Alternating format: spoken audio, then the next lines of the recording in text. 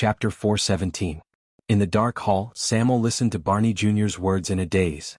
His gaze swept past every corpse in the prison, but there was only emptiness and confusion in his eyes. He looked like a prodigal son who had left home for many years and returned to his home, where he no longer had anything. 7. He mumbled. For some reason, as he listened to their conversation, Thales also felt empty in his heart, and he felt incredibly uncomfortable. In the crowd, Steak coughed softly. He quickly walked to Ricky's side and pointed above his head. My people can't control the people above for too long. We also have to prevent any possible accidents. Ricky ignored him, but Steak attracted the prisoner's attention. Samuel, who are the people who came with you? Barney Jr. moved closer to the bars. He put away his mournful expression, narrowed his eyes and stared at the disaster swords in the distance. He said warily, they don't look like people from the government. None of them look like nobles who manage things. None of them look like soldiers from Blade Fang's camp. They look like mercenaries? Ricky frowned. He extended his hand and waved Steak away, signaling him to calm down. In another cell, Belden also became vigilant. They don't look like the people who escorted you down here to capture the fugitive. Belden remembered something and his expression became stern. How did you come down, Samuel? Samuel frowned slightly. He hesitated on how he should answer. In another cell, Cannon, who had been hugging his head and cowering, suddenly shuddered when he saw the large number of people outside his cell. He leaned against the wall and moaned in pain. They are helpers, Samuel finally said. He calmly faced the scrutinizing gazes of his former colleagues. They were the only people who were willing to lend me a helping hand when I had nowhere else to go. Samuel glanced at the disaster swords with an indifferent expression. Just like us, they are a group of pitiful people who each have their own desires and needs. Klein snorted softly and patted Joseph, who was beside him. They are also a group of people who do not want to be mercilessly forgotten by the merciless course of history. Ricky remained motionless. Fate brought us together. Samuel turned his head around and stared at the imprisoned Barney Jr. His words were laced with a profound meaning. We were able to resist it. But apparently, perhaps because he had suffered too much, his former companions did not respond positively to him. Barney Jr. tilted his chin, slanted his eyes, and looked at Samuel in a rather hostile manner. Why are you here, Samir? What identity did you return with? How did you enter the prison of bones? A fugitive? Prison breakers? The savior? As Barney Jr. spoke, his gaze shifted to the people behind Samir. He began to size up the group of uninvited guests. I don't see much light and my eyesight has deteriorated a lot, but I can at least see a group of ferocious monsters with all kinds of weapons. They don't look like they came with invitations. As for the few who aren't armed, they're the ones they kidnapped, right? While Samuel was at a loss for words, Barney Jr. spoke faintly, and his tone became increasingly suspicious. Moreover, who is that young man? Why did you put so many people around him? Why did the people around the man in the hood and the man in the gown subconsciously look at him? Barney Jr. suddenly gestured with his chin and looked at Thales indifferently, causing the prince to tense up. Steak and LaSalle, who were mentioned, were slightly stunned. Under Ricky's gaze, they had no choice but to move their subordinates further away from Thales. But just when Thales thought of something, he suddenly felt a weight on his shoulder, and a chill ran down his spine. Don't you dare say anything unnecessary, brat. Marina pressed down on the back of his shoulder. The blade of her sword rubbed against Thales' pants. She said coldly, you won't have anything down there. Thales only felt a chill invade his spine. He did not dare speak again. No, it doesn't look like protection. Belden also stared at Thales from the other side of the cell. His frown deepened. I can tell. That young man is also someone who was kidnapped. Ricky's expression turned solemn. The remnants of the royal guards had exceeded his expectations. They had clearly struggled in captivity for so many years, but when they saw the light again, they immediately saw the crux of the situation. Samuel's expression was a little unpleasant. He moved his gaze away from Thales. Barney Jr., Belden, as expected of the vanguard and penal officer. Your observational skills are still astonishing. Barney Jr. snorted coldly and stared at Thales. Just who is he? Oh, right. At this moment, Steak suddenly interrupted their conversation. Honorable Crassus, is your plan to help this former royal guard catch up? Ricky's eyebrows twitched slightly. Steak and his two subordinates walked forward with smiles on their faces. They stopped the former royal guards from talking about Thales, and at the same time, slowly approached the prince. Due to many reasons, I don't think it is a good idea for your subordinates to pour their hearts out to these gentlemen. Stake winked at Ricky. Perhaps I can escort our sensitive goods back first. Thales stared at Stake's outstretched hand. He was on guard. Then a long sword that was hollow blocked Stake's path at lightning speed. Touch him, Stake. Klein grabbed his dark light sword and stopped Stake from approaching Thales. His tone was hostile. Don't even think about keeping that hand of yours. Stake's smile froze. LaSalle coughed awkwardly. He had no choice but to mediate the situation. Everyone, I think Stake's suggestion is that it's time for us to speed up our progress.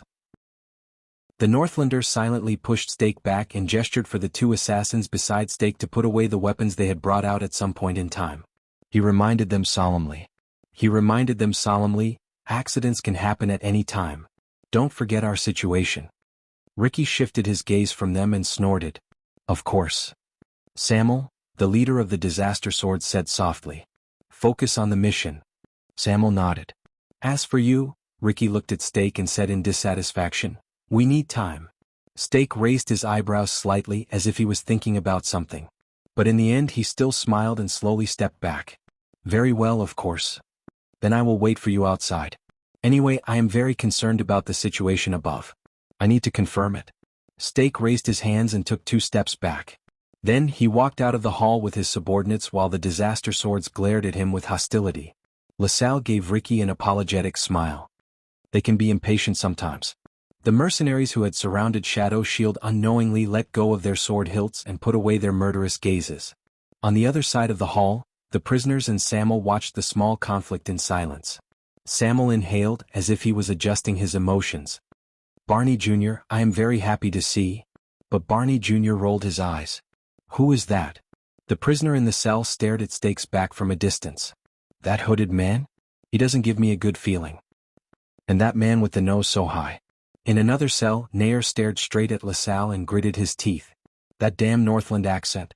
It's definitely not from Cold Castle but from further north, from Ekstedt. LaSalle instantly froze. As he looked at his 2 doubtful colleagues, Samuel sighed. That's not important. But a panicked shout suddenly broke the oppressive atmosphere. No. Everyone tensed up. Their first reaction was to grip their weapons and then they snapped out of their daze. The person in the cell was shouting. No, no, no. Barney Jr. Barney Jr. frowned and turned his head. In another cell, Cannon, who had previously reminded the prisoners that the iron curtains had been lifted, was still hugging his head and curling up on the ground. He could not stop trembling. As he twitched, he shouted in pain. Barney Jr., I can hear it, just like how I see it in my dreams every day. His roommate, Nalji, who had been acting lazily just now, quickly walked forward in a very experienced manner. He put his arm around Cannon's shoulder and comforted him in a low voice. It's okay, Cannon, it's all over, it's all over. Everything is fine, everything will be fine. Those terrifying things in the past don't exist anymore. We're fine, that's all. As Nalji spoke, he became absent-minded as well. He stared at the ground with a dazed expression. But Cannon still struggled desperately. His eyes were shut tight and he shouted madly, their footsteps, they pressed down on the soles of their feet and they tiptoed like cats. Those footsteps, those voices, those people who only appear in the dark. Just like those people. Those people. Samuel looked at Cannon's outburst with a dejected expression. Barney Jr. furrowed his eyebrows tightly. They're here, Barney Jr., they're here. Cannon shouted in pain. His dirty hair flew everywhere. They're coming to kill them. Just like in the past. Cannon's pain cries lasted for nearly a minute. Then, just like how Nalji comforted Nair earlier, he hummed a tune softly. Cannon finally quieted down. Samuel exhaled quietly. He stared at Cannon, whose eyes were wide open, and his chest was heaving in shock. He said in a pained tone, when did he become like this? Barney Jr. shook his head in a mocking manner, but his eyes were filled with doubt. I don't know. I felt like he was already like this when he woke up one day, but that's not important. Cannon's symptoms are considered mild. Samuel was silent for a while.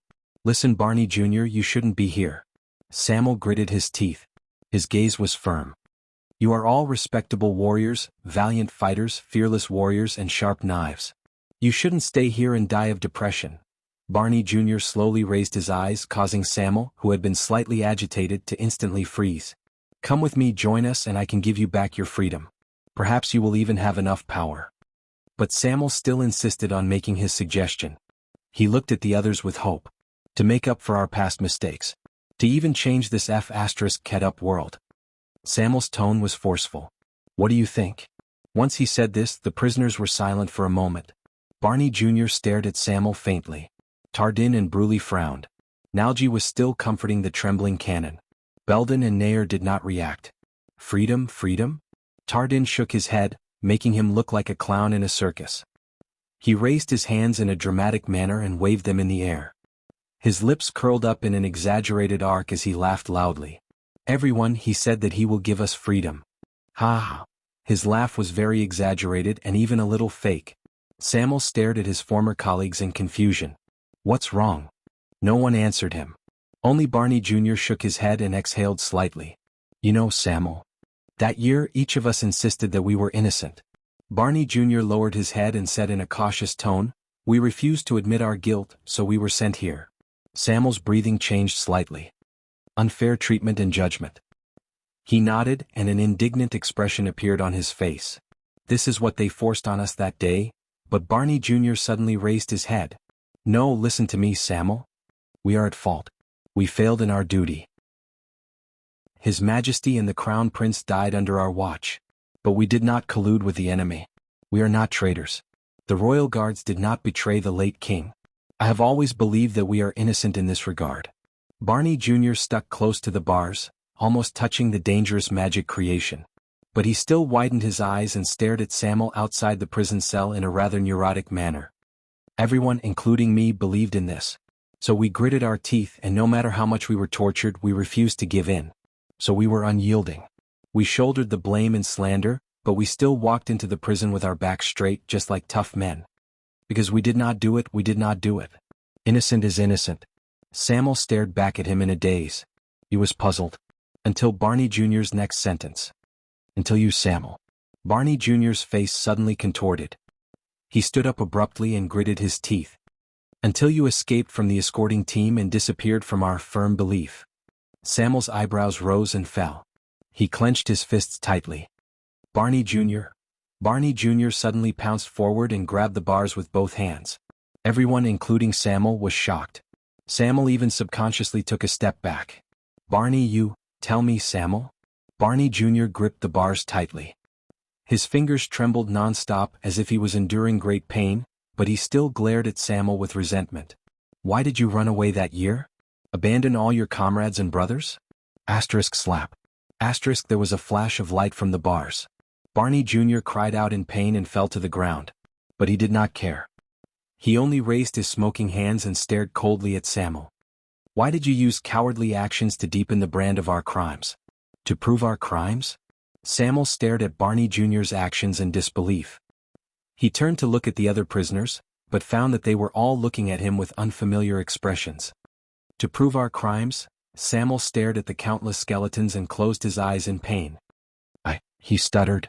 He wanted to say something but stopped himself. In his hesitation he said through gritted teeth, I'm sorry. You know, Barney Jr., you know. Samuel trembled and lowered his head. 18 years ago. I could bear all the consequences of that tragedy, be it demotion, punishment, torture, exile, or even death. But this? Samuel opened his eyes abruptly. He raised his torch and illuminated his surroundings. Skeletons, prison cells, and ashes. To stink, rot, and be forgotten in a bottomless dungeon? Then to remain here forever without even a splash of water? To bury our humiliation and stigma deep underground forever, never to be remedied? Samuel's expression became more and more twisted, like a drowning man struggling in the water. After a long while, he gritted out his next words through his twitching teeth. No. I refuse, he said firmly. He stared straight at Barney Jr. His eyes were full of pain and resentment. Just like what you said, we didn't do it, we didn't do it. We shouldn't have to bear such torture. This is the reason. Unexpectedly, Barney Jr. smiled. He smiled very happily. Is that so? You just said, I refuse, and ran away without any hesitation. But now you even came back to break the prison. So, where is your pride, dignity, and honor as a royal guard? Barney Jr. raised his hand and shook his shoulders. He said sarcastically, where is the passion you once poured into the oath of the ancient Praetorian guards? Samuel was silent for a moment again. After a long while he slowly opened his mouth. I stopped being a royal guard a long time ago. This time, Samuel's voice was low, and his tone was dejected, as if he was talking about a humiliation. After our dignity and honor were trampled to nothing by the high and mighty new king and nobles on that day, Roland said with a sigh. Samuel clenched his fists and his arm muscles tensed. Kessel, before he ascended the throne, he was just a playboy. He can't push the entire royal guards into the abyss with just a hasty trial. He can't use the so-called collaboration with the enemy to turn everyone who was once loyal to him into a traitor.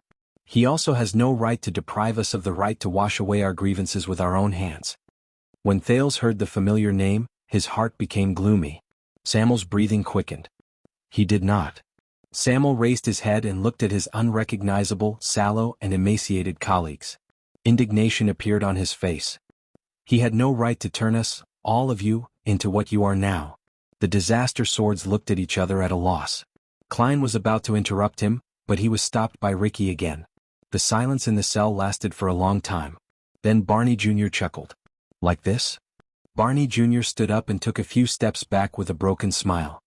He spread his arms as if he was showing off his home. Ha, you know nothing. With a chilling smile he slowly said, nonsense. Samuel was stunned. What? Barney Jr. snorted coldly. You have no idea what kind of life we have been living here.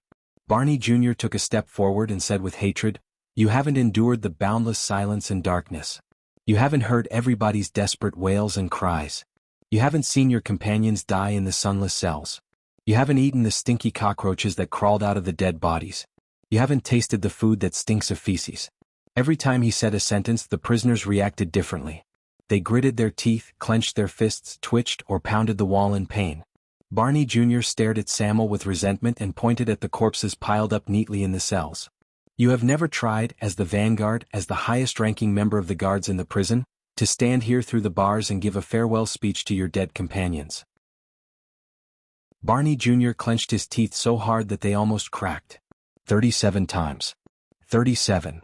The prisoners stared at Samuel with dead, emotionless eyes. His face turned pale. Barney Jr. adjusted his breathing and shook his head indifferently. In the end, when I sent off the few people closest to me, I had nothing to say. Barney Jr. turned his body sideways and revealed a few tombs that only had bones left before Samuel's eyes. It was not just because I had nothing to say but also because I was already numb.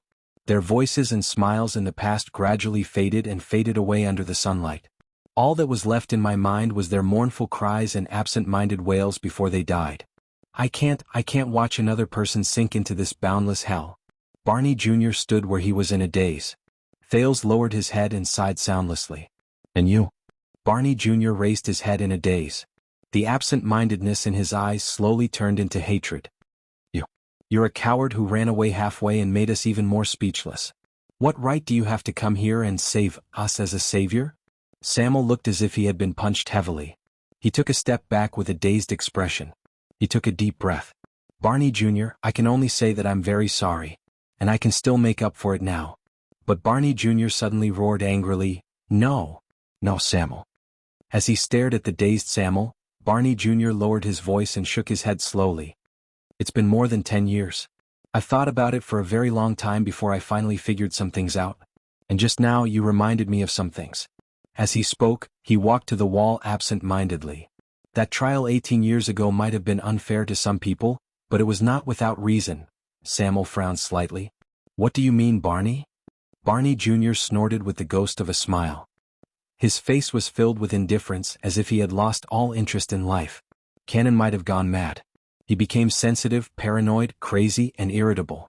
He kept bothering us all day and we couldn't sleep well. He was really F***ed up. Barney Jr. pointed at Cannon and Nalgy's prison cells. But you can't blame him. It's been 18 years. Almost every time he dreams of that day. The assassins tore off their disguises and jumped out of the crowd. The killers invaded the palace, revealed their blades and fought against us, Barney Jr. said faintly, just like a shadow. He deliberately enunciated each word and repeated, shadow. Thales suddenly realized what he just said. What he just said is, as Barney Jr. spoke, Cannon shivered again. Nair scratched his hair in pain. Bruley whimpered indignantly, but he was held back by Tardin. Only Nalgy and Belden remained silent and listened to Barney Jr.'s words. Barney Jr., you.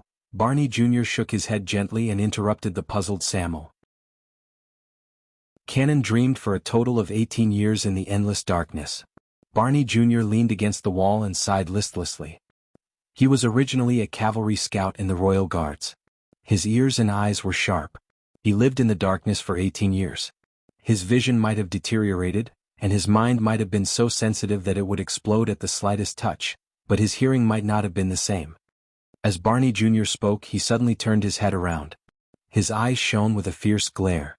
And I believe that he had a deep impression of the killers. He could recognize their footsteps even in his dreams. Cannon hid in his palms and let out a cry that sounded like a sob. Samuel seemed to have figured something out. He stared at Barney Jr. in a daze. Now tell me, Samuel. Barney Jr. supported himself against the wall and stood up straight again.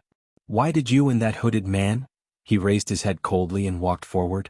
When he was only one column away from Samuel, he slowly extended his hand and pointed at the disaster swords in the distance. Chapter 4:18. When Barney Jr. said this, Samuel looked surprised. He subconsciously took a step back. When he saw his reaction, Barney Jr. snorted coldly. The disaster swords were all stunned. But Klein stared in surprise at Cannon, who was curled up on the floor. He then looked in the direction where the hooded stake had left. Is there really someone in this world who can identify someone through their footsteps that are barely audible? Ricky also stared at Cannon in surprise. He thought about it for a moment and nodded slowly.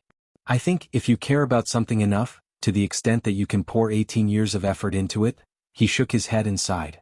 Then there's probably nothing that can't be done. On the other side of the hall, most of the prisoners stood up and approached the bars coldly. Is this true, Samuel? Belden stared at Samuel calmly, then at the disaster swords. His gaze was stern. Are you a member of Shadow Shield now? Nair, who was next to him, mocked him. Wow, this is a good sign, Your Excellency. At least you don't have to feel guilty.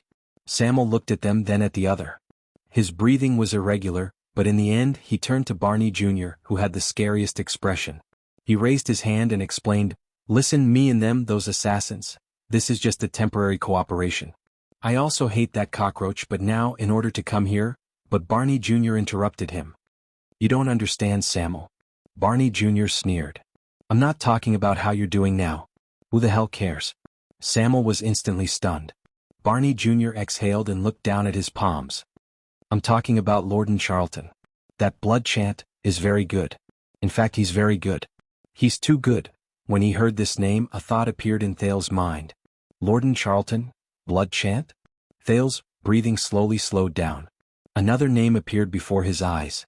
A thin gray figure who jumped down from the cliff of the sky. Baronet Charlton. Flying Locust Blade. Samuel was obviously a little surprised. Charlton? Lord Charlton? But Barney Jr. ignored him and continued on his own. But he was far from being strong enough to charge into Renaissance Palace alone, assassinate His Majesty at will, and then leave. At least 18 years ago, when we intercepted him and fought him for a short time, he was not that strong. Thales was shocked. He came to a realization. Barney Jr. was talking about the shocking and bloody scene in Renaissance Palace during the Bloody Year.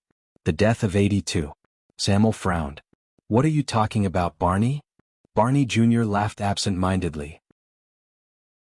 He then put down his palm and said to himself, After the incident, all of us in the Royal Guards, regardless of whether we were free or in prison, were guessing the possible enemies. Shadow Shield, the Assassin's Flower, the Secret Room, the Northlanders, the Rebel Army in the Southwest, the Forces of the Desert, perhaps the Camions or other people who hated Constellation, and even the great nobles in the country who were at odds with His Majesty before the war.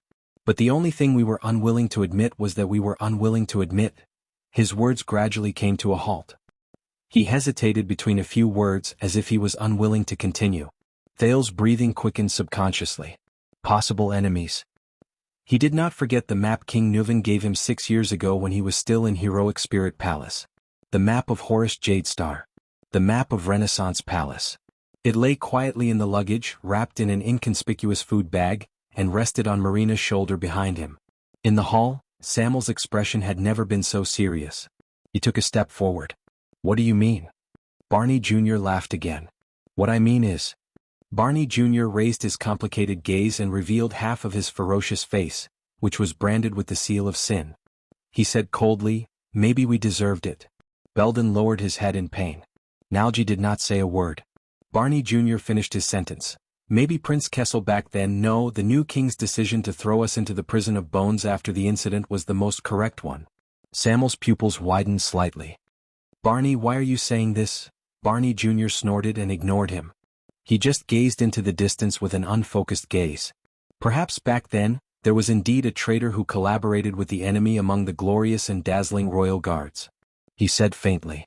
Samuel was stunned. In the 5 cells, every prisoner's breathing became more and more tense. In the next second, Barney Jr. turned around and stared at Samuel. His eyes were cold. And he betrayed His Majesty, the Crown Prince, and the entire royal guards. He turned all of us into what we are now. At that moment, Samuel gasped a few times and took a diagonal step forward. No. But Barney Jr.'s accusation was not over. And that traitor. With an enraged expression, Barney Jr. extended his hands again and grabbed the metal bars in front of him desperately, just to get closer to Thales. He must have known Prince Meteor's orders and handwriting like the back of his hand. That's why he could fake the Crown Prince's request for help, exaggerate the riot at the palace gate, and use the late king's love for his son to transfer us away from the Hall of Stars, to go to the palace gate to support Prince Meteor. Thus, he dragged most of the royal guards into a chaotic battle with the rioters and those with ulterior motives. Samuel seemed to be frozen on the spot. He was tongue-tied and could not say a word. At that time, Great Charlton acted against His Majesty in the Hall of Stars with the help of Shadow Shield. Master Vitano went to the battlefield with Duke John, and Instructor Ida was in the Sacred Tree Kingdom. Even when old Captain Cullen risked his life to face Blood Chant and a group of assassins, he could not protect His Majesty from the assassins. Barney Jr.'s voice became hoarse and unpleasant to the ears, as if the silk on a loom was being cut inch by inch. At that moment, be it the disaster swords, their hostages, Samuel or Thales himself, all of them were completely stunned. As Barney Jr. narrated, the Prince of Constellation felt as if he had returned to half an hour ago. At the gate of the prison of bones, when Stake raised his hands slightly, the sneaky masked assassins appeared from the shadows, unexpectedly tore open the guards' necks, pierced their hearts and cut off their lives. Then they quietly disappeared into the darkness. Within a few seconds, everything happened so suddenly that it was as if nothing had happened. The prince could not help but feel a chill run down his spine. Barney Jr.'s palm, which was holding the railing, began to smoke. His face was contorted. It was obvious that he was in great pain, but he still endured the pain. When the riot at the palace gate gradually subsided, the news of the Hall of Stars being invaded also came. The Crown Prince urgently ordered us to return and provide reinforcements, and we, who were exhausted and anxious, returned according to the traitor's expectations, leaving only my father and a few others behind. Thales listened to all of this in a daze. This was something that his father should have told him. Barney Jr. hissed. We allowed them to be with Prince Meteor, and at the palace gate, which we thought was already safe, they fell into Shadow Shield's trap. This time, Thales clearly saw an ominous light shining between Barney Jr.'s hand and the railing. When he thought of Meteor's death, Thales suddenly recalled the scene 6 years ago. The man who carried the strange black sword on his back. And his confession. That day 12 years ago, I was indeed the one who personally wielded the sword, and stabbed Meteor Jadestar. And I did it willingly and I never regretted it. Thales was stunned. Black Sword Barney Jr.? That year at the Hall of Stars at the gate of Renaissance Palace? What happened? As he journeyed in this world, he traveled further and further, and the fog in front of him lessened. But there were more and more suspicious points. When all of this was done, both the late king and the crown prince met with misfortune, and the dead could not testify. In addition, the situation was chaotic and the war had yet to end. That damn traitor escaped punishment just like that. He pretended to mourn and look like he was in pain, but he still lived among us. He lived among the emperor's Praetorian guards, who were supposed to protect the royal family with their lives, and he got away scot-free. Barney Jr.'s expression grew more pained, but Thales knew that it was not because he was holding the strange railing. The muscles on Samuel's arm grew tighter. No one interrupted this scene. Perhaps the secret Barney Jr. spoke of was too important, and no one wanted to miss it. Barney. Belden stared coldly at Samuel, gritted his teeth and said, "What do you want to say? Why don't you be more direct?" "What I want to say is, Samuel, that year?" In the prison cell, Barney Jr.'s hand, which was holding the metal railing, began to tremble in the smoke. But he still gritted his teeth and refused to let go, as if he was holding on to a treasure that he could not give up, a belief that he could not violate, and a truth that he could not ignore. When we gritted our teeth, swallowed our blood, bore the stigma, and stiffened our necks when we were escorted here, why did you run away halfway? What are you feeling guilty about? What are you afraid of? Samuel stared at Barney Jr. in disbelief. Barney Jr. roared at the top of his lungs and shook the unmoving metal railing. And after so many years, when you came back as a fugitive? And why did you hang out with the people from Shadow Shield? Samuel closed his eyes and said laboriously, Barney Jr., tell me. Bang. A loud noise rose, and the metal railing erupted with the most glaring light it had ever produced. Barney Jr. could no longer hold on to the railing. He fell to the ground. His whole body convulsed, his hands smoked, and he roared in pain. But Thales could no longer tell whether he was in pain because of the physical torture, or because he was grieving because of the despair in his mind. Even Nalji, who was by the side, could not help but say, Barney, be careful, that thing is very dangerous. No, Barney. Samuel took a step forward and said while trembling, why would you think this way? But Barney Jr. roared in anger. He forced himself to get up from the ground and said with hatred, why did Prince Kessel insist on throwing us into prison back then? Because he knew that there was a problem with the royal guards a long time ago. He glared at Samuel. Because he knew that after the incident at Renaissance Palace, the assassination of His Majesty, and the death of the Crown Prince, the Emperor's Praetorian Guards, who were chosen from the outstanding descendants of the nobles and swore an oath to protect the throne, could no longer be trusted. Thales watched this scene in a daze. As he listened to the words of these people who had personally experienced the tragedy, he felt an extreme chill around him. Barney Jr.'s accusation slowly turned from an angry and indignant accusation to a wail of pain and despair. After so many years, there must have been many people in the guards who had figured it out. So they, including us, could not eat or sleep, were tormented, and even went insane and committed suicide. Because the royal guards were bound together for good or ill. Tears slowly gushed out of his eyes. His voice also became intermittent and he could not speak clearly. As for why it was the prison of bones. Maybe Prince Kessel was just unsure, maybe he just wanted to see if the traitor would jump out on his own. Barney Jr. shut his eyes tightly. Tears slid down his cheeks and wet the brand of the sinner. And in the end, thud. Barney Jr. knelt on the ground. In the end, no, he roared with resentment, you escaped, Samir, you. In the other cells, the former members of the royal guards watched the confrontation between Samuel and Barney Jr. with pale faces. Samuel sucked in a sharp breath and stared at Barney Jr. with a flushed face. He punched his own chest. Yes, I escaped. But it wasn't me. He yelled in a near frenzy and spoke incoherently. It wasn't me. It wasn't me. Barney Jr. did not have the slightest interest in listening to Samuel's argument. That's not all. Samuel, I remember that you have a good foundation in words. You have a good understanding of the way nobles write, use of words, styles, and even the language of the ancient empire. Presumably, you would have no problem imitating handwriting or forging letters, such as His Highness the Crown Prince's warrant? Samuel's words of defense were instantly silenced. He turned to the other prisoners as if to seek their understanding, but they were silent. He just watched coldly from the sidelines. Barney Jr. lay on the ground and gritted his teeth with tears in his eyes. This is also why you were promoted to flag bearer. As he stared at the other party's increasingly unpleasant expression, Barney Jr. said coldly, we, the royal guards, are the reincarnation of the Emperor's Praetorian Guards.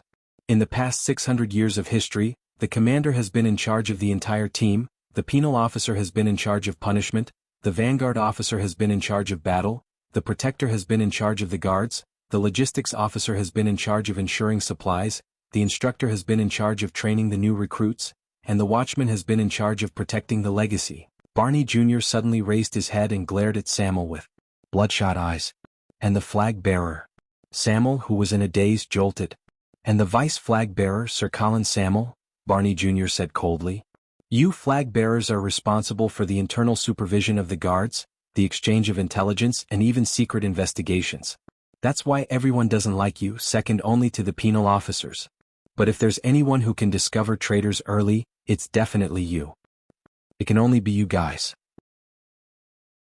Barney Jr.'s pupils shrank. On the other hand, if there's anyone who can protect traitors, overlook traitors, or even, he did not continue. At this moment, Samuel's body swayed a little as if he had suffered a blow. He stared at the ground in a daze as if he could not come back to his senses. Barney Jr. stood up slowly. There were still traces of tears on his face.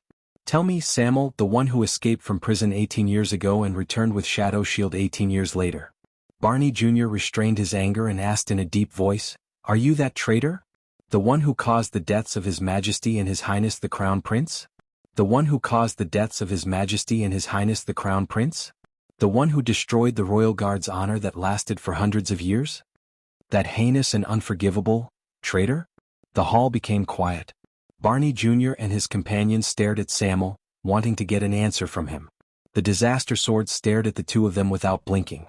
Perhaps they were just curious about the truth of the past, or perhaps they wanted to understand their companion's past. Among them, perhaps Thales was one of them. But no one dared to break the silence. Until Samuel. The former vice flag bearer seemed to have lost all his strength. He staggered a few steps back and only snapped out of his daze when he knocked against the torch he had dropped earlier. The light from the torch illuminated Samuel from bottom to top, making his face look gloomy. Only the brand of sin on the side of his face was bright red. It was as if he was burning in hell. Barney Jr. continued to stare at him coldly. Samuel stared at the fire on the ground desolately. He stooped down in a daze and picked up the torch. His body was hunched and his movements were slow. He looked like an old man with one foot in the grave. "I know that you won't believe anything I say now. Am I right?" After a long while, Samuel finally spoke with great difficulty. It was as if he had used up all the strength in his life. Thud. Penal Officer Belden punched the wall beside him and said angrily, "Then what are you running away from? Come on, Vice Flag Bearer Colin Samuel. You are now standing in front of us, in front of the 7 remaining royal guards. Tell us that you will solemnly swear on your honor, your dignity, your blade, your ancestors, and the name of the Samuel family, which has been rooted in the capital for hundreds of years.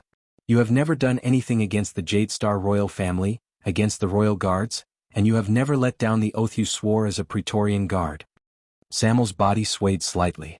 Belden pressed his entire body against the bars and roared, "Tell me!" Crack.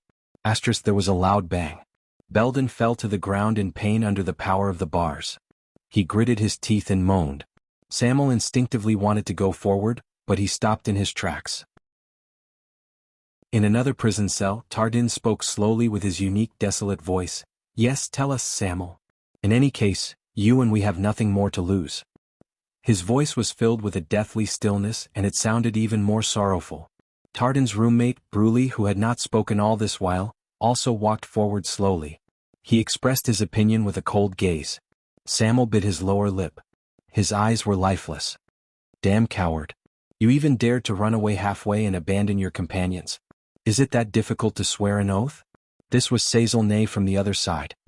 He gritted his teeth and stared at Samuel as if he was staring at a murderer. On the other side, Cannon, who was originally trembling on the ground, was no longer cowering. He only stared blankly at Samuel, who was being questioned.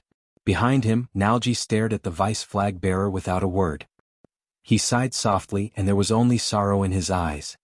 "In the name of the Chief Penal Officer, Lieutenant Belden, I hereby order you, Colin Samuel."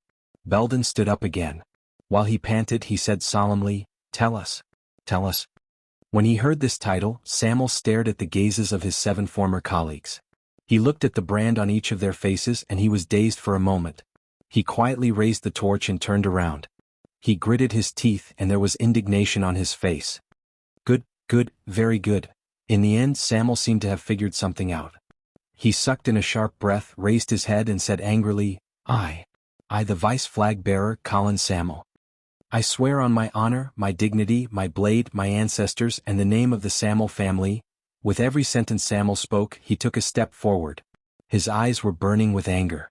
"In my entire life, I have never done anything wrong to the Jade Star King." When he said this, Samuel suddenly stopped talking. He was like a windmill that got stuck and he stopped at this word. At that moment, Samuel seemed to have remembered something. His face turned incredibly pale. The vice flag bearer lowered his head and turned his gaze away with a trembling voice. He glanced behind him. Thales, who was watching this scene from the side with an unknown emotion, suddenly felt a chill in his heart. He soon realized that Samuel was looking at him. He was looking at the Prince of Constellation, Thales Jade Star. As he stared at Samuel's surprised, pained, and hesitant gaze, Thales suddenly understood Samuel's hesitation at that moment. He knew that Samuel could not make this oath. Because, Thales wanted to speak, but Marina pressed the tip of her sword against his thigh again. The latter's resentful gaze clearly expressed her attitude towards the prince's interference. This is bad.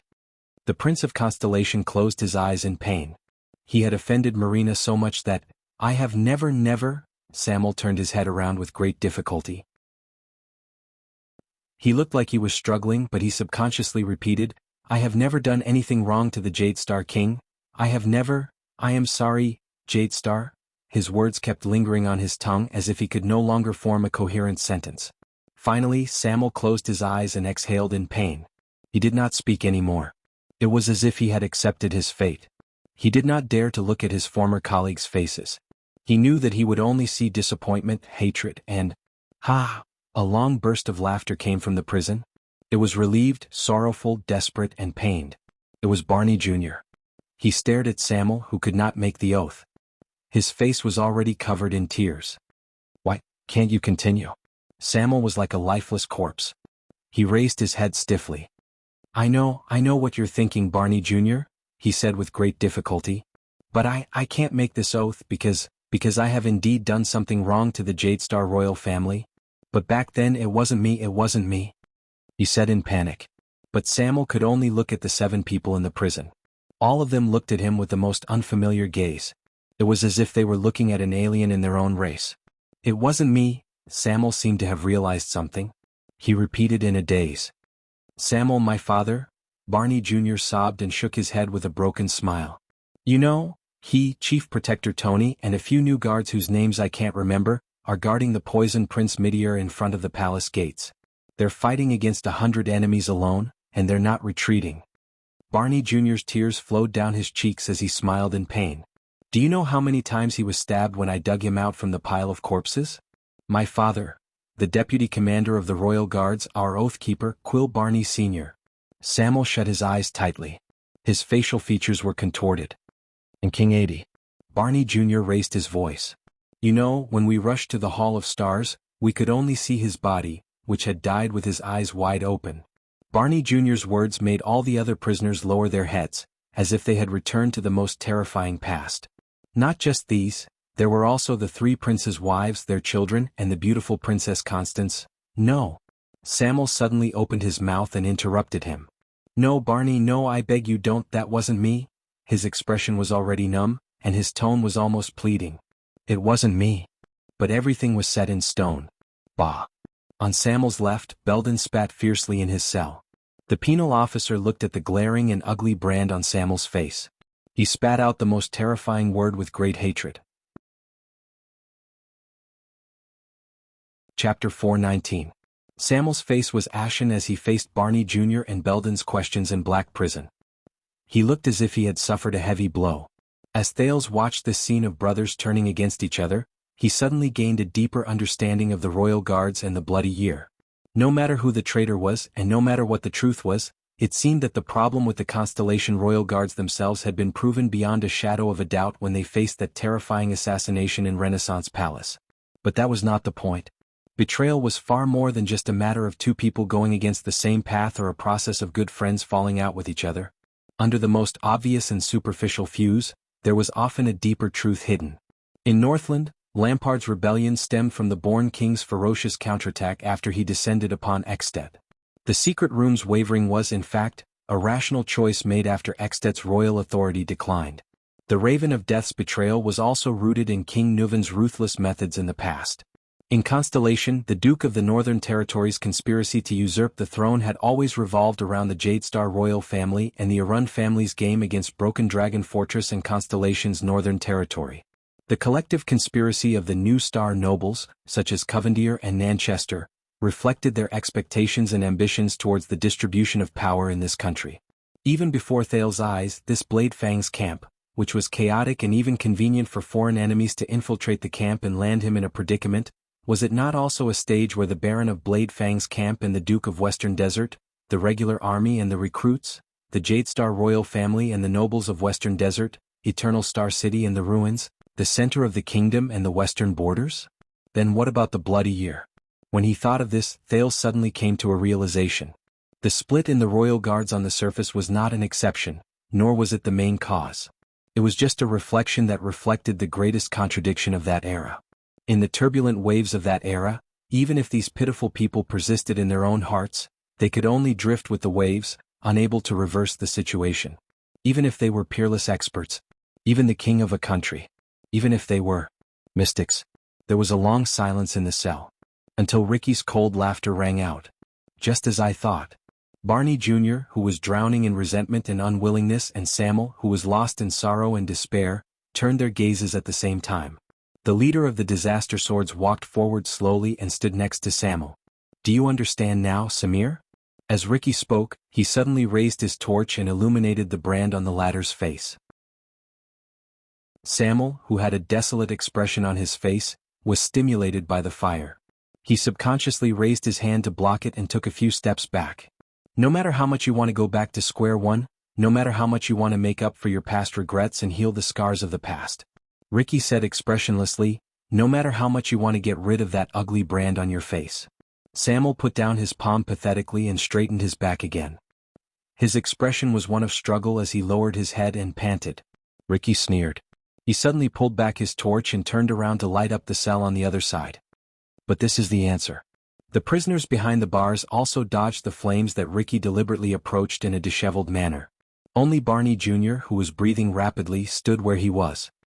He merely turned his face to the side, and his feet did not move an inch. Looking at the few ragged and miserable prisoners, Ricky clicked his tongue and shook his head. This is the answer of the past and yesterday to you. Samuel didn't say anything. He just looked at his once high-spirited colleagues in the prison who were now dirty and disheveled. The past and yesterday, he muttered in his heart. And who are you? Barney Jr. looked at Ricky in disdain. Are you also one of those disgusting scums from Shadow Shield? Ricky stared at Barney Jr. as if he wanted to size him up. But a few seconds later he just smiled and shook his head. You can't make that oath. Ricky slowly put away his torch, making his face, which looked as if he had gone through many vicissitudes of life, shine even brighter. He gestured at Samuel with his chin. Because just an hour ago he kidnapped King Kessel's only son together with us. The last of Jadestar's bloodline. When he said this, Thales's breathing froze. As expected, the gazes of the prisoners changed at the same time. What? Barney Jr. spoke slowly. His tone revealed his puzzlement. Jadestar? Thales immediately felt a few gazes pierce through the darkness behind the prison and land on him at the same time. Marina, who was in charge of watching over the prince, felt an inexplicable pressure. It made the disaster swords around him surround Thales even tighter. Did you say, kidnap? Belden's voice trembled slightly. When did this happen? Nalji, who had been humming a little tune, had already climbed up from the ground. He was in disbelief. The new king has a son and a new heir? Outside the prison, Samuel still did not say a word. His expression was one of pain. Kidnap the prince? You. Samuel, is what he said true? Nair widened his eyes.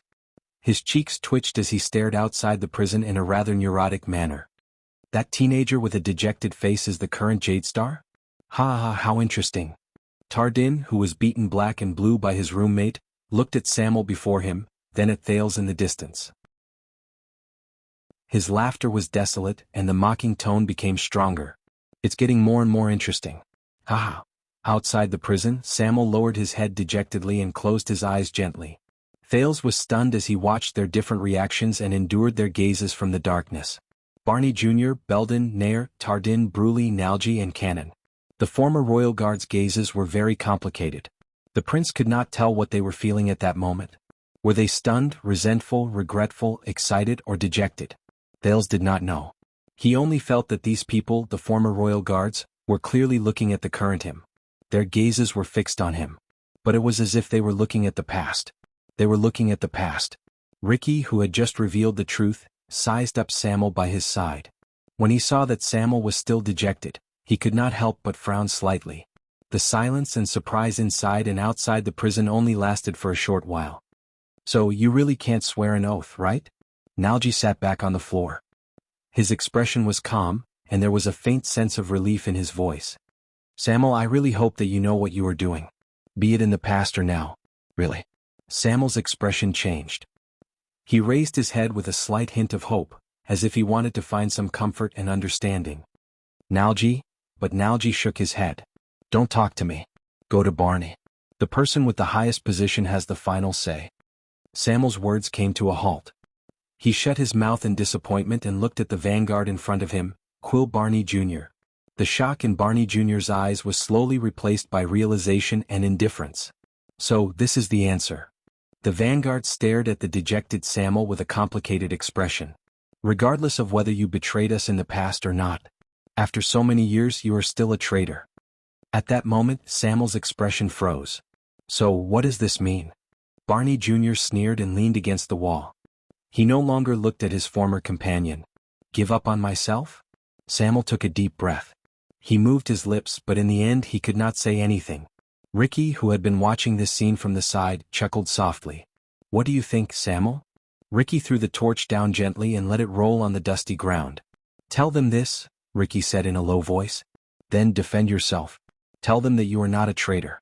Tell them that you are still the good brother from all those years ago.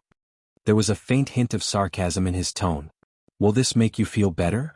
Samuel quietly stared at the torch under his feet. He watched the flames tremble on the ground. I have fulfilled my promise. I have given you the chance to face the shadows of the past. Ricky looked at the 5 prison cells in front of him again. He stared coldly at the 7 former royal guards. But the question is, Samuel, is this really the reunion you envisioned? Samuel's chest began to rise and fall. The light from the fire was reflected in his pupils. It was weak and waning, like the last light in the darkness. His dark back was cast on the wall by the torch on the ground. It danced back and forth and it drifted about. Ricky took a step forward and snorted coldly. How is it? Is it filled with flowers, excitement, beauty, hope, forgiveness, and understanding? As he listened to Ricky's question, which was as sharp as a knife, Thales only felt uncomfortable. Now, Samuel, Ricky repeated his question coldly. Do you understand now? Samuel stared at the flickering light in a daze. He did not seem to notice it. I can tell. You are not Shadow Shield, my friend. Tardin sneered in the prison. You sound like a brainwashed cultist. Cultist? Ricky was stunned at first. Then he smiled unexpectedly. He did not respond to Tardin's sarcasm. Instead, he continued to stare at Samuel. The past is gone, and yesterday is hard to recall. Everything is as it was yesterday, is just a dream, a form of escape. Because you can never go back to the past, whether it is the people or the things that happened in the past. Ricky seemed to have a profound meaning in his words. Most of the time, you can't find the answer even if you go back to the starting point. Or if you find the answer, it will only make you more desperate. The torch on the ground was still struggling, but it was getting dimmer. Even Samuel's face was getting more and more blurry, including the ugly brand. We can only open up a new path and a new future. Ricky sighed. Only then can we surpass the terrible past. Samuel listened to Ricky's words in a daze. The flames in his pupils became smaller and dimmer. But this is our life. Ricky raised his head and looked at the stone pillar in the middle of the hall. He stared at the emblem that resembled an eye. His gaze was slightly dazed. You can't save anything but yourself. You can't grasp anything but the future. In the next second, the torch under Samuel's feet was finally extinguished. It left Samuel's unmoving face and pupils, along with his dazed and pained expression, in the deep darkness. They could no longer see each other. All of you are dressed like mercenaries. Nalji sighed and lit up a simple lamp in their prison. But no mercenary has the courage and means to break into Black Prison. Did something big happen in Bladefang's camp? Did they slack off to the point where they let you weirdos in? Ricky snorted softly and did not answer. The sharp Barney Jr. quickly reacted. What? Is the main force not here because there's a war going on? Who is it this time?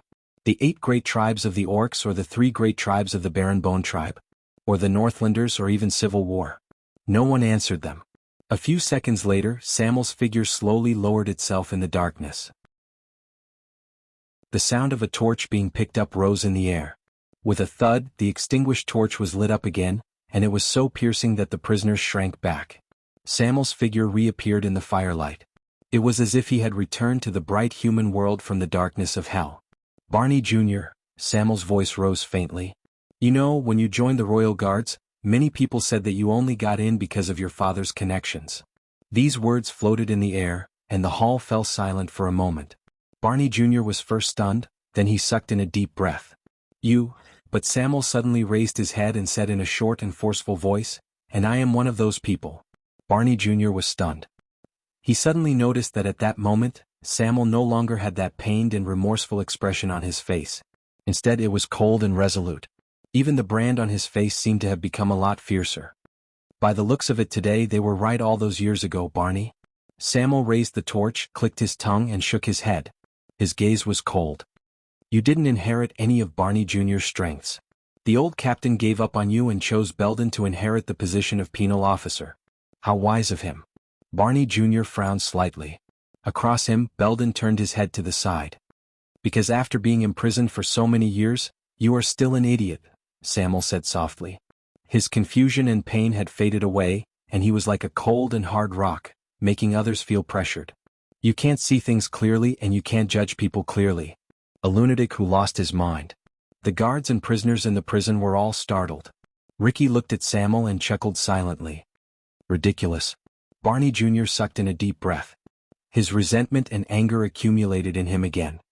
These words actually came from the mouth of a traitor. But he soon realized that the topic of the conversation had changed.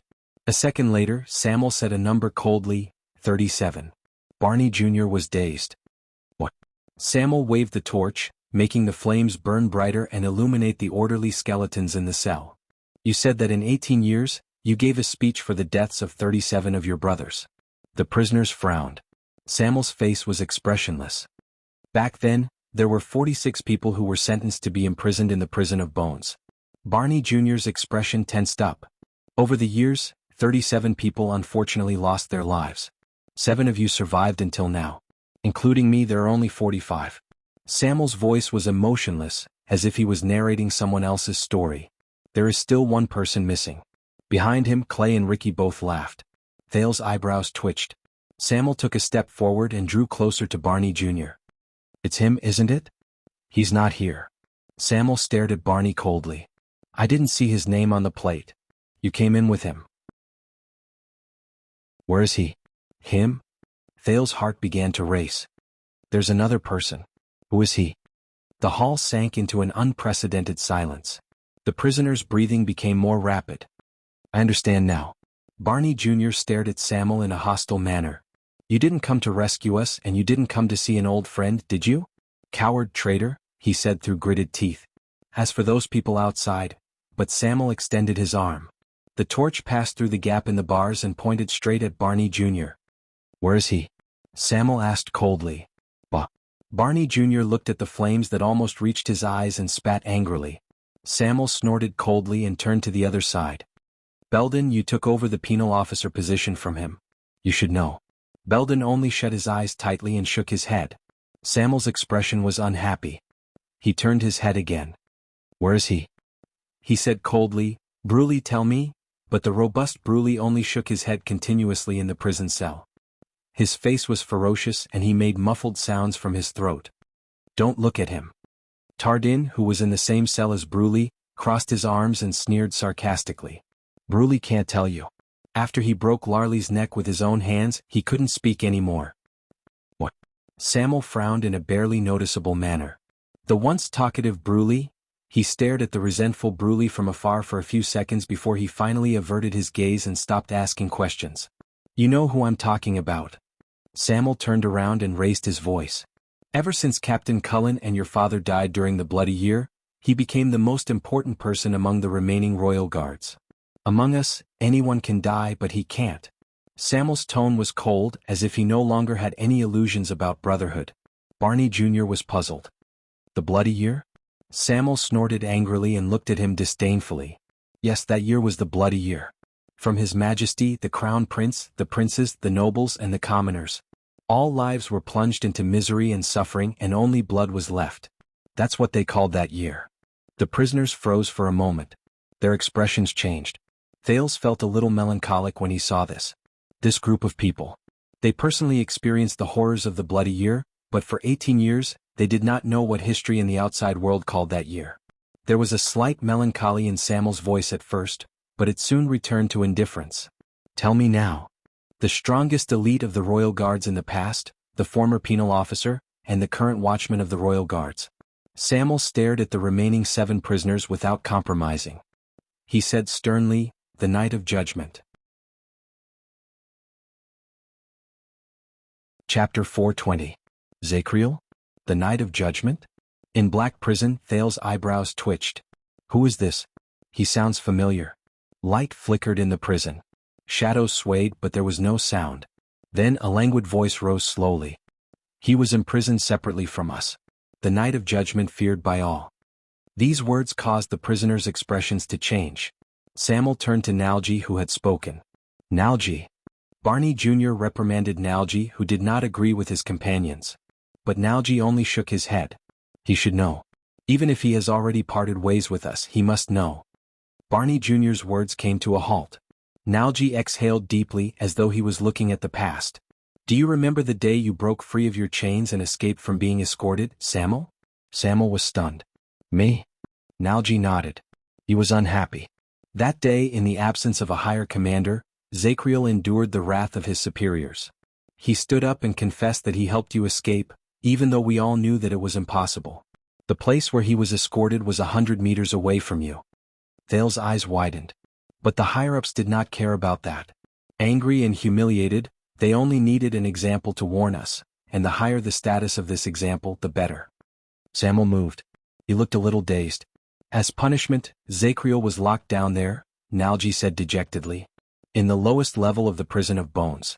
Solitary confinement. Nalji said bitterly. You know, when we are in the same level, at least we have someone to talk to. As for him, Zacriel? He has no roommates, no conversations, no light, nothing. Samuel stared at Nalji from afar. He did not say a word. That's right. The most powerful elite in the Royal Guards, a star with a bright future, and the next commander of the guards. Nalji shook his head. His voice was mournful. Just like that, in the bottomless darkness, he did not hear the outside world, did not know time, and did not see anyone else. He endured for 18 years alone. His life and death are unknown. Solitary confinement. 18 years. Joseph frowned a little in the disaster swords. Thales could not help but recall the disaster swordsman's evaluation of the prison cell, who was very experienced in prison. Because of this, Zacriel saved the brothers who were escorted with you. Nalji chuckled. Because of your cowardice, they should have been punished because of you, including Tardin and Bruley. Samuel's breathing quickened. Ugh, ugh, ugh, ugh. Bruley, who was on the other side, yelled angrily. I can translate for him, Nair said sarcastically. Bree said, Samir, you're AF * king coward. That's probably it. Barney Jr., who had the highest status, snorted angrily, as if he felt it was beneath him to say anything else. Silence reigned in the prison cell. Samuel closed his eyes. His breathing was extremely chaotic. A few seconds later, Samuel sucked in a deep breath and turned around to face the disaster swords. Come on, we're done here. His figure looked tired and humble, and his voice was inexplicably cold and gloomy. Let's go find our target. Ricky snorted softly and waved his hand. The disaster swords cast a glance at the dark prison cell with complicated emotions before they turned around. Thales wanted to take a few more glances, but Marina rudely pushed him out of the cell. As the number of light sources decreased, the field of vision in the prison cell became darker. By the way, Samuel. Samuel stopped moving. Nalji's voice came from behind him. It was slow and dazed. I'm sorry to say this, but I really hope that Zacriel has gone mad beyond recognition. Everyone was stunned. I hope that he will tear you to pieces the moment he sees you, Samuel. Nalji's voice slowly became cold, and it sent chills down their spines. Then you can rest in peace. Traitor, he hissed. The other prisoners either sneered faintly or snorted indignantly. Samuel had his back to them. He did not speak for a while. Then he sighed faintly. You know, I really want to let you out, Samuel said softly. There was a hint of melancholy in his voice. But in the next second, Samuel raised his head resolutely and walked out of the hall. Behind him, the faint light in Nalji's prison cell could no longer withstand the long period of time. It was extinguished. The Black Prison, which had once imprisoned 45 royal guards, was once again sent into the bottomless, dark abyss. After experiencing the scene just now, the disaster sword seemed to have been affected by it. Everyone was silent. Only Thales's heart was in turmoil. Thank you, Ricky. Samuel, who was walking in front, suddenly said these words in the darkness. Thales, who was listening attentively, heard them. Ricky chuckled softly. For what? Samuel's words were mixed with the sound of footsteps, but Hell's senses allowed Thales to hear them clearly. For you to agree with my selfishness. Selfishness? No. Ricky did not seem to care. You think this is just your selfishness? Ricky's next sentence was laced with a hint of sentimentality. But in ancient times this was one of the legacies of knights. It was the greatest and most important test for every knight. Samuel did not speak. Including you, many of us are covered in wounds. We are shrouded in the shadows of the past. We are cursed by the ghosts of the past, and we are muddle-headed and unable to free ourselves. Revenge, injustice, anger, pain, guilt, indignation, torture, and so on. These are the reasons why we gathered together. It is also the common ground of the scions outside the tower over the past 100 years. Ricky's voice became softer, and Thales had to use all his strength to hear him clearly. But no matter how terrifying the past is, no matter how unbearable the shadow it casts and the curse it leaves behind we must face it, accept it, and overcome it. Only then can we finally understand ourselves. Klein's voice came from the other side. There was a hint of emotion in his voice. Since the first crisis, almost every qualified scion outside the tower has to go through this journey sooner or later for a long or short period of time to understand the meaning of our existence. To truly become a qualified swordsman, to master the most difficult and terrifying power to tame. The middle-aged swordsman from Northland said faintly, "It is unavoidable.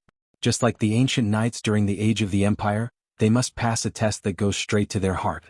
Only then can they finally surpass the limits of skills, power, and willpower, and advance further on the path of knights." Klein chuckled softly and said, "This is what those scholars in the Tower of Eradication call the heart of the sword. Of course, since we are scions outside the tower, you can call it whatever you want." Samuel snorted softly. His emotions were unclear. Ricky's steady voice came again, "Do not underestimate this.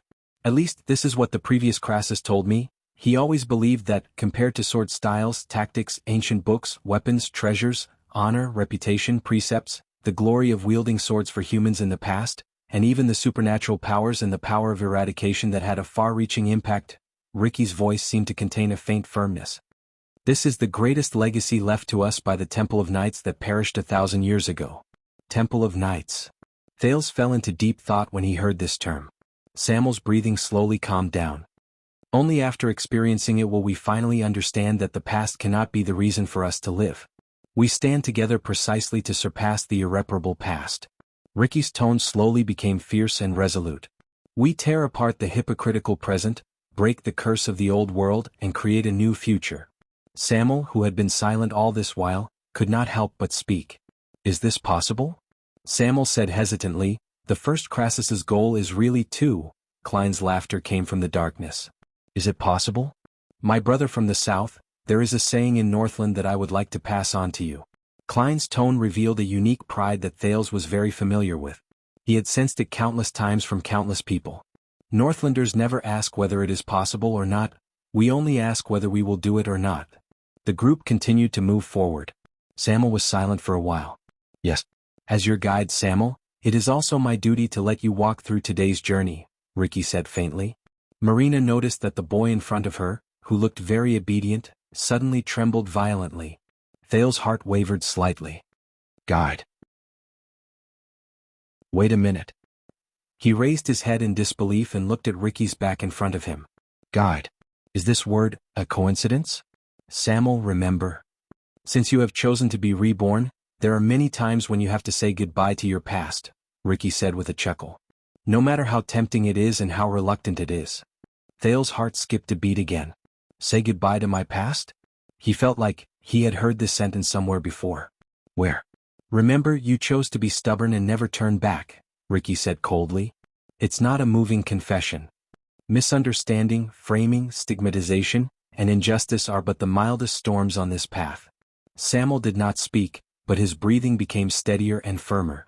Compared to the tower of eradication that hides itself in the castle and the greenhouse to shelter from the wind and rain, cherishes its wings, and remains stuck in its old ways, Ricky sighed softly. The scions outside the tower of eradication are persistent. They never hesitate because of the vastness of the road, and they never become overcautious and indecisive to avoid the past. Thales stared at their backs in a daze. He suddenly remembered the strange origins of this group of people, as well as the other people's even stranger but thought-provoking names for them. Because this is who we are, Ricky said resolutely. There was a hint of resolution in his tone, as well as a hint of fearless pride. This is who we are. Even though we have experienced many things along the way, we still have no regrets. Disaster swords. At this moment, Thale's eyebrows were arched deeper than ever. His thoughts were soon interrupted. The disaster swords did not stop. Instead, they went straight to the bottom of Black Prison according to Nalji's instructions. However, when the disaster sword stopped abruptly at a rather large corner, Thale sensed that something unexpected had happened. No, to be exact, this is not an accident. What does this mean, Stake? Thale stood on his tiptoes and moved past a few figures. With the help of the torch in Klein's hand, he saw the hooded man standing in front of the group. Stake. He still had a smile on his face. He rubbed his hands together and stood in front of the dim firelight. Everything around him was dark. Didn't I say that I'll wait for you outside? And Ricky took a step forward and said coldly, "You know that's not what I'm talking about." Ricky waved his hand gently. Almost in the span of a breath, Thale sensed that the atmosphere around him had changed. The disaster swords turned sideways and bent their knees. They pressed down on their weapons and switched to the most suitable position to attack. Marina did not forget to grab his shoulder with one hand to prevent any changes from happening. At this moment, everyone was like a soldier at the front lines. They instantly entered a battle-ready state. Thales carefully held his breath and paid attention to every slight change around him. It's here. I can feel it. Ricky stared at Stake, whose smile froze in front of him. His gaze swept across the man's surroundings, and he cast it into the seemingly empty darkness. The cold air in the darkness. It's like an unsheathed sword. Stake's smile slowly disappeared. He rubbed his forehead as if he was wiping off sweat. Baron LaSalle saw that the situation was not good and he quickly said, "Everyone." But at this moment, no one gave this spokesperson of King Chapman any face. Ricky's aggressive words were still going on. "Stake, you went out for a while. Did you summon all the people from Shadow Shield on the ground? Then you blocked our path here and waited for us?" There was silence. Even LaSalle looked at the assassin in front of him in surprise. Thales noticed that the disaster swords, be it Klein or Samuel, were staring at the dark corners around them warily and fearfully, as if someone would suddenly appear in the darkness. Soon the prince was no longer puzzled. Through Hell's senses he received multiple breathing sounds. They came from the ominous darkness where the light from the fire could not illuminate in a regular and rhythmic manner. It was steady, drawn out, and frightening. This scene was divided into two sides. One side was filled with disaster swords. Their gazes were fierce and they were filled with murderous intent. With Ricky at the center, they were as fierce as a cold wind. On the other side was Stake, who was alone. He stood in the darkness. Only his silhouette could be seen in the firelight, but he seemed to be ruling over the darkness that did not allow any light to pass through. Thales felt that the cold air Ricky mentioned seemed to have materialized, and it slowly froze the two sides, who had been working together happily just now. Stake's expression was indifferent. He coughed softly. "What keen senses you have." He sighed. "Then I'll be straightforward." In the next second, Stake's smile disappeared. His movements tensed up, and even his tone became flat and emotionless. "Honorable Crassus and everyone else, can you please hand the prince over to me right now?" Stake asked expressionlessly. Thales exhaled softly. "Here it comes." The prince could not help but frown when he saw Stake like this. Ricky's lips curled up. "Humph." Klein snorted coldly to express their attitude. Baron LaSalle sensed that something was amiss. "Stake, for his majesty's sake, I can feel that this Crassus is only one step away from his goal. So, perhaps we should not turn hostile at this time." But this time even Stake, who had always been polite, interrupted him rudely. "It is precisely because he is only one step away that I cannot ignore him, your grace." LaSalle's eyebrows twitched. He looked at the mercenaries. "What do you mean?" Beside the disaster swords, Ricky's expression did not change. Klein exhaled. Samuel tightened his grip on his sword hilt. Joseph bared his teeth and revealed a malicious smile. "I understand your kindness, Baron." Under the dim firelight, Stake's figure under his robe became cold and forlorn, just like his voice, which was slowly returning to its original form. But the Honorable Crassus might not. Ricky and Stake's gazes met in the air. One of them was cold and calm, while the other was as sharp as a needle. "I originally thought that it would be harmless and foolproof to leave the prince in your hands for the time being," Stake said expressionlessly, "because in Blade Fang's camp, our wariness toward each other and our balance are the best guarantees until we complete our cooperation." His voice did not fluctuate. However, compared to his amiable words and his rhythmic rebuke, these flat and unchanging sentences were filled with an inexplicable chill. That is why Shadow Shield is eager to help and selflessly contribute. He sounded like the worst actor reciting lines from a script. Completely emotionless. When he heard this, Klein snickered without showing Steak any respect. Why do these words sound so awkward? Steak raised his hand gently and pulled down his hood, revealing his fair face under the shadows. But his expression made Thale's heart turn even colder. You trusted me with the matters above, regardless of whether it was breaking through the defenses or guarding the ground. I originally thought that you did it to gain my trust. I also thought that you would not turn against me. After all, the people guarding the ground are mine. Things change, we might both die here. Steak continued speaking steadily. His gaze never left Ricky. But it wasn't until I saw such a breathtaking building that I understood something. You must have been prepared a long time ago to know the wizard's territory like the back of your hand, am I right? The leader of the Disaster Swords did not answer. He only twitched the corners of his lips.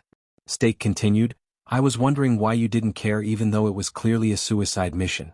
You made up your mind to barge in from the beginning, and you didn't worry about your path of retreat. You even handed over the defense on the ground to us, the shadow shield that you all distrust. Klein cut him off impatiently. What are you trying to say? Steak smiled. But this smile made Thale's skin crawl. Because he did not look like he was smiling. Instead, he looked like he was passively twitching his face. There was no life in him. He was like a puppet. And Steak looked at Thales. His smile was terrifying. I was just chatting with Prince Thales. Steak's words made the prince the center of attention again. We all agreed that the ventilation in this place is too good.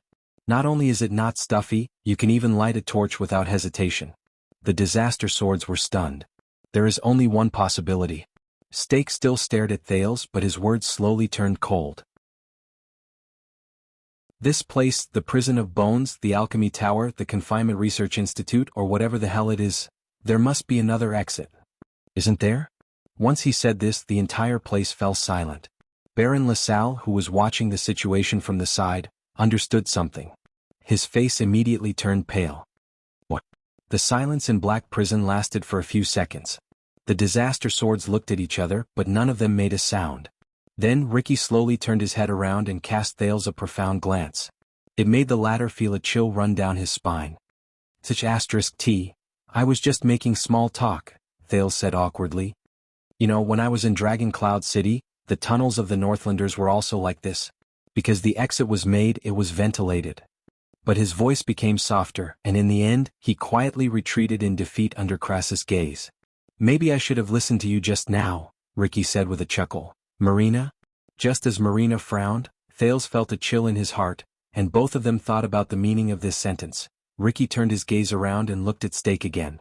In front of him, the person in charge of Shadow Shield shook his head in a seemingly regretful manner. His gaze was as cold as ice. Just now my people searched around. Even though they did not find the exit, judging from your reaction at this moment, it should be right. Steak's gaze became sharper. So, you are not willing to let go of the prince in your hands, nor are you worried about your retreat on the surface. Because you did not intend to abide by our agreement from the beginning, my honorable Crassus. Steak gritted his teeth coldly. Ricky snorted, his intentions unclear. Why do you have to go through so many twists and turns? I am not a fool. Steak sighed and said, in the tavern, our troublesome prince must have given you some bargaining chip, and that changed your attitude. When Thales heard this, his eyebrows twitched. He lowered his head quietly. Steak slowly narrowed his eyes, and a cold glint shone from between his eyes. You did not intend to go out the way you came. Instead, you planned to disappear from another exit after you completed your goal, with your spoils of war. Steak said softly, and our prince. Perhaps, while you were at it, you killed us here and left us in Blade Fang's camp for the furious Constellations. LaSalle stared at the Disaster Swords in disbelief. He subconsciously took 2 steps back and left the team with their swords drawn. 1 second, 2 seconds, 3 seconds passed. Ricky took a slow breath. He laughed faintly. You are not Teng after all. Ricky sighed as if he was regretful. If it were him, he would have done everything he could to take action when we were in the Prison of Bones, and when we were in a dilemma. Ricky did not answer Steak's question, but Steak did not pursue the matter. I will not repeat myself, Disaster Swords. Steak retreated slowly in the darkness. His face became more and more blurry, and his gaze on Thales became colder and fiercer. "Give him to me immediately and we will be safe." Ricky shook his head and laughed. "Or else," Stake sneered. "Or else, maybe you know the magic tower better than all of you, but..." Stake clicked his tongue and chuckled. He disappeared into the darkness and only left behind a sentence that made people uneasy. "Darkness, however, is our home ground." In the next second, before Ricky could respond, an incredibly clear scream of pain rose from the back of the disaster swords. Ah! Almost at the same time, without waiting for anyone's reminder, the battle-hardened mercenaries drew their weapons without hesitation. Asterisk whoosh. Clang. Clang. Asterisk countless sounds of metal rubbing against leather, and metal rubbing against metal rose in unison. Thales felt as if he had experienced another black storm in the desert, and he had to cover his ears with his hands. However, in the next moment, asterisk thud. Bang. Bang. Asterisk with a few shrill sounds of wind being torn apart, almost everyone's torches were extinguished in an instant. All the light in the field disappeared, and Thales' vision instantly turned dark. "Ah, they're here." Asterisk shake. Asterisk, be careful of ambush. "By your feet." Asterisk clang. "Kill him." In just the span of a breath, weapons clashed, flesh was torn, screams of pain, angry shouts, and countless sounds of intense fighting rose in the deep darkness, and they intersected with each other. At the same time they rang in Thales' ears. Disaster swords. Shadow shield. Both sides, who had their own ulterior motives and had been feigning civility, finally tore off their pretense at this moment and broke off completely.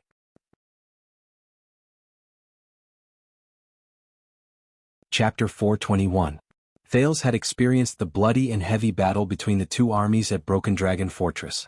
He had felt the ferocity and intensity of the White Blade Guards and Black Sand Region's battle to the death in Dragon Cloud City. He had also experienced the terrifying power of the Orc army and the Cavaliers charging at each other in the desert.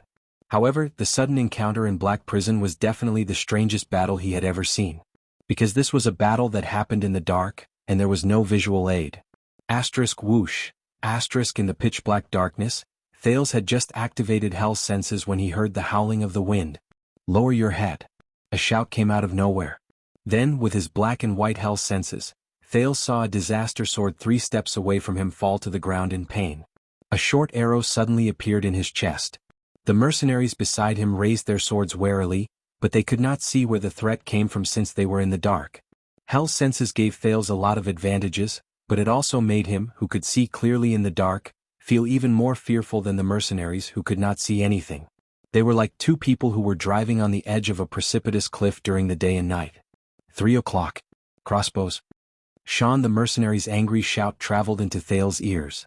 Thales saw Sean's figure turn around quickly, and a hand axe flew out of his palm. Suppress the perimeter. A few throwing axes and knives flew out from the disaster swords at the same time. They flew towards the darkness on the right as Sean gave the order. Asterisk thud. Asterisk a low grunt instantly traveled into the air, indicating the result of the counterattack. However, the disaster sword's counterattack was only temporary. Everything had just begun. The sounds of a chaotic battle came from all directions in the dark. Above. Thales only heard the sound of robes fluttering in the air above him. He turned his head and was shocked to see a strange black shadow fall from the ceiling. It went straight for a mercenary on the perimeter to his left. Asterisk thud. Asterisk the two of them fell to the ground. The mercenary struggled for a while, but he could no longer move. The assassin nimbly rolled backwards to avoid the enemies who surrounded him. Watch the hostage. Ricky's voice traveled into the distance in the chaotic battle. Thales did not even have the time to be surprised. He felt a weight on his shoulder, and Marina pushed him to the ground in the dark. Stay here. If you dare to play any tricks. The swordswoman in red gritted her teeth and said rudely. She pressed her entire body weight on Thales' body. He was abusing his position to avenge a private grudge. Thales was still coughing in the stirred-up dust as he thought in pain. When he finally managed to calm himself down, he inexplicably recalled the scene from 6 years ago when he fought against the elite vampires in the northern birch forest. The scene at that time was the same, clang. The sound of weapons clashing interrupted his thoughts. No. Not far away, a mercenary swung his sword instinctively and parried a stab that came from the dark. However, he immediately cried out in alarm and slipped. It seemed that he was dragged down by a rope that he did not know when. Then he was dragged into the endless darkness, and all that was left was a scream. Damn it. Even further away, an experienced swordsman cursed as he cut down an assassin who wanted to sneak an attack from behind.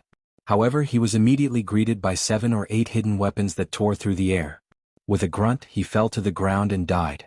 Thales, who had an extra layer of vision compared to the others, watched all of this while drenched in sweat. Stake was right. Darkness was the assassin's home ground. Besides, they came prepared and did not hold back. In the first round of ambushes, the disaster swords could only defend passively because they could not get used to the darkness. They were caught off guard by Shadow Shield's endless assassination methods. Coming? Use your shields. One of them is heading to your right. Go up, I've been hit. Arrows, throwing knives, tore through the air and screams echoed in Thales' ears. The assassins nimbly moved past the periphery of the formation. They were either looking for a chance to attack or making sounds to probe. It made people nervous. Even Thales, who could barely see clearly, found it difficult to suppress his fear. However, the disaster swords lived up to their reputation as the famous blood whistle. In the face of the tense, difficult, and terrifying situation where they could not see, these mercenaries displayed outstanding qualities that did not lose to an army. No one panicked, no one ran, and no one even retreated. All the people in the darkness stood their ground like the most qualified soldiers. Don't panic. Guard the front, don't let them infiltrate. Cut down all those who move. Klein's impatient command rang out. Cover, light up. Soon, a torch was lit again, and it was lit at the center of the formation of dozens of disaster swords. It illuminated a small area. When everyone instinctively closed their eyes, they could not help but feel their spirits lift. There's light. However, at that moment, the light from the torch was like the blood that attracted sea sharks, and it attracted countless attacks from the assassins.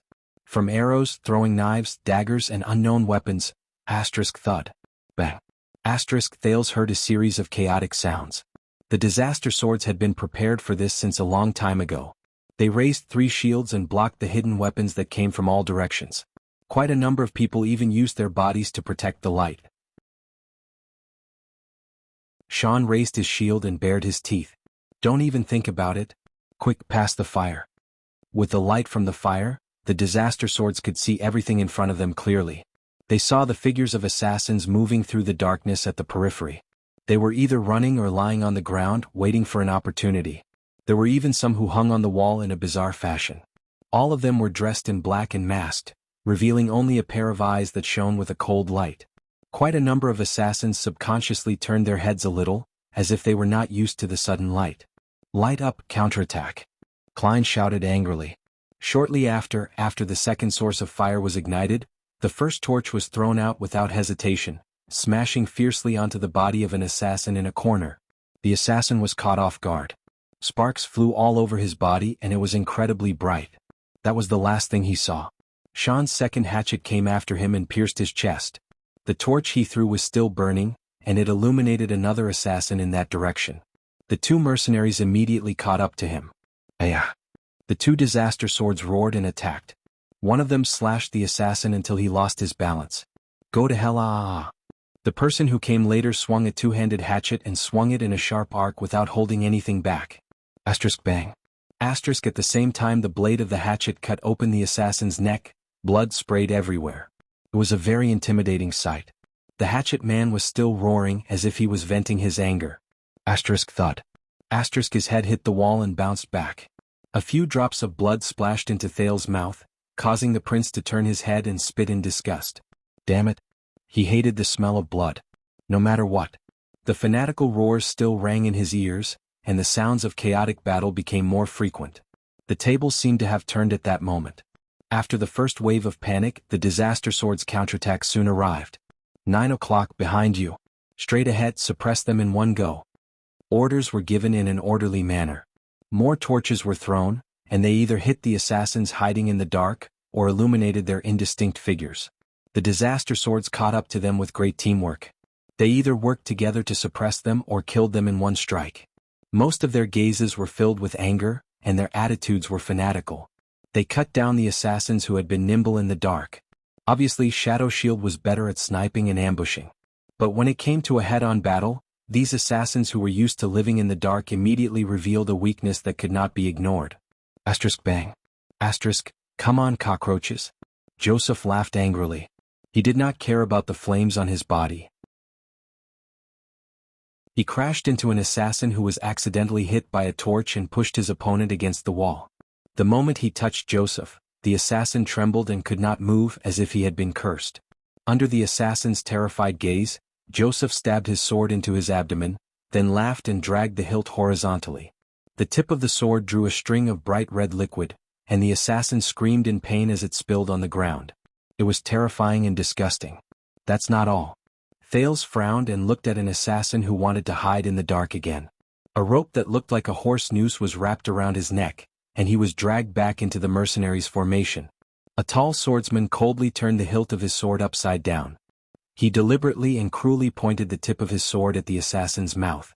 After letting out a delighted sigh, he roared and stabbed down with all his might. Ah! Rip. The poor assassin, whose mouth and the back of his head had been pierced, let out a muffled groan. He wanted to scream but he could not. His limbs flapped violently on the ground, but the only sound he could make was the sound of the blade piercing through flesh, and the melody of death. Thales furrowed his eyebrows again. The assassins who showed themselves were no match for the mercenaries who had fought in wars.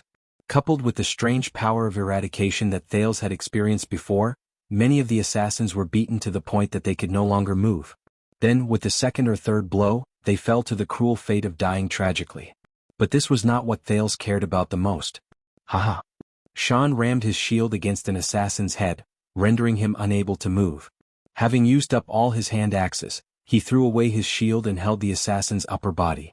He licked the corner of his mouth and drew a dagger from his bosom. "Do you like to kill people like this?" Sean shouted in delight. He held the assassin and took 3 steps forward. The dagger in his right hand stabbed the assassin's chest a dozen times, as if he was driving a pile of wood. Every time, under the assassin's dazed gaze, warm blood would splatter on Sean's face. It made him look even more ferocious. "Do you like it? Rats in the sewers." Then Sean, whose face was flushed red, pushed the unconscious and twitching assassin away. He turned around with a smile. Then he licked the corner of his mouth again. It was as if he had just finished dinner. "Humph." Marina sneered and said, "You didn't even wipe your mouth clean." Thales felt a chill run down his spine as he watched.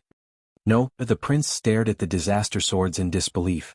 He watched as these experienced but ruthless people mercilessly cut open their opponents' stomachs and killed them in the most horrifying way possible.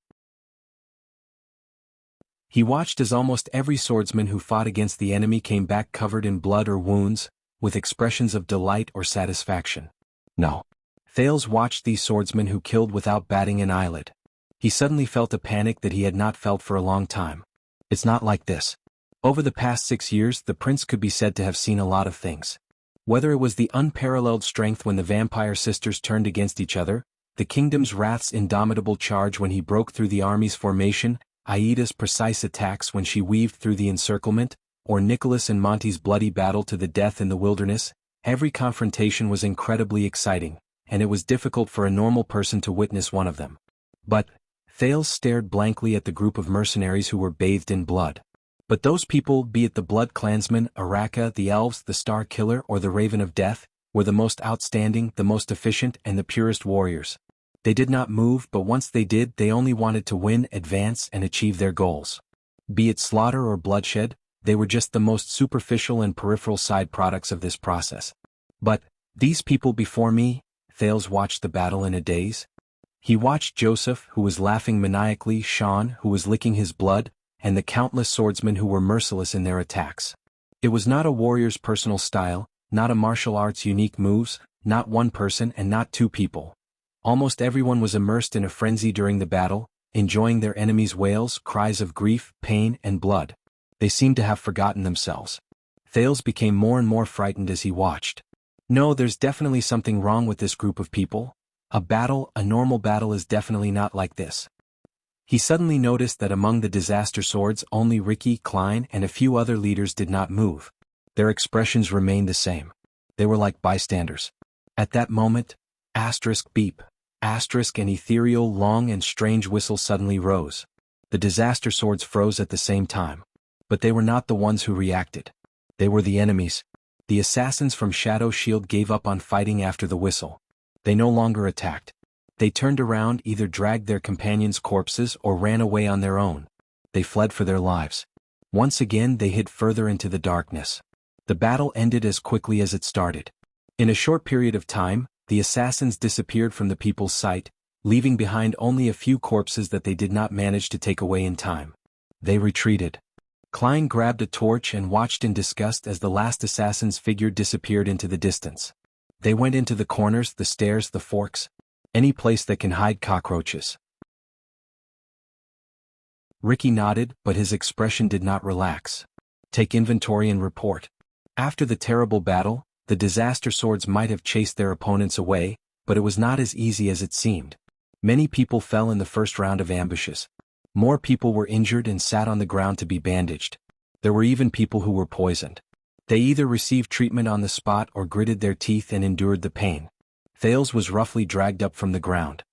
He rubbed his dusty chin in pain and tried his best not to look at the bloody mess on the ground. Do your people enjoy every battle so crazily and so much? The prince looked at a disaster swordsman who was injured along with an assassin and was lying on the ground in pain as he waited for his companions to bandage his chest. He said intentionally, just like wild beasts. What? Did the bloody scene scare our prince? Marina mocked him without showing him any respect. She dragged the prince to her side and said maliciously, "Don't be anxious. Don't worry, you'll see more." Thales sighed in his heart and shifted his attention to the leaders. They retreated, but they did not give up. Samuel put away his sword. His expression was solemn. The environment here is too dark and messy. It's very suitable for them to hide, snipe, harass, and hunt us down. It will cause us a lot of trouble. We have to do something. But Ricky shook his head as he looked at the messy scene. No, you will never be able to kill all the cockroaches. We can only take care of ourselves. While Samuel was deep in thought, Ricky looked at Klein, who had just finished counting, and walked forward. How are the casualties? Who was the first to fall? Ricky was very calm, but the question he asked was very strange. In one round, 8 of us fell and more than 10 of us were injured. Klein could not suppress his anger. The other side also suffered about the same number, maybe a little more or less. As for who was the first, I can't tell. And the Baron from Extet disappeared. I suspect that he might be with those assassins. Ricky pondered for a while and nodded. But he immediately raised his gaze and swept his gaze across the battlefield. Something is wrong, Ricky said faintly. Samuel frowned. What's wrong? Ricky turned around and carefully observed the place where the assassin disappeared. Stake is not trustworthy, but he is definitely not stupid. For the sake of Constellation's heir, it is normal for him to threaten us in this situation, but to overturn the chessboard and go our separate ways? This is not in line with his interest. This sentence stunned Klein and Samuel at the same time. But Ricky did not give them more time to think. Crassus of the Disaster Swords turned around resolutely and gave his orders.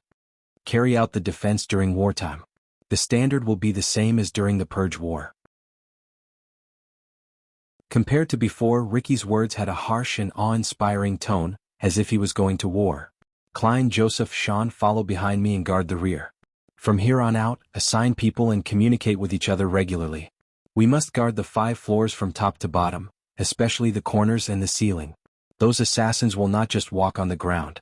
I do not need absolute safety, and it is impossible for us to surround and kill them in this situation. But I want to make sure that when we are attacked, we can send the news over immediately. Under their leader's orders, the Disaster Swords moved efficiently and swiftly. The Disaster Swords, who had experienced bloodshed, were like a pack of wolves that had just woken up. Their ruthless aura, which they did not bother to hide, was now covered in frost. Be careful, everyone. This time, our opponent is not the Tower of Eradication, Ricky said coldly, but the terrifying assassins whose name shakes the entire Western Peninsula. They will never attack head-on, they will only attack from the shadows. Samuel, come with me. This time we will go straight to the target and end this as soon as possible. Samuel followed without a word and came to Ricky's side. The mercenaries who had seen blood continued to follow Ricky and the others down. They vigilantly observed the darkness around them, and set up sentries at every corner and fork in the road. They guarded the path of retreat and ensured that their Crassus would not have to worry about anything behind him. Soon, under the illumination of the torches, they arrived in front of a unique stone hall. This should be the place. The last floor. The stone stairs end here. What appeared in front of them was still a pitch-black, ice-cold and spacious hall, making them feel uneasy. However, the strange thing was that this stone hall wasn't as clear and distinct as the previous few floors. Instead, it was divided into 3 paths that led to 3 deep and serene passages. The structure here is much more complicated. Samuel furrowed his brows. Ricky raised his torch and carefully observed the 3 tunnels. According to the information I obtained from the Oracle, this is the place where the Confinement Research Institute developed anti-mystic equipment. Although Constellation's Secret Intelligence Department later converted it into a prison, the general structure could not be changed much. Crassus soon found the emblem of an eye. Ricky pointed at one of the tunnels. This leads to the original storage room. I guess. His expression suddenly changed. What is that sound? His words made everyone nervous. Even though they had taken a lot of precautions before this, many of them still turned around and vigilantly paid attention to the path they came from. But Thales also furrowed his brows. He had heard the sound Ricky mentioned. It seemed to be coming from the other side of the tunnel. Buzzing? The sound from Hell's senses became clearer, but it also made Thales more puzzled. Ricky listened attentively for a while, and a puzzled expression appeared on his face. It sounds like someone is praying? The disaster swords held their breaths and listened. As expected, faint human voices came from the other side of the dark tunnel. No. Samuel spoke. His expression changed slightly as he stared at the other end of the tunnel. It's not praying, but there's no doubt. Samuel gritted his teeth. His torch illuminated the first half of the tunnel from which the mysterious voice came. Our target is here at the other end. The disaster sword spirits were lifted. Bring some people to ensure the exit first. If I remember correctly, it's the other 2 tunnels. Ricky nodded at Klein. Don't let the cockroaches and rats block it. Once we're done. Klein smiled faintly and led the others to the other tunnel. The rest of you guard outside. Pay special attention to the back, Ricky said to Sean and Joseph solemnly. Samuel can follow us in. Just when Thales thought that Ricky was going to search for his target, to his surprise, Ricky walked over and stared at the prince with a spirited gaze. You can rest now, Marina.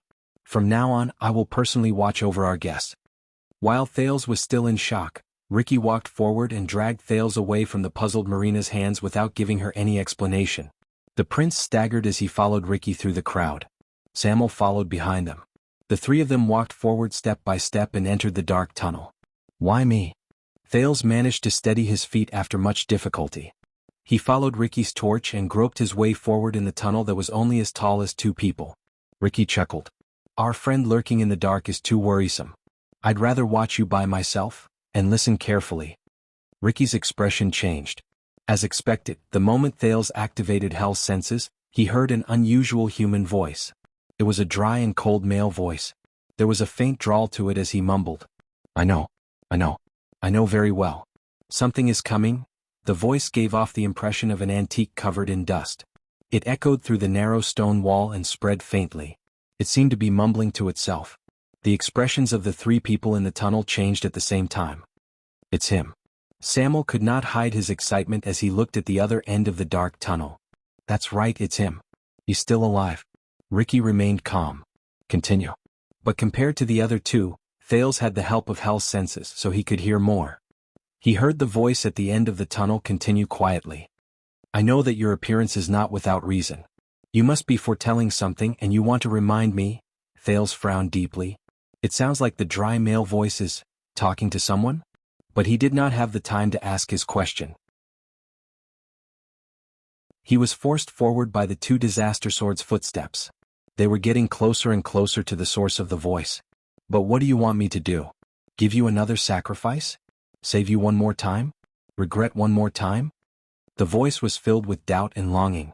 It seemed to be asking for his opinion, but it also sounded like it was begging for forgiveness. But the emotions contained in the voice that were about to overflow made Thales feel a little uneasy. The person at the end of the tunnel. What is he doing? Soon, as the torch trembled slightly, they walked out of the unsettling tunnel. The light from the torch shone and illuminated the stone hall that was neither too big nor too small. The scene before them was still gray and ruined. The only difference was that there was only one prison cell in this stone hall. It was surrounded by a thick iron curtain, and it was located on the other side of the hall. And the dry male voice that had been lingering for a long time came from behind the iron curtain. No, I know that you are testing me. But please believe me, I have never wavered because of sacrifices. I know that this is what I must give. No matter whether it is merits or sins, good deeds or evil deeds, I will accept them calmly and will never run away. The voice rose and fell, but its rhythm was orderly. Ricky and Samuel looked at each other. One frowned and the other nodded. They slowly approached the prison cell. "Yes, I have foreseen my mission, my salvation, but when will it come?" The voice continued. Thales looked at the iron curtain, and an ominous feeling rose in his heart. "So the person locked in that prison cell is…" Clack. Before he could finish his thoughts, Ricky had already walked to the wall and stuffed the long, dark green key into the center of the alchemy tower's emblem. Soon, the iron curtain slowly descended amid the rumbling sounds of machinery. The cover was opened and light shone in the prison cell. The final goal of the disaster swords was revealed.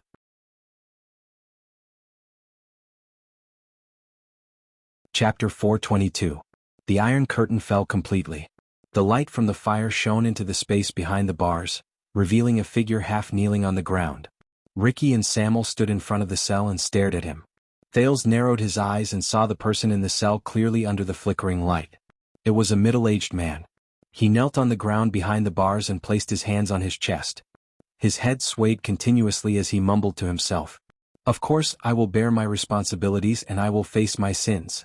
It was as if he did not hear the iron curtain fall, nor did he see the flickering light. No wonder Ricky said it sounded like he was praying. But Thales stared at the man in a daze. What is he doing? Ricky and Samuel looked at each other again. They were puzzled. With faint emotions, Samuel took a step forward and asked tentatively, "Zakriel?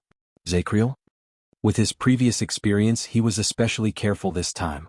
He did not even hope for a response. But the man responded. The man who was kneeling on the ground and mumbling to himself slowly stopped speaking.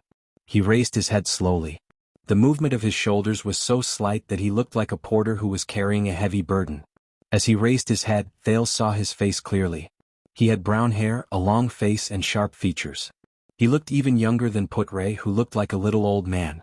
Obviously, compared to the 7 miserable and filthy former royal guards locked up, this man took care of himself well. At least his messy hair did not reach his chest, and the ends of his hair had traces of being cut. The beard on his chin did not look like a bird's nest either. Instead, it was only a few inches long. In fact, at first glance he did not look sallow and emaciated. In the center of his forehead, there was a Clears brand on his exposed skin. If it were not for his dirty clothes, stained face, and the smell that could not be underestimated, Thales would have had a hard time suspecting that the person in front of him was a prisoner. The man stared at the light in front of him. He narrowed his eyes and looked puzzled. A few seconds later, he raised his palm to block the glaring light. He seemed to have just come to his senses. Light and sound? The middle-aged man revealed a dazed expression. He seemed a little slow. "There's someone else?" But very quickly, the man hid his face behind his palms again. He pressed his head against the ground and curled up on the ground, letting out a painful cry. "No, no, no." Samuel and Ricky looked at each other in surprise, not understanding what was going on. The middle-aged man who buried his face in his hands asked vaguely, "Is this another test for you?" "Saw you." Samuel took a step forward and stared at the reaction of the person in front of him in disbelief. He wanted to say something, but in the end he still answered him. "What test?" In just a few seconds, the middle-aged man suddenly raised his head. "The test before us." This time the long-faced man looked nervous. He finally shifted his gaze to the 3 visitors. 3 of them. They look like they're alive. 2 of them are armed and 1 is young and immature. What is this? An opponent that must be defeated or a hostage that must be saved? Or is it an illusion forged by hope to lure me into a trap of despair? The 3 people who were mentioned shuddered. Very suddenly, the long-faced man's expression changed again. He turned to Ricky, who was outside the prison cell. "Hey, are you a demon?" The torch in Ricky's hand trembled slightly. The disaster swords gritted their teeth and looked at their companions in confusion. Samuel shook his head. His expression was grave and there was pain in his eyes. The long-faced man did not seem to want them to answer him. He took a deep breath, got up from the ground and smiled. "I have to admit that I always see them. They are the demons who bewitch people in legends, the monsters who never see the light of day in hell. Their claws are always scratching my heart. Their tongues never stop whispering in my ears. Their gazes are always hidden in the dark. Every minute, every second they change their own scenes, trying to tempt me into falling into the abyss, into hell." The man leaned against the wall and stared into the distance with a profound gaze. He seemed to be talking to them, but he also seemed to be talking to himself. "They will tell us to give up, accept it and compromise. There's no hope in your world anyway. Samuel could not take it anymore. He took a step forward and the torch illuminated the man's face. He shouted his name loudly, Zakriel. His voice was so loud that it shook the hall. The long-faced man in the prison cell shuddered. He froze for a moment. His dazed gaze slowly focused. Zakriel? The middle-aged man repeated slowly, almost enunciating each syllable. Samuel gritted his teeth. An inexplicable resentment rose in his heart. He waved the torch in his hand fiercely, making it burn even brighter. Yes. Samuel hit the bars with the torch and sparks flew. It's me, Samuel. Wake up. Zakriel, the night of judgment. The man named Zakriel froze. He breathed slowly and asked in puzzlement, the night of judgment? But immediately after, Zakriel shook his head and laughed out loud. In the past, yes.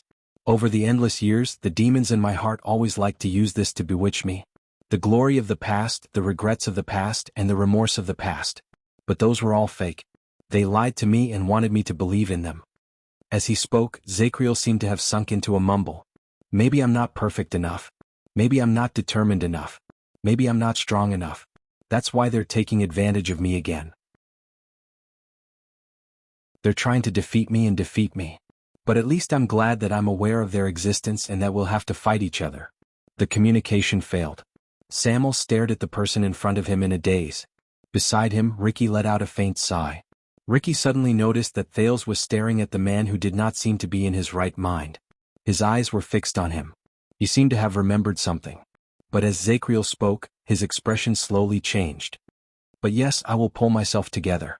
I will remember that I once fought to the death against the most powerful enemy, and I once sacrificed myself for the noblest ideals. Everything before me is just a fork in the road when I am lost. The middle-aged man's smile slowly disappeared, and his breathing quickened. He seemed to have remembered something. He grabbed his hair with both hands and knelt on the ground again. The man's lips trembled, and his entire body trembled. Wait, Zakriel, Zakriel, Zakriel? The people outside the prison looked at him, but they did not know what to do. Suddenly Zakriel's eyes lit up. Yes, Zakriel. Flames burst out of the man's eyes, and his expression instantly became incredibly savage. Ah! Zakriel roared furiously. He grabbed his hair, threw his head back and shouted. Get the hell out of my head. His roar was very loud and his movements were very loud. The three people in front of the prison had no choice but to subconsciously take a few steps back. But Zakriel's madness did not end. Filthy, filthy monster. Despicable, despicable *tc. Sneaky demon. What a crooked trick. The man in the prison scratched his head with all his might. He knelt on the ground, raised his head and shouted in pain. I am Emmanuel Zakriel, the glorious Rudalian. I am the noble descendant of the great empire, who walks the land of chauvinism. I was born in the vanguard of the ancient knights under great Emperor Camelot's command. Thales stared at the man's madness. He did not even pay attention to the words he shouted. Then Zakriel clenched his fists. A great force erupted from his muscles and he punched the ground. Dong. Zakriel became crazier and lost his composure. His roars echoed in the hall, causing Samuel and Ricky's expressions to change. I am Constellation's royal knight and honorary lord. The penal officer of the royal guards, the watchman, the guardian of the throne, the keeper of the royal treasury. Dong. Dong. Dong. He pounded his fists again and again, and his eyes seemed to contain an unbearable anger. The world has given me the title of Knight of Judgment. I will definitely punish those who commit crimes severely, and I will punish all who commit crimes. Zakriel cried out in pain. After a while he seemed to be slightly tired, but he only stopped pounding the ground. Instead, he stood up and threw himself against the fence. What are you? How dare you encroach on my spirit and will? Gritting his teeth, he stared at the empty, dark void. His hands, which were gripping the railing, could not stop trembling. You're delusional enough to think you can destroy me.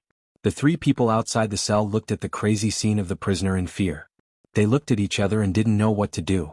I will definitely defeat you and destroy you. I will not hesitate to perish with my enemy. Zakriel's madness seemed to have reached its peak. He held the fence and roared hysterically. Finally, the light smoke between the fence and his palm turned into a bright light. Bang. After a loud bang, Zakriel, who seemed to have gone mad, fell to the ground and stopped moving. The hall became quiet again. The three people outside the cell held their breaths. They did not come back to their senses for a long time. I thought that Barney Jr. and the others were serious enough. Samuel turned his head around laboriously. But I didn't expect that even such a strong warrior like Zacriel would become. He couldn't continue. Ricky snorted softly and looked at the cell in disdain. He stared at the unmoving figure on the ground and finished Samuel's sentence. Become a lunatic. There was silence. Then a slightly childish voice broke the silence. Not a lunatic. Ricky and Samuel turned their heads around in surprise and looked at Thales, who spoke. At that moment, the prince was staring at the person in the cell. His eyes shone with a deep pain that no one knew where it came from. He just lives in another world, a world different from ours. Thales said laboriously. His emotions were complicated. Ricky cast the prince a few strange glances. He was locked up in solitary confinement for 18 years. Samuel sighed. That's not his fault. However, a few seconds later, a dull voice that they did not expect rose from the cell again. Even if you lock up a coward for 18 years, he won't become a brave man. Compared to before, this man's voice was firmer and more dignified. But you locked up a powerful man for 18 years and made him face his own heart. Zacriel crawled up from the ground again and supported himself against the wall with some difficulty. He will only become stronger. The current prisoner, who was once the watchman of the royal guards, Zacriel turned his indifferent and cold face around. His eyes were incredibly clear as he looked at them through the bars. The three of them stared at Zacriel, who spoke again in surprise.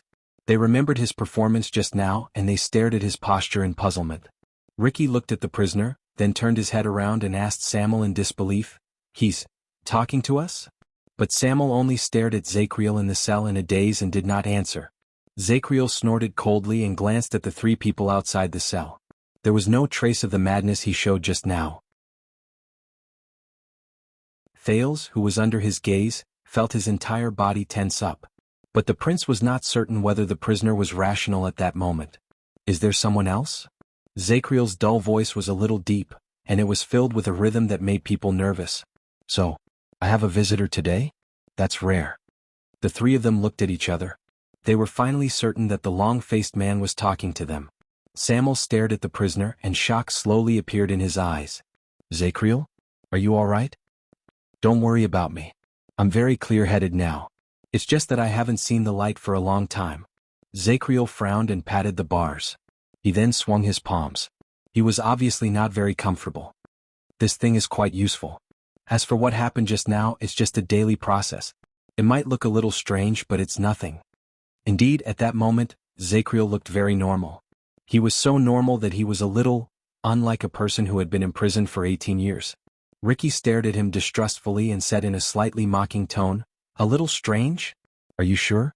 It's just another journey, Zacriel answered him coldly. He then looked at Thales in particular. It's just as you said, child.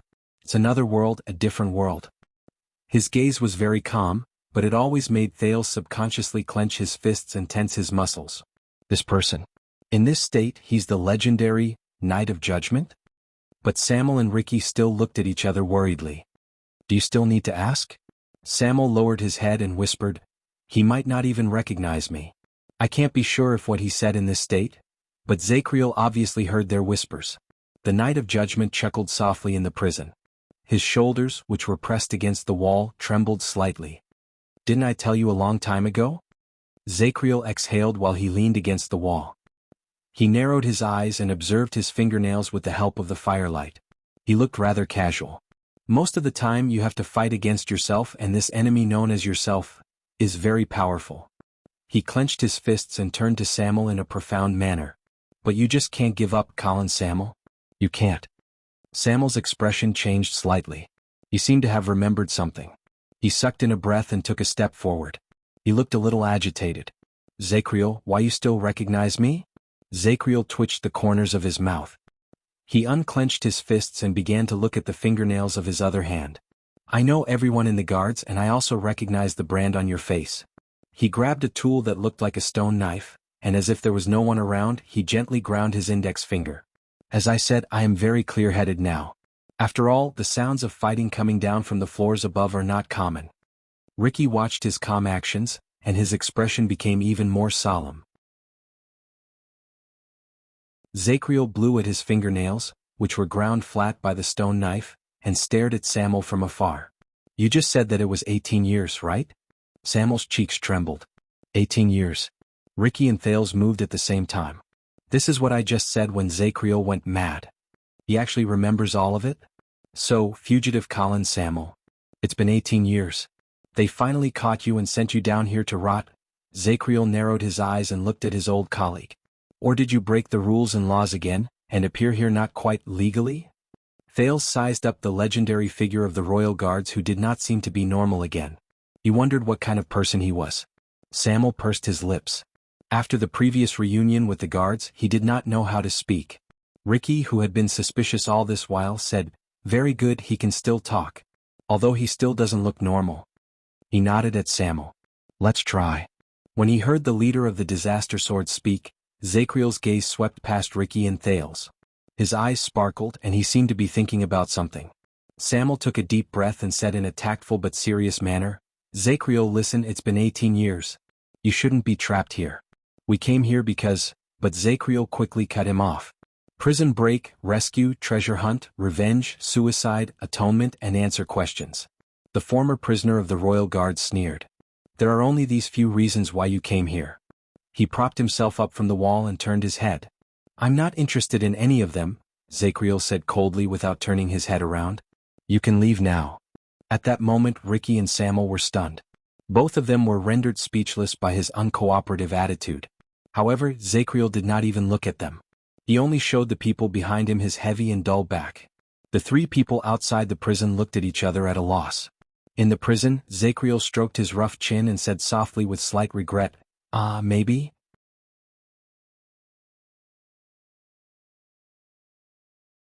Chapter 423. Listen up, Zacriel. When he saw that Zacriel did not buy it, Samuel, who had received Ricky's signal, became slightly anxious. "It was not easy for us to come down here. We did not come here just to catch up with you, but..." "Then don't waste time." Zacriel caressed his stubble nonchalantly and raised a small stone knife in his hand. "Unless you have a razor? This one is a little blunt." Zacriel turned his head and looked at Ricky's waist. There was contempt in his eyes. Your sword is not bad?" Ricky snorted coldly and pressed his hand against his unique saber. He was filled with hostility. At that moment, Thales, who had been silent all this while, suddenly said, "Here, a razor. For you." In the next second, as if he was performing a magic trick, the teenager took out a sheathed dagger from his shirt and passed it to Zacriel. Zacriel was stunned for a moment before he reacted. He instinctively took Thales' dagger. Ricky and Samuel's expressions changed when they saw JC's dagger return to Thales' hand at some point in time. Samuel looked at Thales in disbelief. "When?" Thales laughed faintly. "During the scuffle just now, Marina pressed me down on the ground. She pressed me down so tightly that she did not feel my hand." Ricky frowned, then smiled as if he had come to a realization. "Good lad, you actually managed to steal the dagger. You really made your ancestors proud." Samuel looked at the prince with a displeased expression. "It's a pity that you didn't become a pickpocket." "Yes, I think so too." Thales sighed softly in his heart. Zacriel chuckled and shook his head. He looked at the dagger in his hand with great interest. He touched the sheath and turned it over and over again, but he did not draw it out, much less shave it. He cast a sidelong glance under the firelight and muttered a sentence that did not make any sense. "A king is not respected by his bloodline? Is that so?" Ricky and Samuel looked puzzled. Only Thales smiled. Under the other two's puzzled gazes, the prince took a step forward. "Who is that?" Thales smiled faintly. "Zacriel, who was the person you were talking to just now?" Ricky and Samuel frowned again. They seemed to be very displeased with the prince's interruption. But others didn't think so. After so many years, someone finally asked. Zacriel's gaze was fixed on the dagger in his hand for a few seconds. Then the corners of his lips curled up slightly. "This means that you're not hallucinating. Are you?" Thales smiled. "Of course I am not," the prince said faintly. "But the person you're talking to, is he?" Samuel's expression turned sour as he listened to the conversation he couldn't understand. But Ricky shook his head at him, stopping him from interrupting. Zacriel smiled. "That person?" His gaze was a little unfocused, as if he was about to return to his previous state of nervousness. "When I first came here, everything was fine for me," Zacriel said absent-mindedly. I treated it as another solitary training session, but it was a little longer, the light was a little dimmer, the room was a little emptier, and I didn't have Brulee's big mouth to nag me every day. How nice was that? He muttered, and the coldness in his words made Samuel unable to bear to lower his head. Then, after an unknown period of time, Zacriel suddenly laughed without any rhyme or reason. He's here, that man. Samuel's expression tensed. What? Who's here? Zacriel was once again immersed in his own world. One day I saw him talking. He was on the other side of the prison cell. He pointed at a corner beyond the bars, and his expression slowly stiffened. He was sitting there, smiling, talking. Him. Zacriel said in a daze. Ricky and Samuel glanced at the place he pointed at. It was a dusty corner that had obviously not been touched for a long time. But Zacriel's gaze was frozen. His expression was numb, as if he had seen something. He was like a statue. When he saw Zacriel's expression, Samuel understood what was going on and sighed indignantly. Him? Look carefully, Zacriel. There's nothing there, and you're the same here. There's no one and there's no light. Samuel's words were laced with faint accusation. Zacriel, listen to me. I know you don't want to look back on all the torture you went through in the past, but no matter how terrifying it is, what you see is not real. I've seen Barney Jr. and the others. It's all because of this damn prison. And you've been trapped here for 18 years. There's only darkness and loneliness. When he heard Samuel's words, Zacriel snapped out of his motionless statue state and sneered. I've been trapped here for 18 years, and what about you? Zacriel fixed his gaze on Samuel. His eyes shone with a cold glare. You've been trapped in your own heart for 18 years, haven't you? The Knight of Judgment shook his head in disdain. In this regard, there's no difference between us, Vice Flag Bearer Samuel. Samuel was stunned. Thales sighed in the slightly stiff atmosphere. So this is... Zacriel. You said that you saw him here and talking? The prince stared at Zacriel with a complicated gaze. Who is this him you speak of? Zacriel lowered his head. And who are you, young man? The prisoner of the royal guards narrowed his eyes. I don't think you came here voluntarily to tour the prison of bones with these people, did you? Samuel frowned. He wanted to go forward and pull Thales away, but Ricky stopped him. Thales shook his head. He did not answer. You saw him talking, but you couldn't see his words, the prince said with a sigh. I think you saw him first and then you heard him speak? Zacriel stared at him for a long time. He seemed to be deep in thought. But his answer was still bold and imaginative. That's not important, is it? The former star of the royal guard's gaze was unfocused, as if he was immersed in his memories. Sometimes I saw him and his voice traveled to me. Sometimes I would hear his words first before he appeared in front of me. It's all the same. There's no difference. After he said this, Zacriel's expression froze again. The four people in the hall fell silent for a moment while they listened to this exceptionally strange conversation. This is meaningless. He's already gone mad. Samuel shook his head and gave Ricky a look. But the leader of the Disaster Swords ignored him. On the contrary, he listened to the conversation with great interest. Is that so? It's all the same. Thales forced himself to smile. So, he is talking to you? Zacriel's face became a little sad. Yes, as usual, he talks, smiles, and even gives me orders. Zacriel seemed to be absent-minded. He stared at the corner he had just pointed at. But I know that sometimes he's real. At that time I'm very happy. In the next moment, the muscles on Zacriel's face tensed up. He gritted his teeth as if he had seen something evil. But I also know that sometimes he's someone else in disguise, just to lure out the weakness and darkness in the depths of my heart, and then destroy me. Thales' eyebrows twitched. Something else. When Samuel saw this, he sighed and whispered into Ricky's ear. Another meaningless, crazy talk. But Ricky was obviously not bothered. As long as he can speak. Zacriel ignored the whispers of the other two.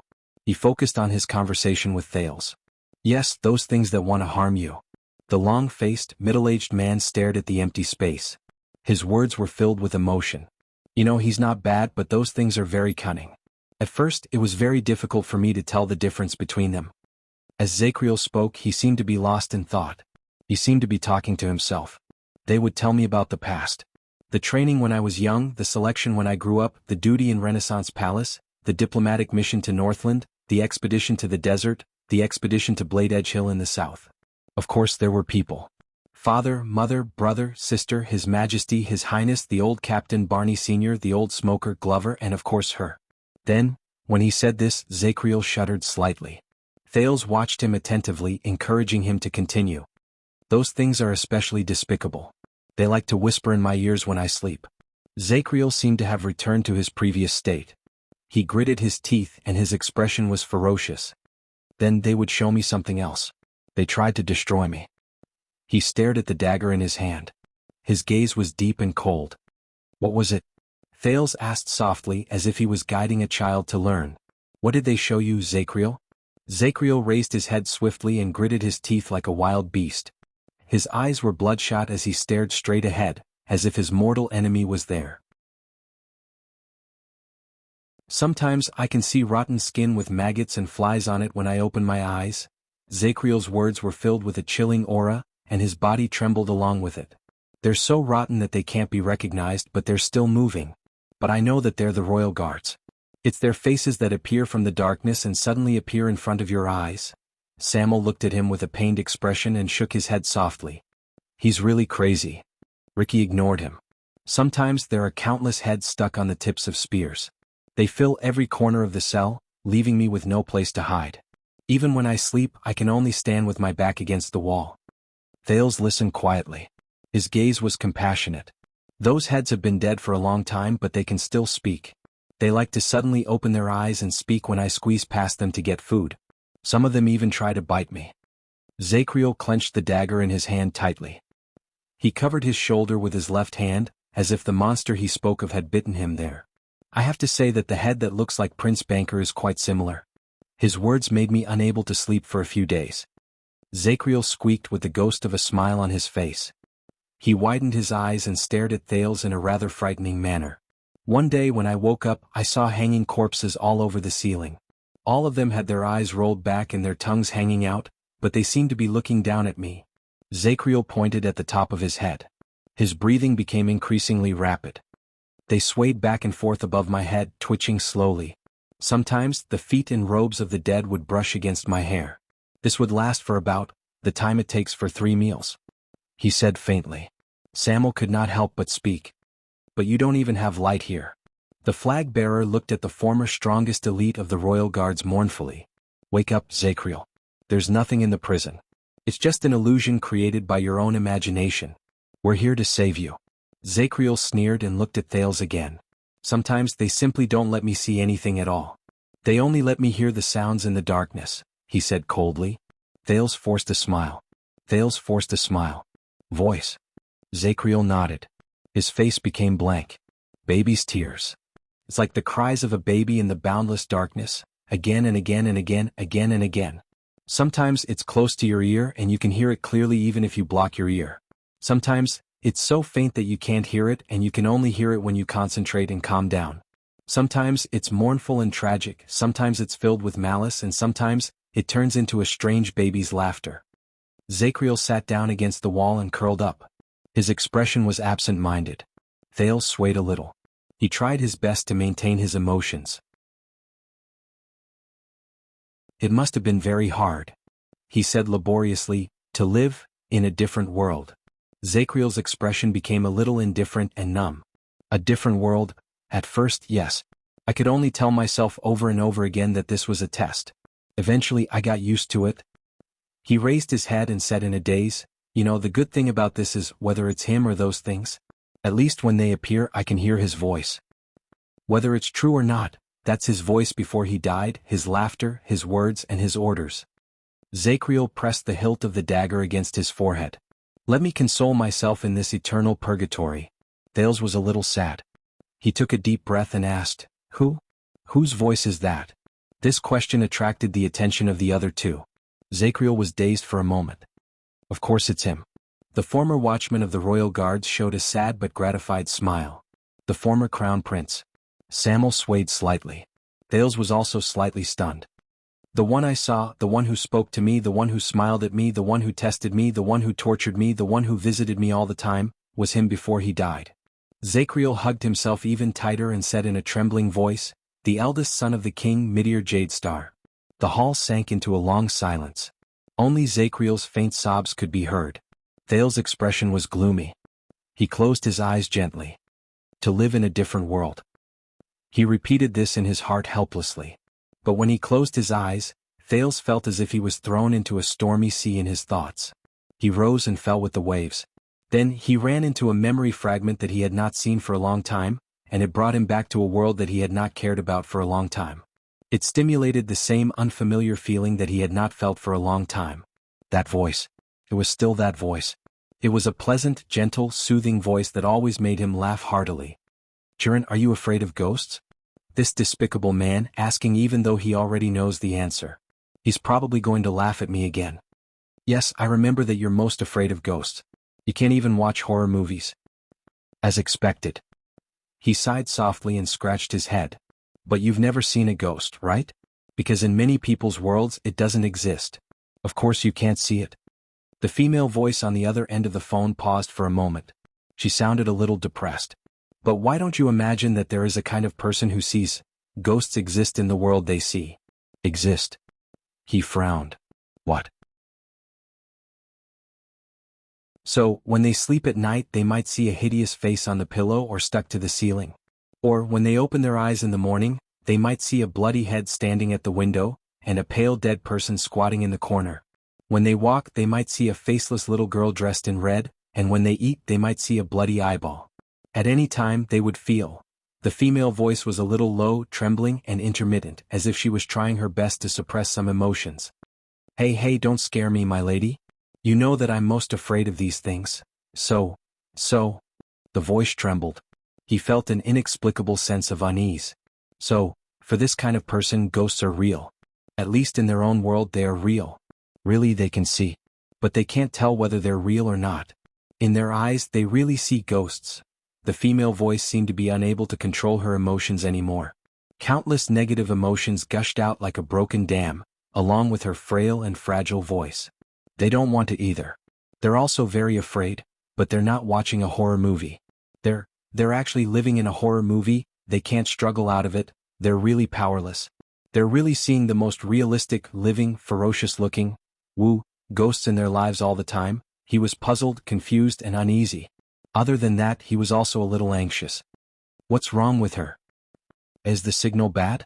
Wait, why are you crying? Did you see something? Hey, don't cry, it's okay. No matter what strange things happen, I'm here. Don't be afraid, don't be afraid. Jiren, I'm begging you, don't be afraid of me, I am not. I'm begging you, I'm just, sob, I'm just living in a different world from you. The gentle voice was filled with panic and fear. Her sobbing voice trembled. This made him extremely flustered. What did she mean by a different world from him? He did not know. He could only try his best to comfort her. "Come, take a deep breath with me. Don't be afraid, there's nothing to be afraid of, right? If anything really happens, at most we'll look for a Taoist, a witch, or a superpower expert. Feel better, right? Come, tell me, what's wrong? Why did you suddenly say?" A faint sobbing sound came from the other end of the phone, but it was calmer than before. "Jiren, today the doctor told me the diagnosis." The female voice was much more dejected. There was even a hint of despair in her voice. He wanted to say something, but the words were stuck in his heart. He could only say 3 words. "How is it?" The female voice laughed. "Have you heard of schizophrenia?" Schizophrenia? A sudden wave of fear seized his brain. Schizion and phren. The Greek roots for schizion and phren are disjointed and split, as well as mind and thought. The doctor said that this is the disjointed and separation between perception and thought. So, some people translate this as mental disorder. The voice sobbed softly as if she was forcing herself to laugh. She wanted to laugh but could not. It made his heart feel as if it was covered in a haze, and he felt incredibly sad. He could only remain silent. But here we have a more common translation. He gulped. "What is it called?" The female voice snorted and spoke weakly. "Schizophrenia." At that moment, Thales opened his eyes abruptly and broke free from the boundless sea of memories. He returned to the dark and silent black prison underground, drenched in cold sweat. He panted heavily and looked at Zakriel, who was rooted in the prison like a wooden statue. He felt an emptiness in his chest.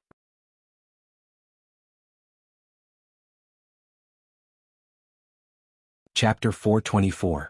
The silence in Black Prison lasted for a long time.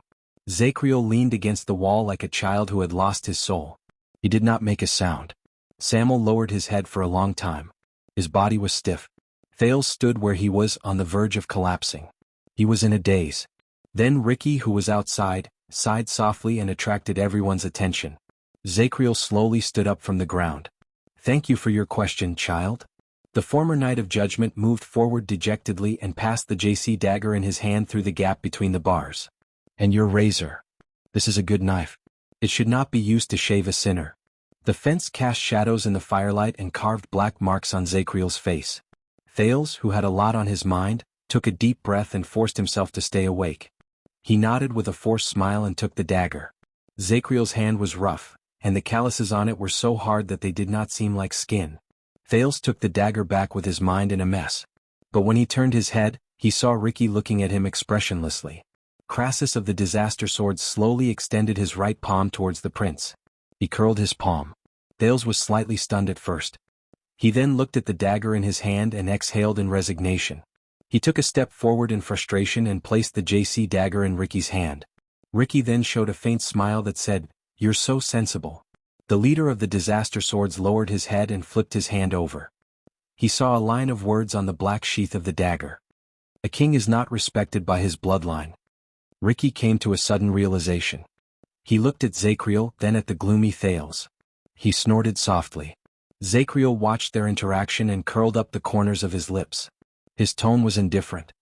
"Thank you too, thank you for not being a hallucination." Thales snorted with the ghost of a smile. He tried hard to dispel the inexplicable gloom that haunted his heart. "How would you know?" Zacriel smiled. "Of course. Or perhaps your hallucinations are even more powerful than the ones in the past. We don't know." The Knight of Judgment shook his head and combed his hair. He seemed to have sobered up a little. "But you know, every time it happens it's like my head has turned into a big pot, and 20 people are taking turns to use it to stew beef." He frowned, but his expression was somewhat absent-minded. "They never shut up, but they don't ask me anything. They don't ask me how I feel and they don't ask me who I saw. They don't ask unnecessary questions just like you." Zacriel sometimes gritted his teeth, sometimes smiled bitterly, and in the end, his expression turned into one of helplessness. Because they already knew. He shook his head in self-mockery. "Just like I know." As he spoke, Zacriel seemed to be amused by himself. He suddenly slapped his thigh and could not stop laughing. "Ha, I know. Ha." Amidst his laughter, the wrinkles on his forehead appeared and disappeared, pulling at the brand of sin on his forehead, causing the sinister to tremble back and forth. Thales felt rather bitter when he saw this scene through the cell door. Samuel, who was beside him, could no longer hold it in. The former flag-bearer took a deep breath and said, "You know, Zacriel, I can still save you. No matter what happens after that, you won't have to face this." Zacriel stopped laughing. "There's no need for that," he said gloomily. "Everyone has a price they have to pay." Zacriel looked around his cell. "The price I have now," he said in a daze, "is what I deserve. It's just right." Samuel closed his eyes gently. A few seconds passed. "What about the others?" Zacriel sighed and said, "You've been to the top, right?" This question made Samuel speechless again. Samuel wanted to say something but he stopped. Barney Jr.'s roar and the remains of his 37 brothers appeared before his eyes at the same time made his lips tremble. In the end, Samuel forced a smile and said with great difficulty, "I've seen them. It's all right." Zacriel did not reply immediately. He stared at Samuel. He stared at the way Samuel turned his head slightly after he finished speaking, not daring to meet Zacriel's gaze. "I see." Zacriel smiled faintly as if he had understood something. "That's good." He nodded slowly, turned around and repeated his words. "That's good." Suddenly, Thales felt that the man's back had become hunched and small. It was as if he had aged 10 years in an instant. Samuel no longer dared to speak. He just stood by the side with a pained look on his face. Ricky, who was watching everything from the side, did not speak. He only watched the prisoner in the prison with interest. Then Zacriel sighed softly. "Speak," the Knight of Judgment said in a surprisingly gentle tone. "Why did you come here?" He looked at Thales. "For the sake of this child." Thales smiled at him in return. At that moment, Samuel and Ricky were shocked at the same time. They looked at each other. But they quickly realized that the other party was working together. With faint joy and excitement, Samuel nodded at Ricky and spoke resolutely. "We just want to verify some things, Zacriel." Zacriel did not speak. He only lifted his chin slightly. Samuel cleared his throat and furrowed his eyebrows slightly, as if he was recalling his own question. But the first one to speak was Ricky, who took a step forward. First of all, Zacriel, how much do you know about the Tower of Eradication? When he said this, Thales frowned slightly. He suddenly remembered what he saw and heard when he was held hostage in the tavern.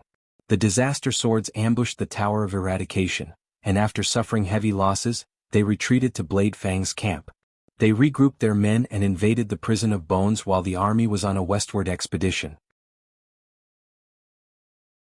There must be something that drove the disaster swords to move from the Tower of Eradication to the Prison of Bones. And that was the Tower of Eradication? Zacriel's lifeless tone snapped Thales out of his thoughts. He crossed his arms and leaned against the wall. The corners of his lips curled up into a disdainful sneer. Not much. A sinister, cunning and self-righteous shameless force of power. What? Thales was slightly stunned. Sinister and cunning? Self-righteous? Shameless? He scratched his head. He suddenly realized that this description did not fit with the impression he had of the Tower of Eradication in the past. In the past, whether it was the loyal attendant Wuxia, the forthright and simple-minded Cohen, the scheming schemer Raphael, the cold beauty Miranda, the former enemy, the loud Croche, and even the old tavern head Caslin, who was known as a beast in human skin, Cohen's language, these people from the Tower of Eradication constantly used their ideas and actions to instill this impression in Thales. The Tower of Eradication was a noble and neutral place of inheritance. It taught people combat skills and their powers of eradication. It vowed to preserve the vitality and combat power of humans, and to pass on the spirit of being united and treating each other with sincerity during the battle of eradication. It was to pass on from generation to generation the spirit of being united as one. But today, Thales frowned as he looked at the disdainful Zacriel and listened to him continue to describe his impression of the Tower of Eradication. They claim to be neutral and never build a country, but in reality they are a separatist force, and are no different from local military leaders. They sway left and right on international affairs, act according to the situation, have no shame, and constantly encourage their subordinates to go out and do dirty mercenary business, which is dirtier than most countries. They call it training. The more Zacriel spoke, the more ferocious he became. He seemed to have a deep prejudice against that place. For centuries, that group of hypocrites who call themselves swordsmen lie on the bones of their ancestors that have been cold for centuries. They bask in the fame and glory that do not belong to them.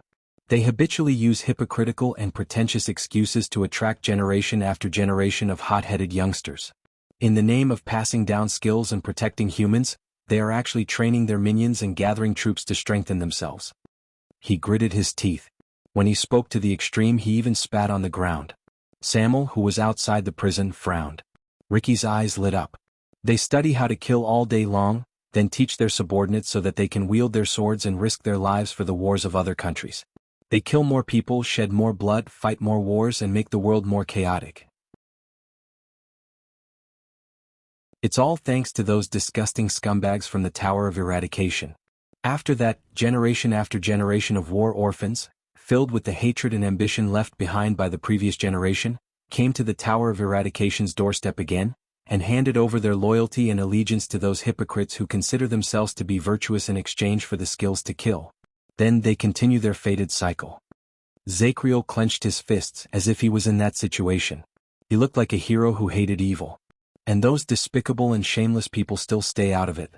They still have the nerve to maintain their so-called noble integrity and valuable neutrality, because they only give out swords, and the ones holding the swords are only others. It's as if the filth and despicable acts have nothing to do with them. Bah! The Night of Judgment cursed. Damn the Tower of Eradication. Thales stared at Zacriel with a strange expression. He thought that Ricky had asked him how much he knew about the Tower of Eradication. You call this not much? However, Zacriel's evaluation, or rather accusation, had not ended.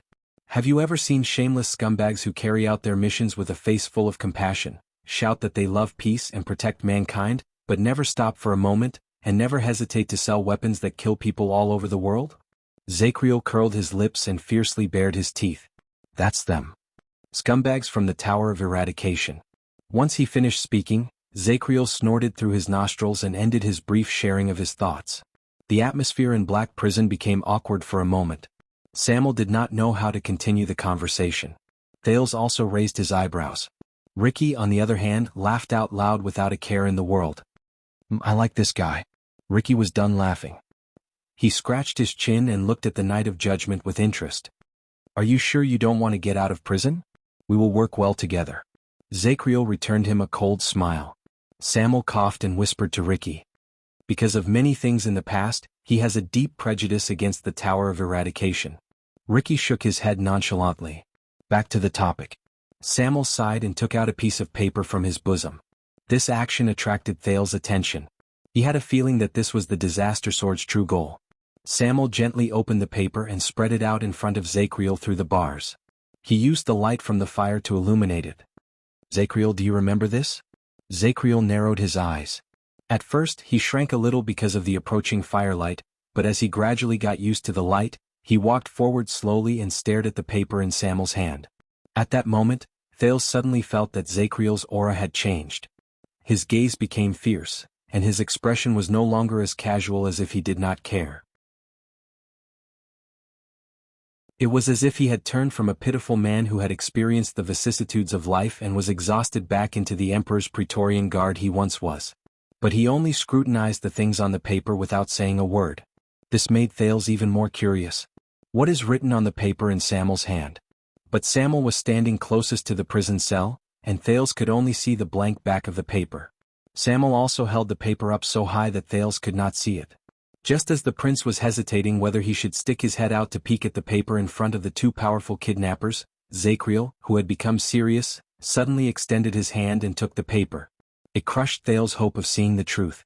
Zacriel furrowed his eyebrows and stared at the contents of the paper. Outside the prison cell, Samuel and Ricky waited quietly. Thales could feel that they were holding their breaths and staring at each other, waiting for each other's response. After a long while, Zacriel finally raised his head. His expression was solemn. He waved the paper in his hand and slowly asked the two uninvited guests, "What is this?" Samuel was obviously encouraged by their unusual reaction. He curled up the corners of his lips. "This is a sketch I drew based on my impression of it after I saw it once. As you can see, the real thing has color and it is much brighter." Zacriel's eyebrows furrowed even more. He first cast a glance at the two people outside the prison cell, then snorted coldly. "How would I know what it is just based on this piece of paper?" Samuel stared coldly at his former colleague.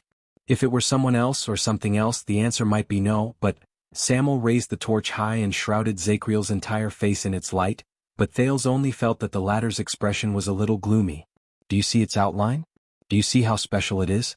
More than 10 years ago, when I was still in Renaissance Palace, I saw it when I was on duty at the entrance of the royal treasury." Samuel stared at the prisoner very seriously. "At that time, I only caught a glimpse of it from afar, but I will never forget it." Thales' heart skipped a beat. The royal treasury, in Renaissance Palace? Zacriel did not answer. He only shifted his gaze to the paper, and his grip on the edge of the paper gradually tightened. As if talking about the past, Samuel's tone became a little gloomy. "The secret treasures in the royal treasury are all invaluable and hold great significance. In all of Renaissance Palace, aside from the royal family, there is only one position in the guards who can directly come into contact with them.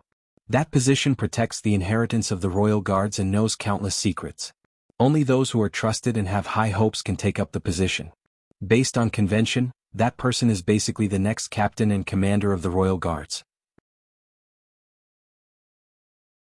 Zacriel still did not speak, but everyone in the room understood what Samuel meant. Samuel composed his emotions, pointed at the paper and said solemnly, "Guarding the royal treasury and controlling the movement of the secret treasures is one of his unique responsibilities. Guarding the royal treasury and controlling the entry and exit of secret treasures is one of his special duties. I can guarantee that this item is definitely on the list of people he should be guarding." When he said this, Samuel took a step forward and almost leaned against the bars. "Tell me, Zacriel, former watchman of the royal guards," the former flag-bearer said coldly, "what exactly is the thing drawn on the paper that was hidden in the royal treasury many years ago?" In that second, Thales felt the atmosphere in the room turn cold. The pressure around Zacriel seemed to have dropped by another level. Ricky's gaze on Zacriel gradually became sharp. This made Thales even more curious about the paper in Zacriel's hand. The Knight of Judgment sneered. "You spent so much effort just to get me to appraise an antique?" He looked up and glanced at Samuel and Ricky. Samuel gritted his teeth in a barely noticeable manner. But he knew that he could not use force against the person in front of him. So, Samuel only took a deep breath and said gently, "Please, Zachriel. Please, Zachriel. This is very important to us." Ricky did not move. Zachriel stared at the contents of the paper for a few more times. He asked faintly, "Why are you asking this? Did you find it somewhere?" Samuel exhaled and frowned. "Zachriel, I am the one asking the question." But Zachriel only shook his head. The value of information lies in the circulation of information. It allows both parties to take the next valuable action while receiving feedback and gaining benefits. If you do not tell me more information, I will not be able to give more accurate answers. He raised the paper to eye level and waved it between them. Samuel was about to say something, but Ricky interrupted. "Not long ago we found this in the House of Legacy of the Tower of Eradication." The three of them turned their heads together and looked at Ricky. They said calmly, "It is their top secret in recent years." Thale's eyebrows twitched again. "The Tower of Eradication's top secret? The Tower of Eradication?" Zachriel's expression finally changed. He looked like he was deep in thought. "I'm guessing you weren't invited to visit, right? The House of Legacy is their core area." Zachriel pondered for a while, then revealed a gloating smile. "By the way, well done." But Ricky only shook his head. "We did not get it. The Tower of Eradication has always protected it very tightly. Even though we paid a terrible price, we could only get a glimpse of it." Samuel's expression darkened. He nodded quietly. "And according to the information, the master of the Tower of Eradication, the old Far Easterner, values it very much." Ricky looked at Zachriel with a serious expression that was rarely seen. According to him, this may be the key to changing the world. Zachriel frowned. "Shao." His face was filled with disgust. "That stupid old fool of a gray-robed sword guard?" Thales did not listen to Zachriel's disrespectful words about the Tower of Eradication, but his attention was attracted by Ricky's words. "The Tower of Eradication has the key to changing the world? What is that?" Thales stared at the piece of paper curiously, imagining what was drawn on it. "Now you have the information you wanted, Knight of Judgment." Ricky gestured at the piece of paper with his chin. "We found it in the Tower of Eradication, and Samuel was the only one who recognized it. This brought us here to you. Even if it's for the sake of us barging in to relieve your boredom." "Zachriel, answer us. What is this?"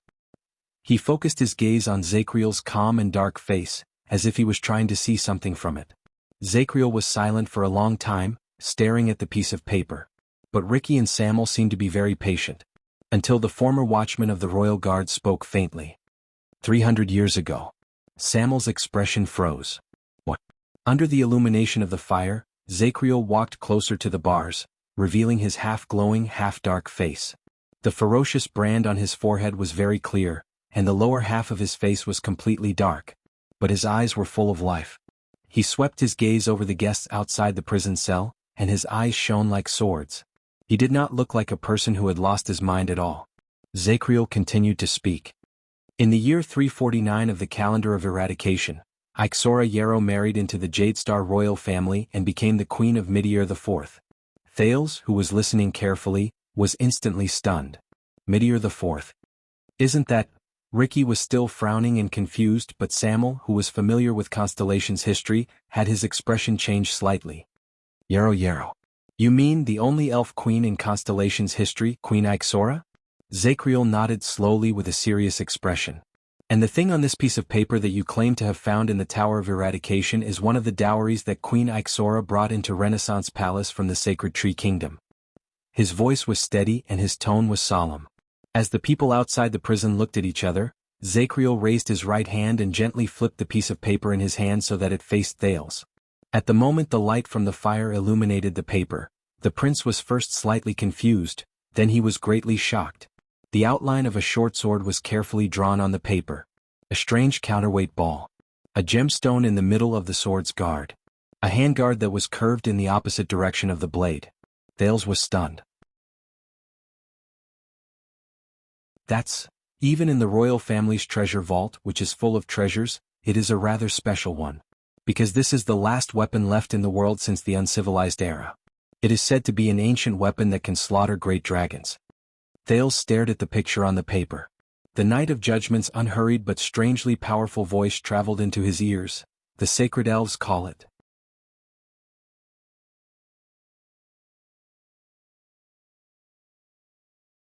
Chapter 425. Blade of Purification. This name, which he had not heard for a long time, echoed in Thales's mind again. How could it be? He stared at the dragon breaker on the piece of paper.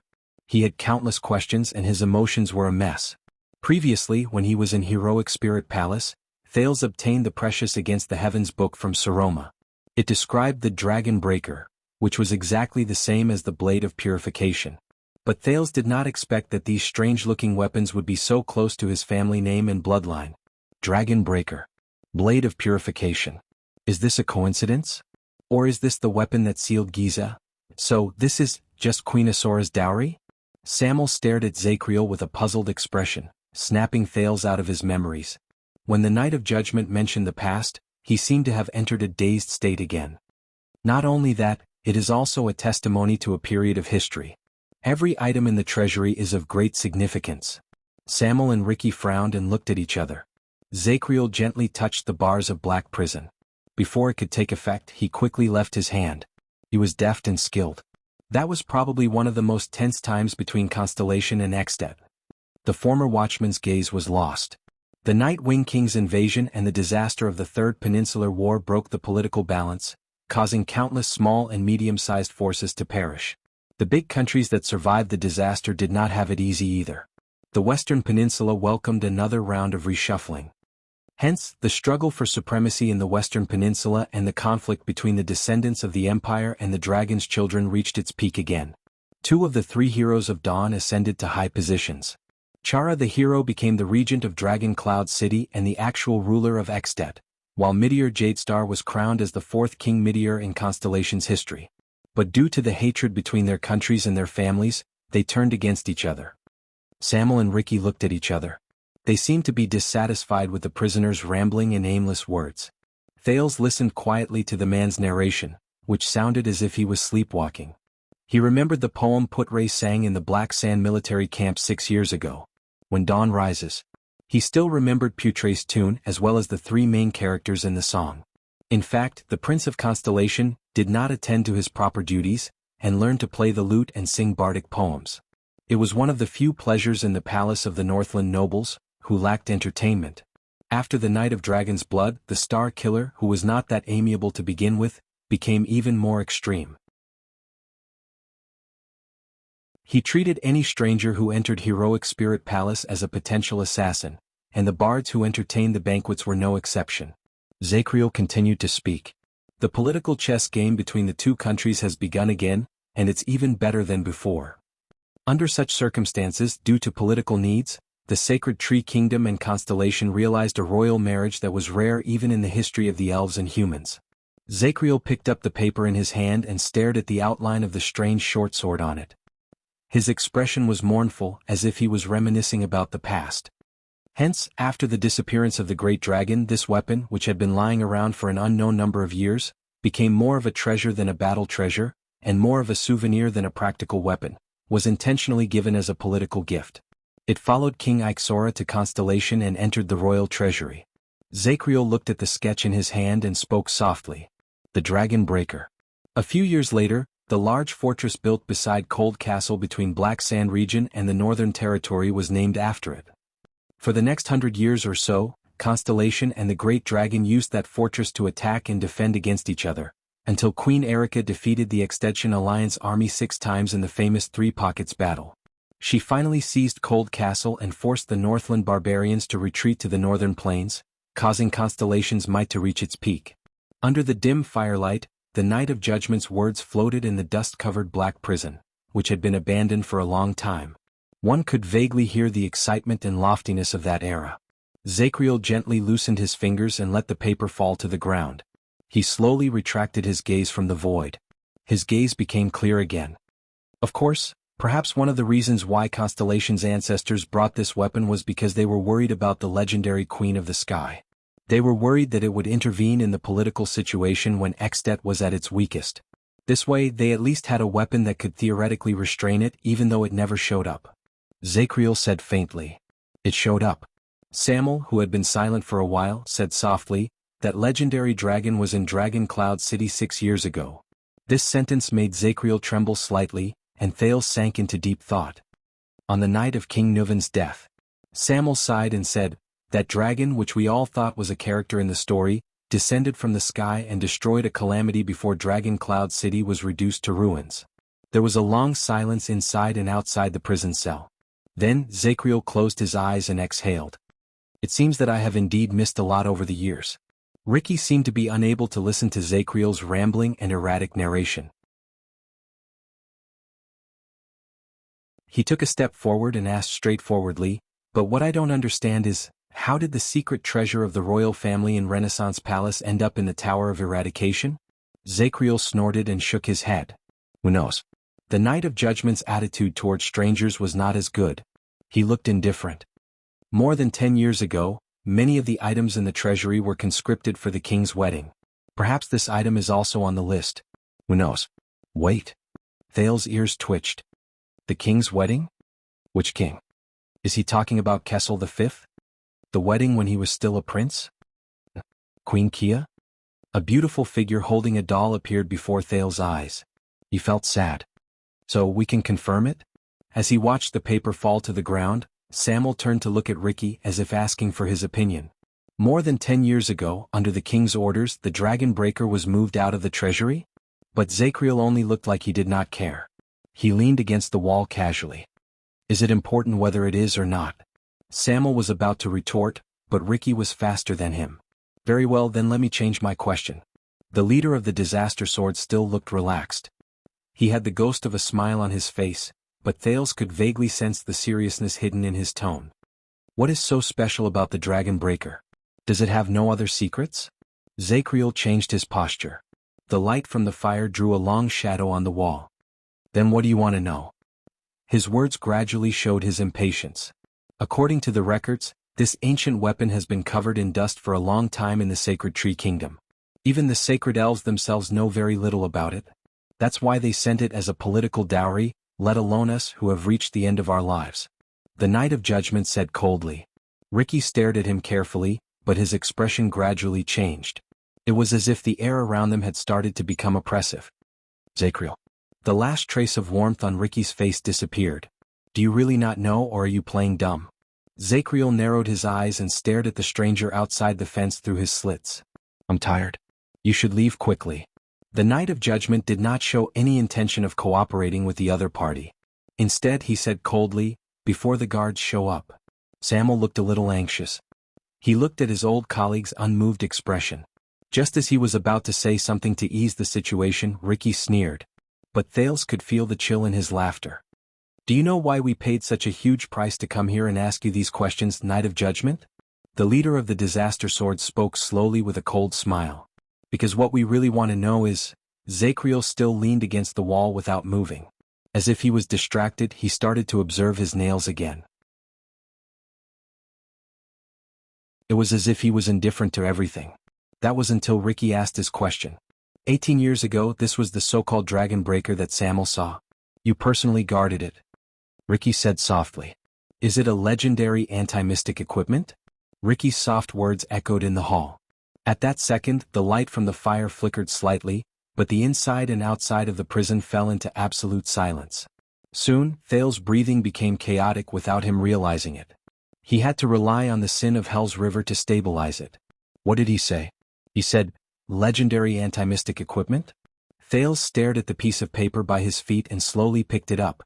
That means, the blade of purification that sealed Giza 6 years ago, the Dragon Breaker in Saroma's book, the black sword that the mercenaries in the tavern were interested in, the Dragon Breaker that Zachriel spoke of, the Dragon Breaker the Disaster Sword saw when they met Black Sword not long ago."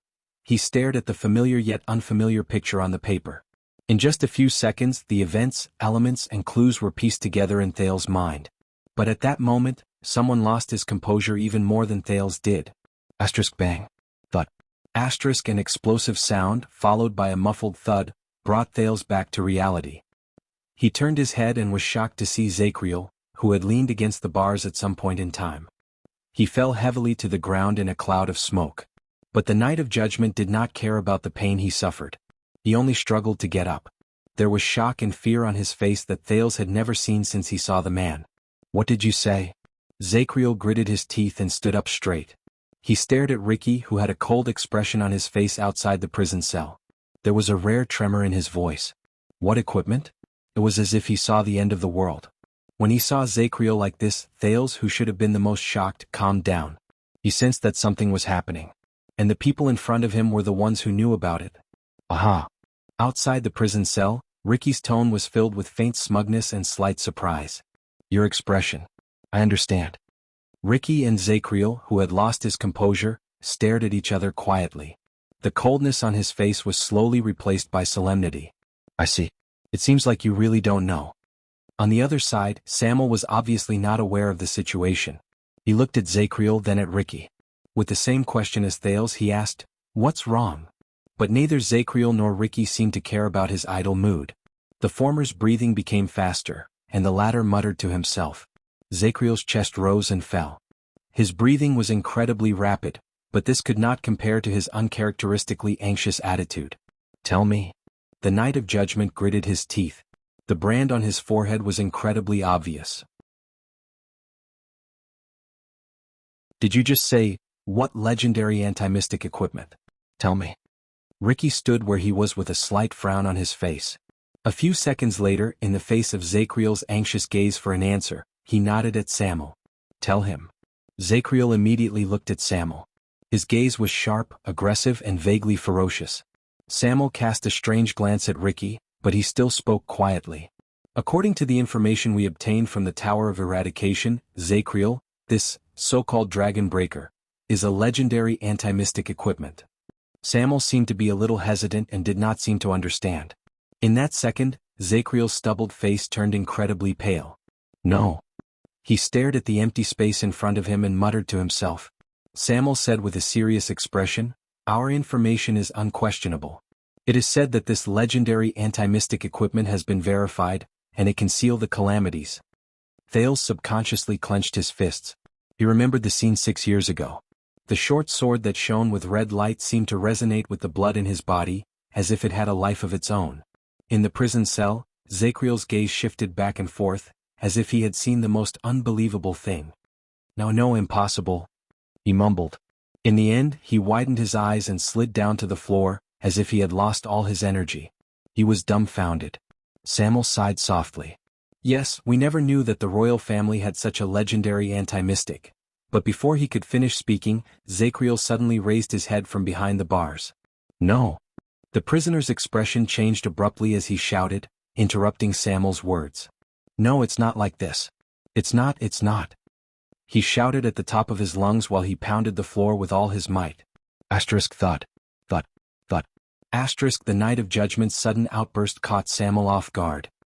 He stared in shock at Zacriel, who was breathing heavily and trembling. He could not understand what was going on. Did he go crazy again? Outside the prison cell, Ricky stared at the prisoner, who had become abnormal again. He did not say a word. Thales, on the other hand, was as confused as Samuel. He was filled with questions. No. Finally, Zacriel stopped pounding the floor with much difficulty. In a daze, he supported himself against the floor. Dragon Breaker? He shook his head in disbelief as if he wanted to ask for help from the people in the void. The light from the fire dimmed slightly. The air was filled with the shock of the few people outside the prison cell. Ricky sighed softly and said something profound. It seems that you understand as well, don't you? Zacriel's expression changed a few times. All sorts of emotions surged within him. A few seconds later, the prisoner in the prison cell seemed to have figured something out. His shocked expression slowly faded away. His shoulders began to tremble. In the next moment, the long-faced man raised his head. His face was filled with panic and helplessness. He laughed loudly as if he had gone mad. Ha, I see. For a full 10 seconds, Zacriel's laughter echoed in the hall. Ha! His laughter was filled with sorrow after he was relieved of his burden. It also seemed to contain pain that could not be resolved. It made the puzzled Thales feel uncomfortable. Ha. In the end, Zacriel's broken laughter slowly disappeared. He knelt on the ground, slowly closed his eyes, and let out a cry filled with regret and pain. Your Majesty! Your Majesty! Thales furrowed his eyebrows tightly. He did not understand.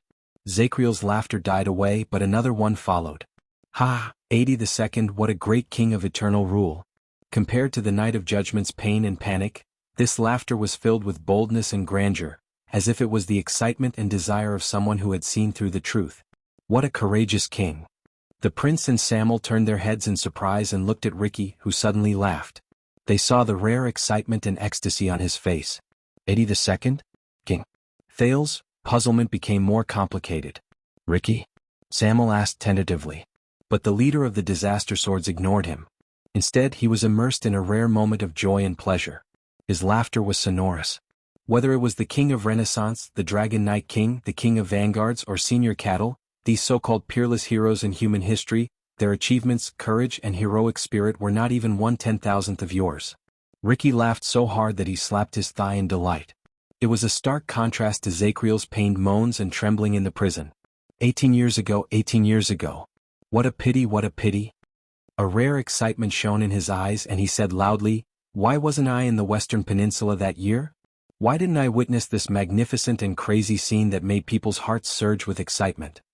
Ricky turned around and looked excitedly at Thales, who did not know what was going on.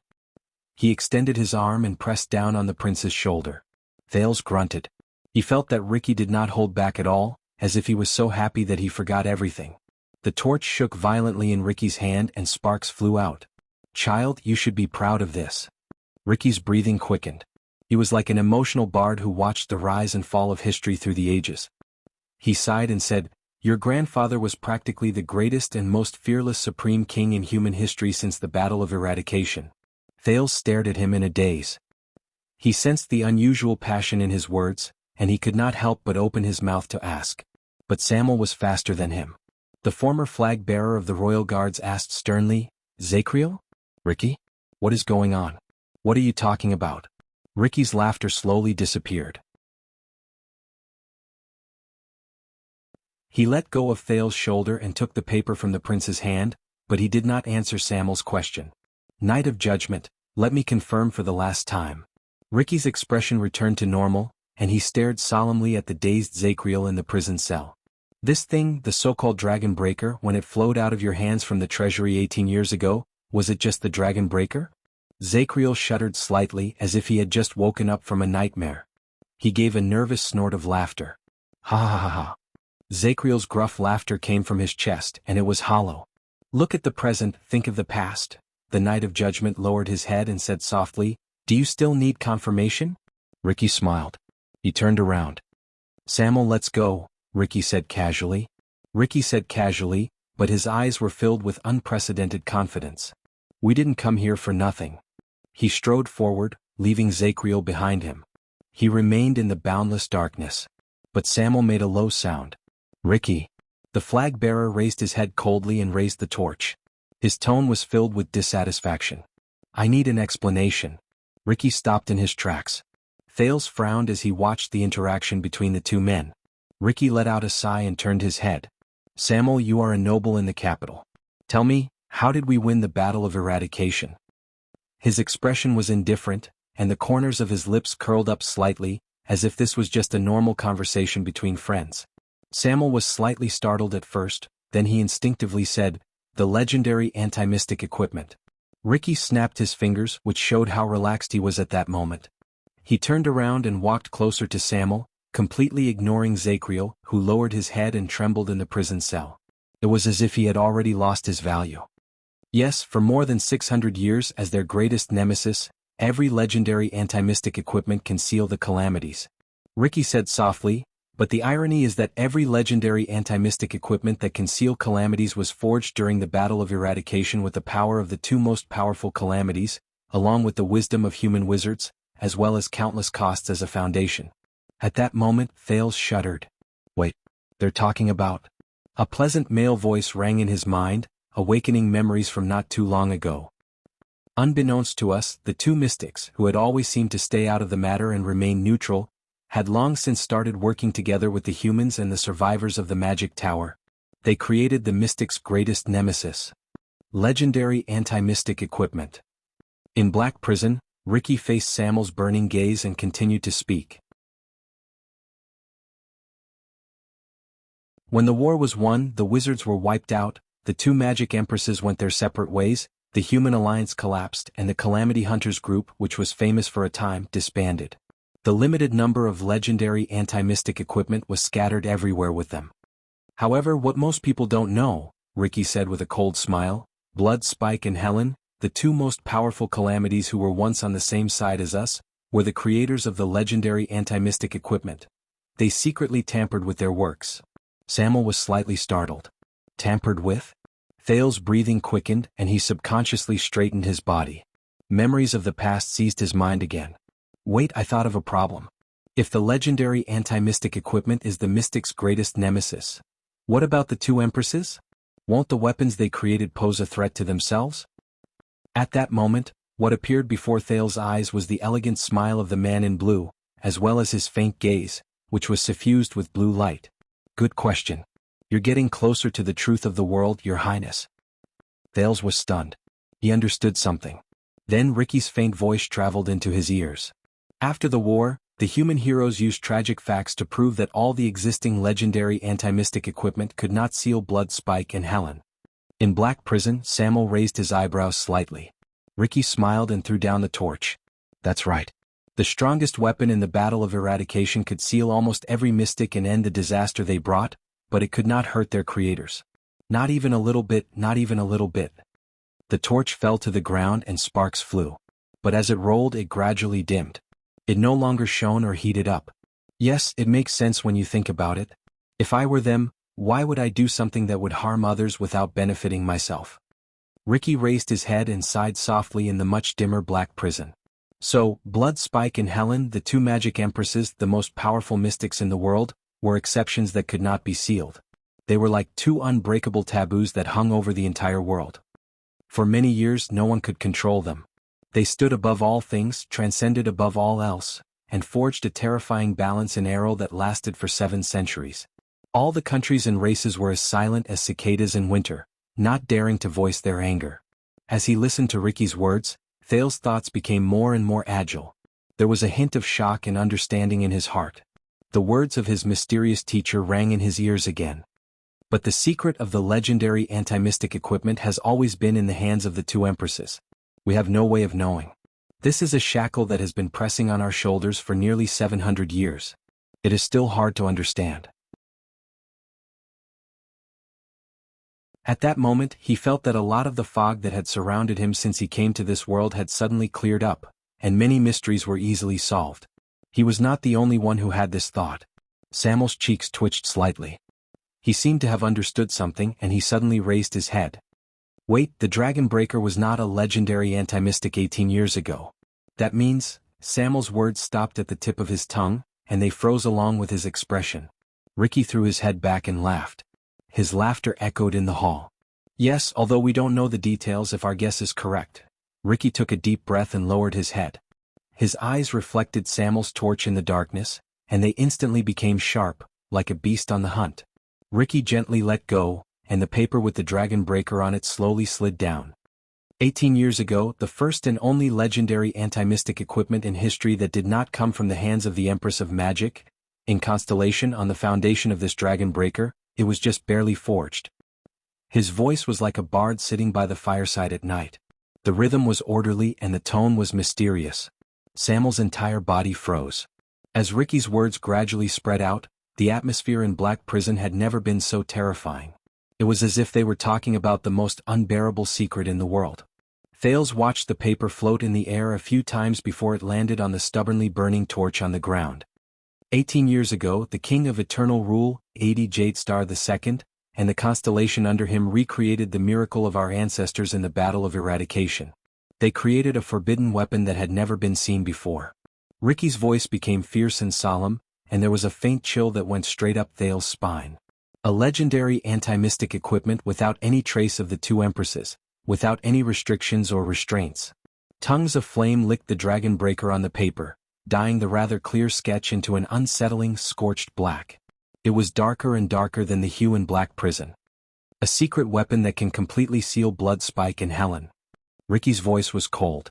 Ricky's voice traveled out coldly. Every word was accompanied by the soft sound of the paper being burned. A weapon that can completely end the terrifying haze that has haunted them for 7 centuries. The perfect anti-mystic equipment. Asterisk click. Asterisk the flame trembled slightly and sparks exploded. Thale's thoughts were almost frozen. He felt his breathing stop and his hands and feet were cold. The Black Prophet's inexplicable attitude. Asda's fanaticism. The Duke of the Northern Territory's hysteria before he was imprisoned. King Nuvan's thought-provoking attitude when he told him the truth. Little Rascal's hesitation before she left. And the secret of the bloody year. Countless terrifying answers and questions crept into his mind. Of course. Ricky sneered. It was also during the bloody year before the Jadestar royal family went to Hell's River, the ferryman's bell. In the darkness, the Night of Judgment's trembling voice rose slowly, "No." Thale suddenly felt that his surroundings were so dark, so still, so cold. Ricky chuckled, and his voice was accompanied by Zakriel's faint sobs. It's hard to imagine that 82nd was such a mediocre king who, in the eyes of the people, had neither merits nor demerits, and was almost incompetent. Ricky's face was covered in layers of shadows in the darkness. As he spoke, his voice was filled with endless lament and mockery. The shadows gradually spread. He was probably the first person since the Battle of Eradication who dared to trample on the authority and power of the Calamities, and the strength and pride of the two empresses at the same time, the human king. Asterisk thud. Asterisk with a soft sound, the torch on the ground burst into the last sparks. The unusual and peculiar dagger on the drawing paper was completely reduced to ashes. It shattered inch by inch.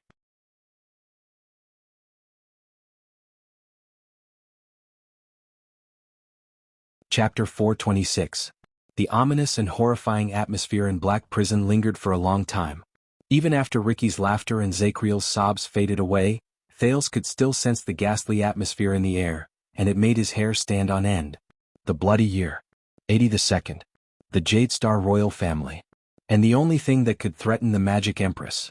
The perfect anti-mystic equipment. Thales breathed in a daze. He just realized that his limbs were trembling slightly. The secret just now had shocked the prince too much. Thales lowered his head in a daze and looked at his left hand. There were a few shallow wounds on his palm. If he did not look closely, he would not have been able to see them. 6 years ago, I used this hand to hold the forbidden weapon, and seal Giza? That weapon is highly likely to be the culprit behind the Jadestar royal family's death. Blade of Purification? Thales could not help but clench his fists when he thought of its name, which should not be a coincidence, and the strange call that seemed to have a life of its own. His chest tightened. What is that thing? Countless questions and goosebumps surged into his body and engulfed him. We should go. On the other side, Ricky put away his reminiscing and joyful expression. He became indifferent again. That's all for today. But just as he turned around, wait, Ricky? Samuel, who was also stunned, sighed and looked at Zakriel in the prison. One last question. Under the dim light, the Night of Judgment's figure seemed to be sitting dejectedly on the floor. His face was filled with sadness. Ricky frowned slightly, but he did not say anything in the end. Samuel walked towards the bars step by step. The light from the fire forced the shadows of the bars to come close to him, and he continued to approach the corner where Zakriel was hiding. Just now, Zakriel. Samuel inhaled and hesitated for a moment. Barney Jr. told me that there was a traitor among the royal guards who betrayed His Majesty and His Highness. Zakriel shuddered in the prison cell. He raised his head in a daze. His expression was fleeting. Thales forced himself to put away the chaotic thoughts in his mind and looked at the scene. Barney's words are very convincing and logical. Recalling the scene just now, Samuel, who was holding a torch, had a pained expression on his face. He said that they worked together from the inside and outside, falsely passed down His Highness the Crown Prince's orders, intentionally led us in circles, and even hid among our team after the incident. Nonsense like that. Zakriel, who was sitting against the wall, continued to stare at Thales in silence. His face was slightly lowered and he was immersed in the shadows. Thales could not see him clearly. Samuel chuckled, unsure if it was sarcasm or self-mockery. It seems like traitors really do exist. Samuel's tone was filled with indescribable sorrow. It's as if as long as we find him, Barney Jr. and the others will be freed, or at least atone for their sins. Zakriel exhaled softly in the cell, as if he had not recovered from the shock just now. But at least he spoke. His tone was casual, as if he was sleepwalking. Really? Samuel's expression tensed. He seemed to have made up his mind. He gritted his teeth and said firmly, So, Zakriel, I have to ask you this. Was it you? The so-called traitor back then? Was it you? This question caused Thales and Ricky to have different expressions on their faces. The former was silent, and the latter was indifferent. Zacriel was like a slow-witted old man. He only reacted to the question after a few seconds. He slowly raised his head and stared at Samuel in a daze in a dark corner where even light could not reach. That year, when the situation was urgent and we were surrounded by enemies, as Samuel exhaled, he gritted his teeth and said with slight difficulty, whether it was at the palace gate or the Hall of Stars, whether it was Captain Cullen, Barney Sr. or Tony, they handed over the elite main force of the Royal Guards to you. The 46 people who were later sentenced were among them. They either watched you leave or hoped that you would come to their aid. He clenched his fist subconsciously. Because they knew and believed that no matter how powerful the enemy they faced, as long as the Knight of Judgment led them and the next captain of the Royal Guards whom they thought highly of, they would be able to turn misfortune into fortune, and everything would be fine. Samuel turned his head away as if he could not bear to hurt the traumatized and wounded man in front of him. Unless he was a traitor. The flag-bearer closed his eyes gently. Was it you, Zacriel? Both Thales and Ricky listened to him quietly. In the prison cell, Zacriel took a few breaths and slowly raised his head. Was it me? He repeated in a daze. His eyes were filled with bewilderment. Samuel opened his eyes slowly. Even though he could not bear it, his tone was still firm. Zacriel, you may not be good at forgery or spying, but you are the trusted aide of the Crown Prince's guards. You are also the best in combat, not to mention that you are also the chief flag-bearer. Zacriel twitched the corners of his lips with the ghost of a smile. Thales could not see the exact expression on his face due to the limited light. Was it me? He repeated faintly. Samuel sighed as if he was not confident in Zacriel's condition. But he paused for a few seconds before he spoke resolutely. Zacriel, I know that your mind is not clear. The flag-bearer gritted his teeth and said fiercely, but it's okay. I believe that, like many people and me, there is only one thing in your memory that will never fade. Thought. Samuel raised his fist and smashed it against his chest.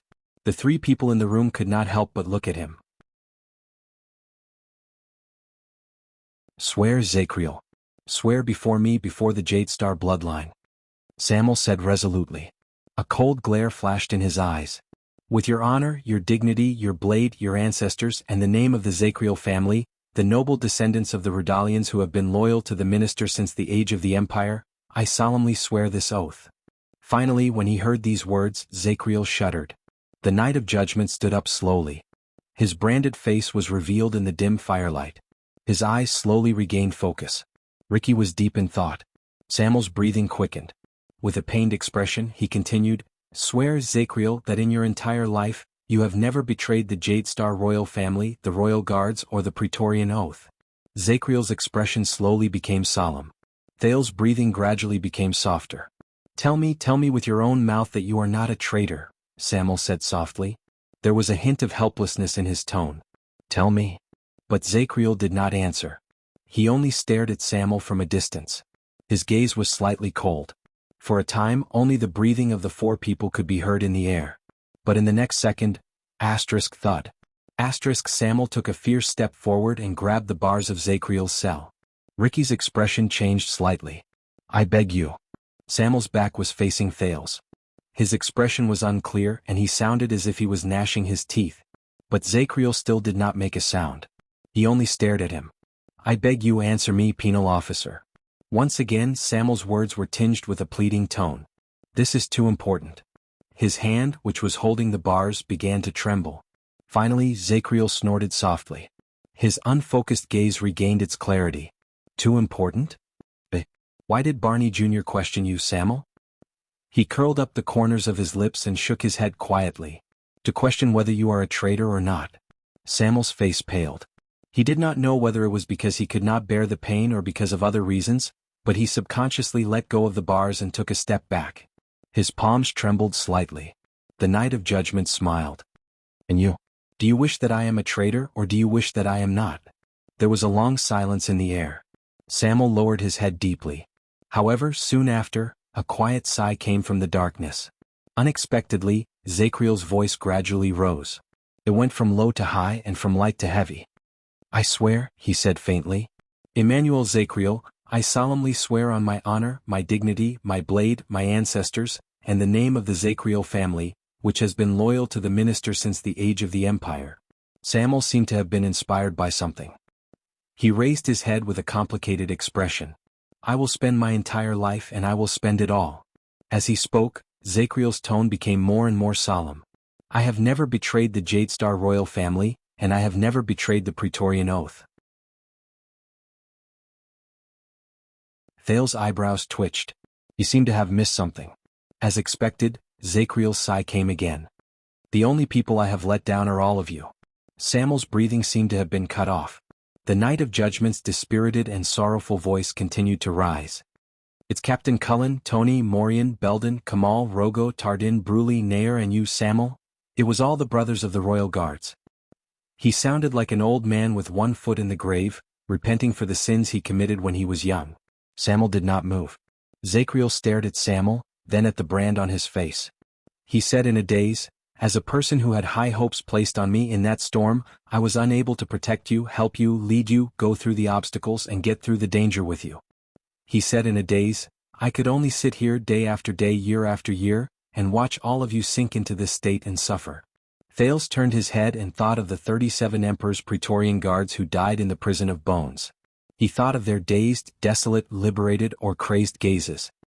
He then looked at the unshaven Zakriel and for a moment he did not feel good.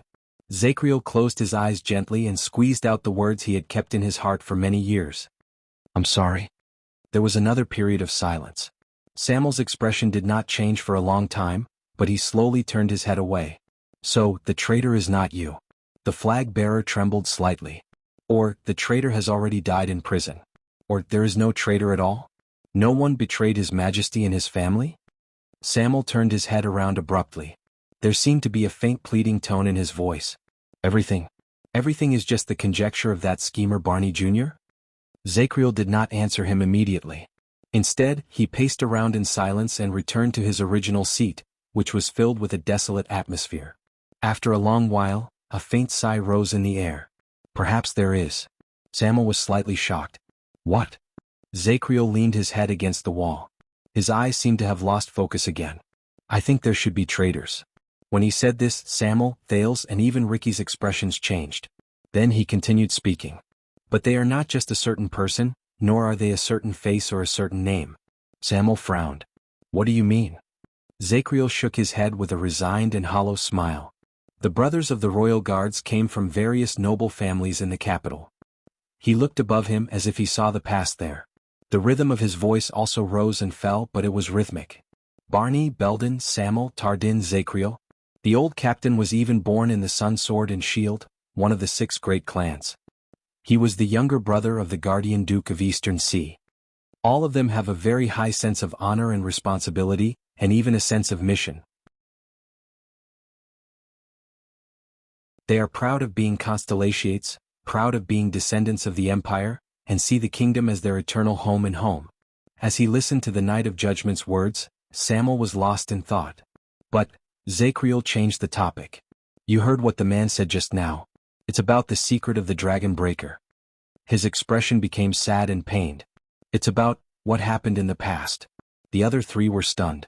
Zakriel's breathing became irregular for a moment. A bitter expression flashed across his face, but it immediately turned into a light chuckle. Ha ha, no one spoke? Actually, there were signs of everything a long time ago. I knew it. I should have known it a long time ago. From the decree to restrict the power of the nobles, from the decree on trade, from His Majesty's wedding, from the advisors who frequently entered and exited the palace, from the meetings that were called from time to time, and from the vassals' increasingly intense appearances before the king, I should have seen that doubt was planted in the eyes of my brothers and others, and it was slowly sprouting. Samuel did not speak.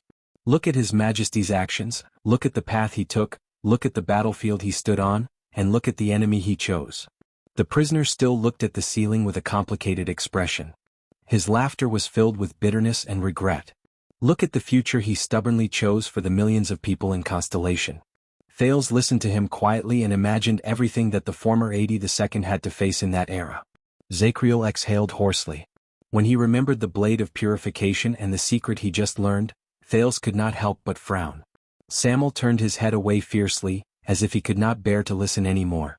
You and Barney Jr., both of you yearn to find that traitor so much, but I was thinking, if the so-called traitors you spoke of, if those people who had hopes and longed for Constellation's future, if they really knew something such as the Dragon Breaker, and were willing to accept the rebuke of their conscience, even if it went against the king's will, Zacriel stared blankly at the air. He was immersed in his own world, and his words became increasingly incoherent. If they can no longer distinguish between betrayal and loyalty, this is not impossible, right? Samuel was stunned. However, Zacriel continued to speak absent-mindedly. The problem is, Samuel, from what standpoint should we take to be able to rebuke them without hesitation? Is it the disdain of the loyal towards the traitors? Is it the rebuke of the loyal towards the disloyal? The air inside and outside the prison seemed to have frozen. The prisoners and the prison breakers tasted different kinds of bitterness in it. In the end, Samuel's expression changed as if he had been in a different world. I don't understand, he said faintly. Zacriel smiled. I don't understand either. The Night of Judgment seemed to have slowly recovered from his daze. He hugged his arms tightly and sank his face into the darkness. Go. You don't belong here and you don't have to be here. You are not the one who should be rebuked. Zacriel slowly extended his hand and pointed at the empty corner outside the prison cell again, as if there was really someone there. You are also not the one who should face him here. After what seemed like a long time, Samuel turned around laboriously, like a hibernating animal who had suddenly woken up. He no longer looked at the Night of Judgment. Samuel sucked in a deep breath, as if he wanted to swallow all the resentment and grievances he could not express into his chest. I told you.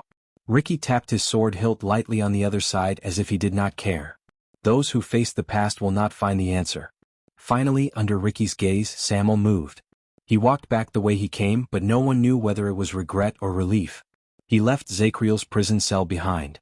Thales stared at his back and frowned. What are you waiting for, Your Highness? Ricky chuckled as if he was calling a child to eat. The show is over. Against his expectations, Thales did not follow him. Instead, he raised his eyes, which had become vigilant at some point in time, and stared at Ricky. So this is your goal? This secret. Thales bent down and picked up the extinguished torch from the ground. He stared at the substance that still had some warmth left on it. He could vaguely make out thin, flaky ashes. Ricky frowned in a barely noticeable manner. The prince slowly raised his head and exhaled softly as Samuel walked further and further away from him. And then? Samuel's footsteps stopped. He also noticed Thales' behavior. And then we go home. Ricky sized up Thales coldly. He was not very satisfied with the latter's uncooperative behavior. Unless you still want to drink and chat with Stake, the one who killed your uncle? Thales sighed heavily. So, this is the last step for these people. Perhaps it was just as he had guessed. There was another exit in the prison of bones, and he could completely avoid the surveillance of the camp. After that, he had nowhere else to go except under their claws. Thales took a deep breath and whispered to himself, I'm ready. I'm ready. In the next second, the prince raised his head with a brilliant smile. Hey, can we talk about this? Thales looked at the torch, which only had a wooden stick left in his hand. He scratched his head in annoyance. What I mean is, look, since you've already gotten what you want and I'm just a weak teenager. Ricky shook his head slightly and finished his sentence in an unquestionable manner. It's also what we want. Thales froze.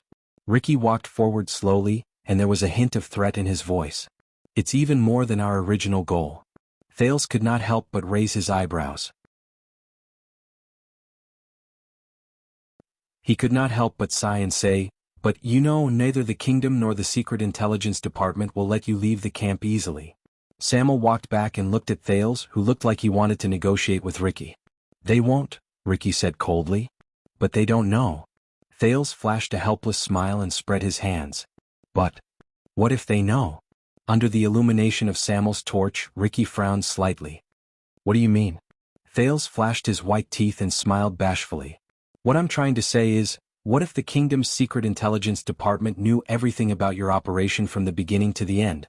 Ricky was slightly stunned at first, then his expression darkened. You.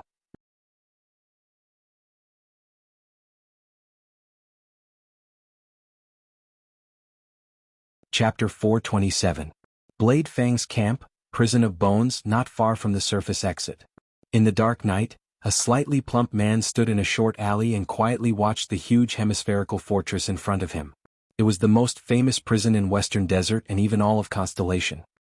He rolled up his sleeves and stared into the darkness. He smacked his lips and clicked his tongue. A slightly heavy footstep came from behind him.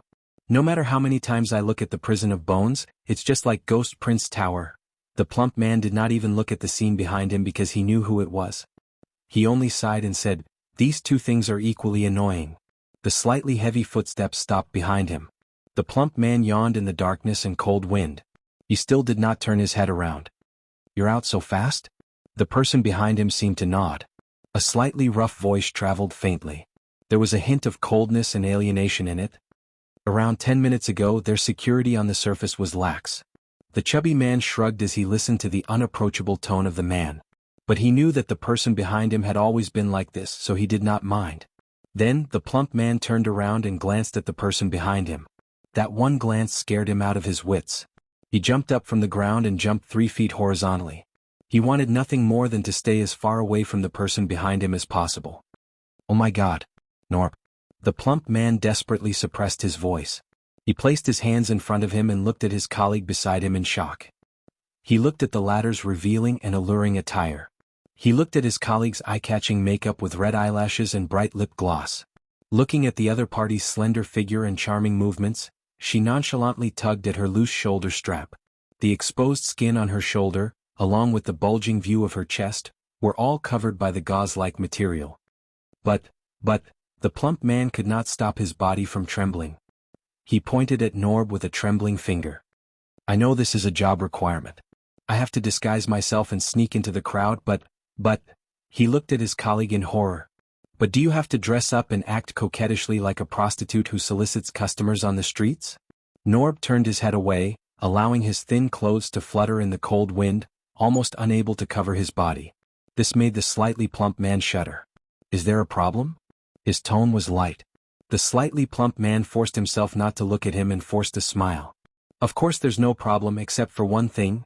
The fatty sucked in a sharp breath and told the truth in pain. "Your AF * King Burly, men." The man named Norb deliberately lowered his voice as he screamed in pain. He only glanced at his sturdy body that was covered by a thin veil. "Is there a problem?" Fatty almost fainted. He hid back in the alley and pressed his forehead. "My God, Norb, do you know that the way you cross-dress is simply polluting the environment? Look at your green stubble under your lipstick, your bloody mouth, your stocky waist." Norb couldn't help but turn around to look at him. "Oh no, please don't turn your head, please don't turn your head to look at me. I have to go back and wash my eyes today. Your visual damage after you cross-dress is just too great." Out of the corner of his eye, Norb caught a glimpse of Norb's soft and sexy dress. He saw the faintly visible thick thighs and thick leg hair. His cheeks twitched involuntarily, coupled with his large pectoral muscles, and he had a serious expression on his face. Fatty felt his stomach churn. "Bright moon goddess above, don't wait until the end of the game. Throw a meteor down now and crush me and him to death." Norb looked at his shocking attire again and grinned lightly without a care in the world. The smile with the stubble on his face was charming, and it almost made the man who had just caught his breath feel his heart stop. "This is the essence, Gomez, just like how you're reacting right now." Norb spoke to Gomez with faint confidence. "After I dress up as a woman, the ugliness and discomfort brought about by the intentional contrast will make people subconsciously turn their heads away and avoid me.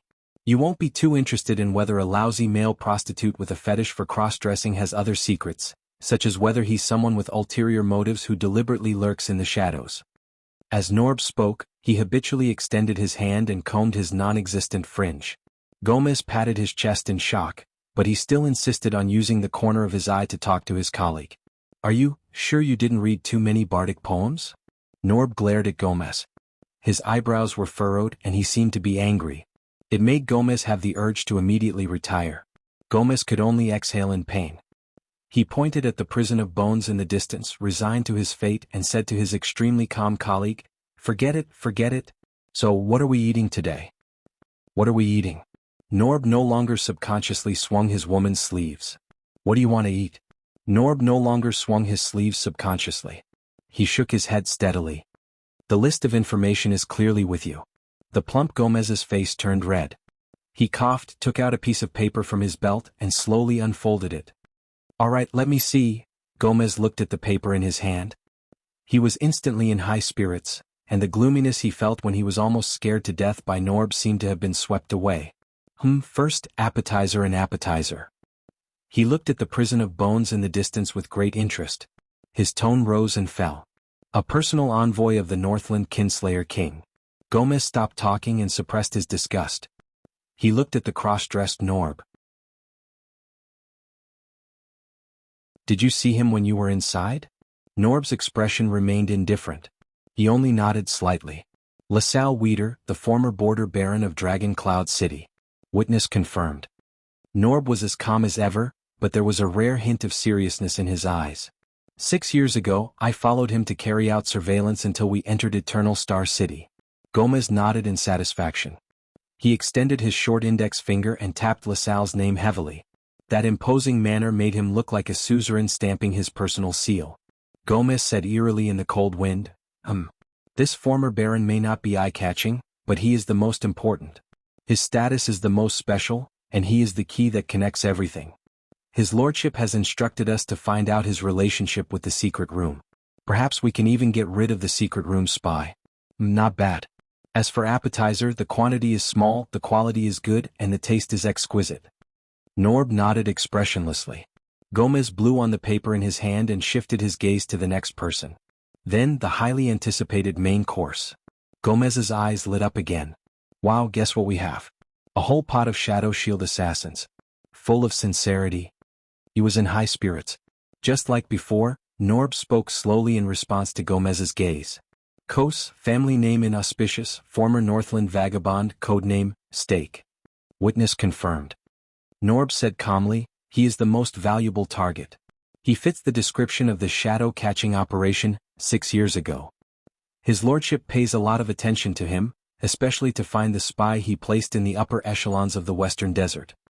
Gomez let out a sinister laugh and clicked his tongue, as if he was tasting the best steak. This might be the biggest gathering of Shadow Shield since 18 years ago. Phew, the meat is delicious and the meat is of high quality. As long as it's cooked properly, it will definitely be the best in the world. Norb did not comment. He just elegantly lifted his dusty dress. Next, side dish. Gomez continued to read his list with great interest. The middleman of the mercenary business, the rather famous owner of My Home Tavern. Norb frowned slightly. Tampa, the successor of Half-Mouth Rooney more than 10 years ago. Witness confirmed. The cross-dressing man seemed to be deep in thought. He must have a lot of information and money in his hands. Gomez's eyes darted around slightly. This guy has always been very slippery and we won't be able to use it against him. But after this battle we can rub him flat, round and trample on him however we want. Alright, this side dish is more or less a little greasy. Gomez shook his head in resignation and looked at the last line. Next is the final dessert. This time, Gomez's expression became solemn. Blood Whistle, the famous war mercenary group. Norb's expression also darkened. Disaster Swords. Witness confirmed.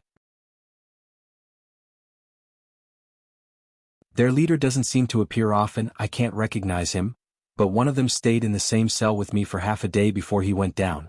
His companion called him Joseph, and he seems to be a regular in the prison. I can't get any information out of him. The other one is Klein, who is stationed in Northland.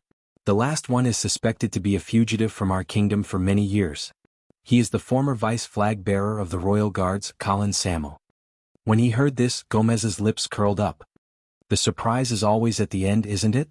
Those enemies of the Tower of Eradication are suspected to have escaped after launching the attack on the Tower of Eradication. They are large enough to be on the battlefield.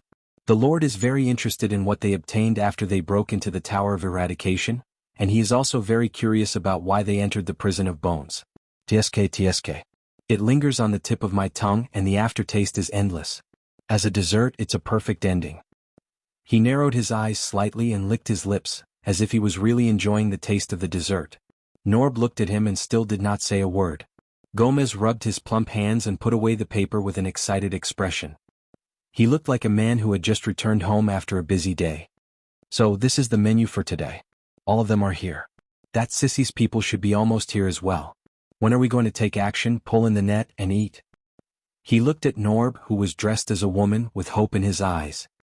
He tried his best not to look at the latter's dress, which was fluttering in the wind, and the scenery that could be vaguely seen under the dress. No. But Norb only shook his head firmly. We are not going to take action.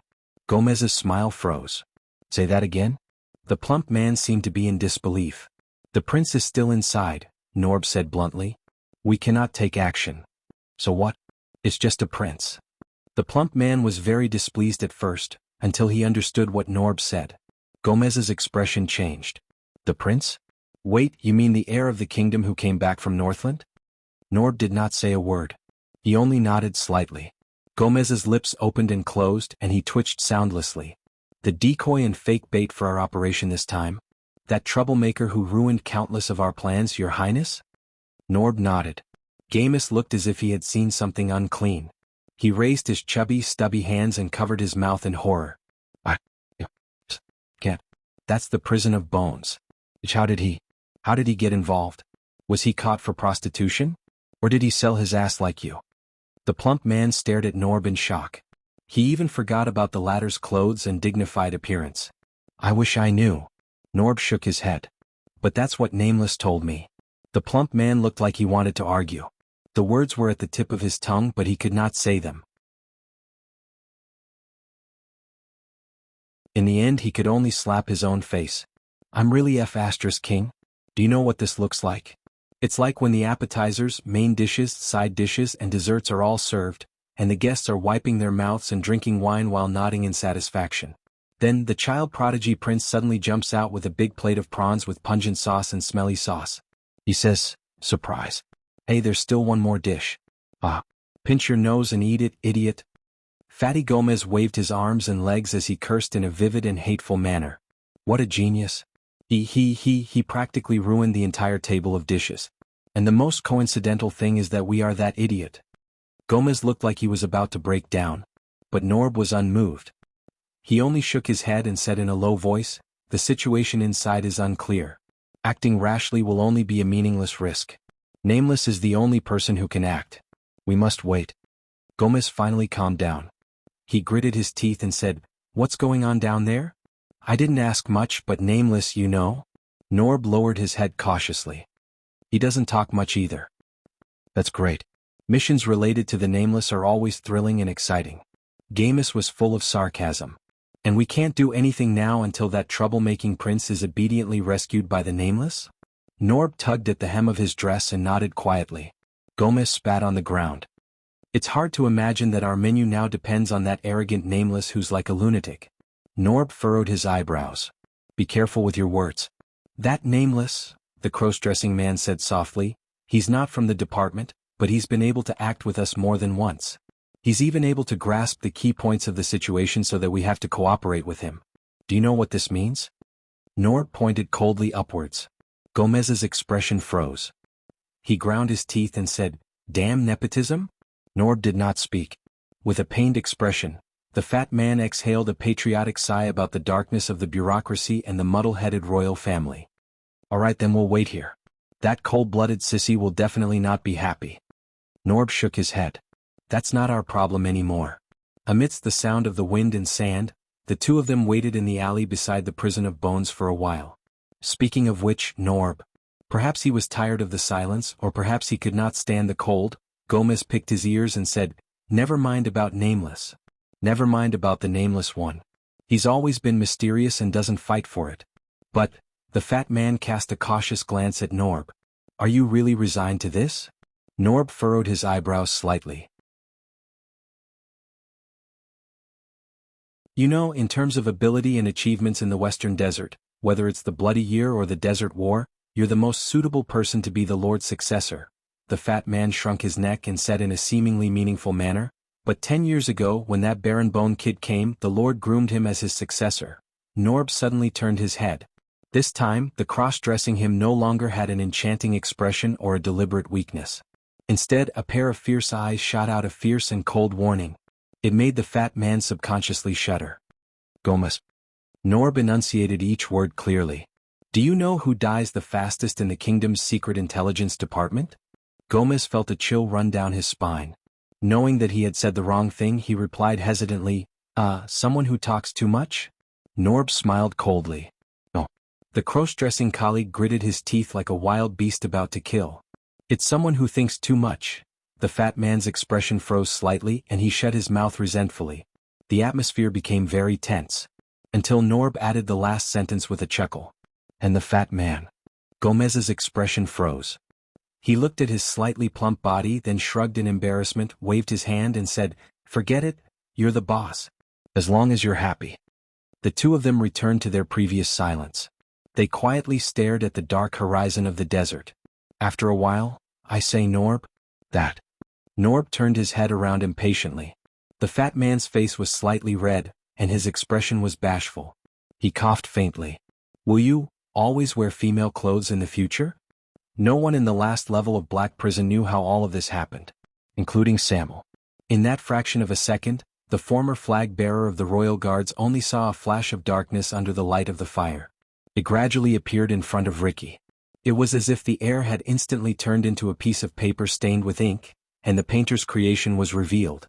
But this flash of darkness did not reveal a beautiful scene, much less a still life. It was a blade. Samuel really wanted to warn Ricky. Assassin. But he realized that when he recognized the shape of a blade, the murder weapon that appeared out of nowhere had already pierced Ricky's throat diagonally. It tore through his cartilage, lower jaw, tongue, cerebellum, and came out from the back of his skull mercilessly. Even the fastest brain could not keep up with the shocking change at that moment. Splat. The sound of metal piercing flesh rang out. The leader of the disaster swords only managed to let out a grunt before his entire body trembled. Ricky widened his eyes in disbelief as he stared at the figure that appeared along with the blade. It was an assassin who stood face to face with him. His movements were indifferent, and he only thrust the blade forward with one hand. But it was already too late for him to reverse the situation. Under the piercing of the blade, the disaster sword's Crassus could only hear the gurgling sounds of blood coming from his mouth and his limbs trembling uncontrollably. It was as if he had lost his mind and was unaware of anything. The assassin nimbly pulled back the dark blade and shook off the blood on it. Thud. Ricky fell to his knees and his upper body fell to the ground. He convulsed and lost his life in a pool of blood that gushed out from his neck. His eyes were still open and he could not close them even if he died. Impossible. This was the next thought in Samuel's mind, which was almost completely blank. A person as powerful as Ricky. Shadow Shield's trick. How could it work? In the next moment, the assassin's figure disappeared again, like a piece of paper that was stained with water drying up in an instant. It was also in a fraction of a second that Samuel instinctively drew his sword. At the same time he was prepared to shout. Whoosh. But aside from the sound of metal rubbing against leather, another attack came from the darkness, bringing with it the sound of a strong gust of wind. The former flag-bearer executed a perfect sword style. With a backhand slash, he deflected the flying hidden weapon. Thud. It was only then that Samuel saw clearly that it was a torch that had been extinguished for a long time.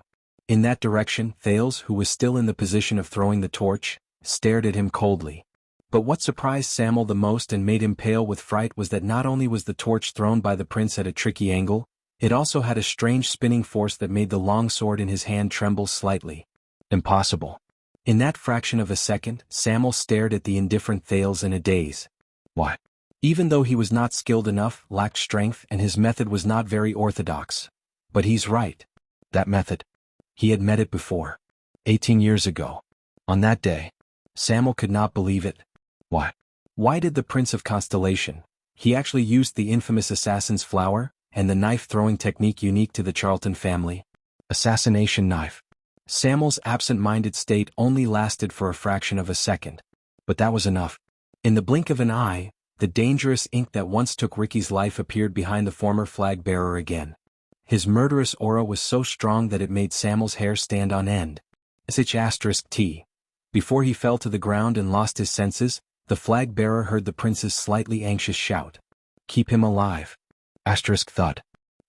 With a dull thud, Samuel fainted and fell to the ground. Clang. His torch and long sword fell to the ground at the same time. Not far away from him, Ricky's corpse lay motionless in a pool of blood. He no longer breathed. Phew. Thales took a deep breath. His nerves, which had been tense for a long time, finally relaxed completely. The sin of Hell's River in his arms, waist, and calves gradually faded away. The soreness he felt after imitating Jayla's posture of throwing the knife suddenly surged into his body. He was so tired that he sat down on his butt. Phew. Thales gasped for air, but a smile appeared on his face. These disaster swords. Damn mercenaries. So what if they have more people? The prince criticized in his heart. After waiting for so long, I finally got the chance to be alone. A truly powerful person planned everything. They did not care about winning or losing in a moment, did not care about strength, and did not care about honor or disgrace in a moment. The one who laughs last is the winner. Asterisk whoosh. Asterisk Thales roared madly in his heart for a few seconds as he stared at Ricky and Samuel on the ground. Then he wiped off the sweat on his forehead and smiled foolishly. Rustling sounds rose behind him. It seemed that even Zakriel, who was behind the fence, was secretly moved by this swift and decisive kill. But Thales had no time to care about him. He raised his head and looked at the dark figure in front of Samuel. Thales sat on the ground and panted. He massaged his sore right arm and watched the figure's back. For a moment, all sorts of feelings welled up in his heart, and he could not put them into words. You're just going to stand there? The prince asked. The figure froze for a moment. Finally, the figure slowly bent down, picked up the torch Samuel left behind, and turned around. He walked towards Thales step by step. His footsteps were light, as if nothing had happened. Thales quietly watched the figure's appearance under the light of the torch. It's still the same. The same figure. The same attire. The same weapon. The same, strange. The figure stood in front of Thales and seemed to be sizing him up carefully. Thales did not say a word and let him size him up. A few seconds later, the figure spoke in a muffled, hoarse, and deep voice. It's been a long time, Your Highness. You've grown up quite a bit. Thales clenched his fists and his heart trembled slightly. When he heard the familiar yet unfamiliar voice, a sense of familiarity and peace of mind that he had not felt for a long time rose in his heart. It chased away every inch of fear and nervousness in his heart. It was as if from this moment onwards, the outcome had been decided. Thales averted his gaze. He first took a deep breath, then snorted through his nose and shrugged. That's it. Nothing else to say? The torch in black prison flickered slightly. The figure in front of him was silent. He did not say a word. Thales was silent as well. With complicated emotions, he looked at the familiar dark purple mask on the figure's face, the faintly discernible mechanism behind the lens, and the short sword with a dark luster in his hand. The scene of their first meeting appeared in his mind. The silence did not last long. In the next second, the strange person in front of him put away the short sword and took a solemn step back. He placed his right hand on his chest, shook his left hand, and knelt down on one knee. It was just like their first meeting in Red Street Market. Yodel Kato. The strange person's tone was respectful and solemn, but there were slight fluctuations in it.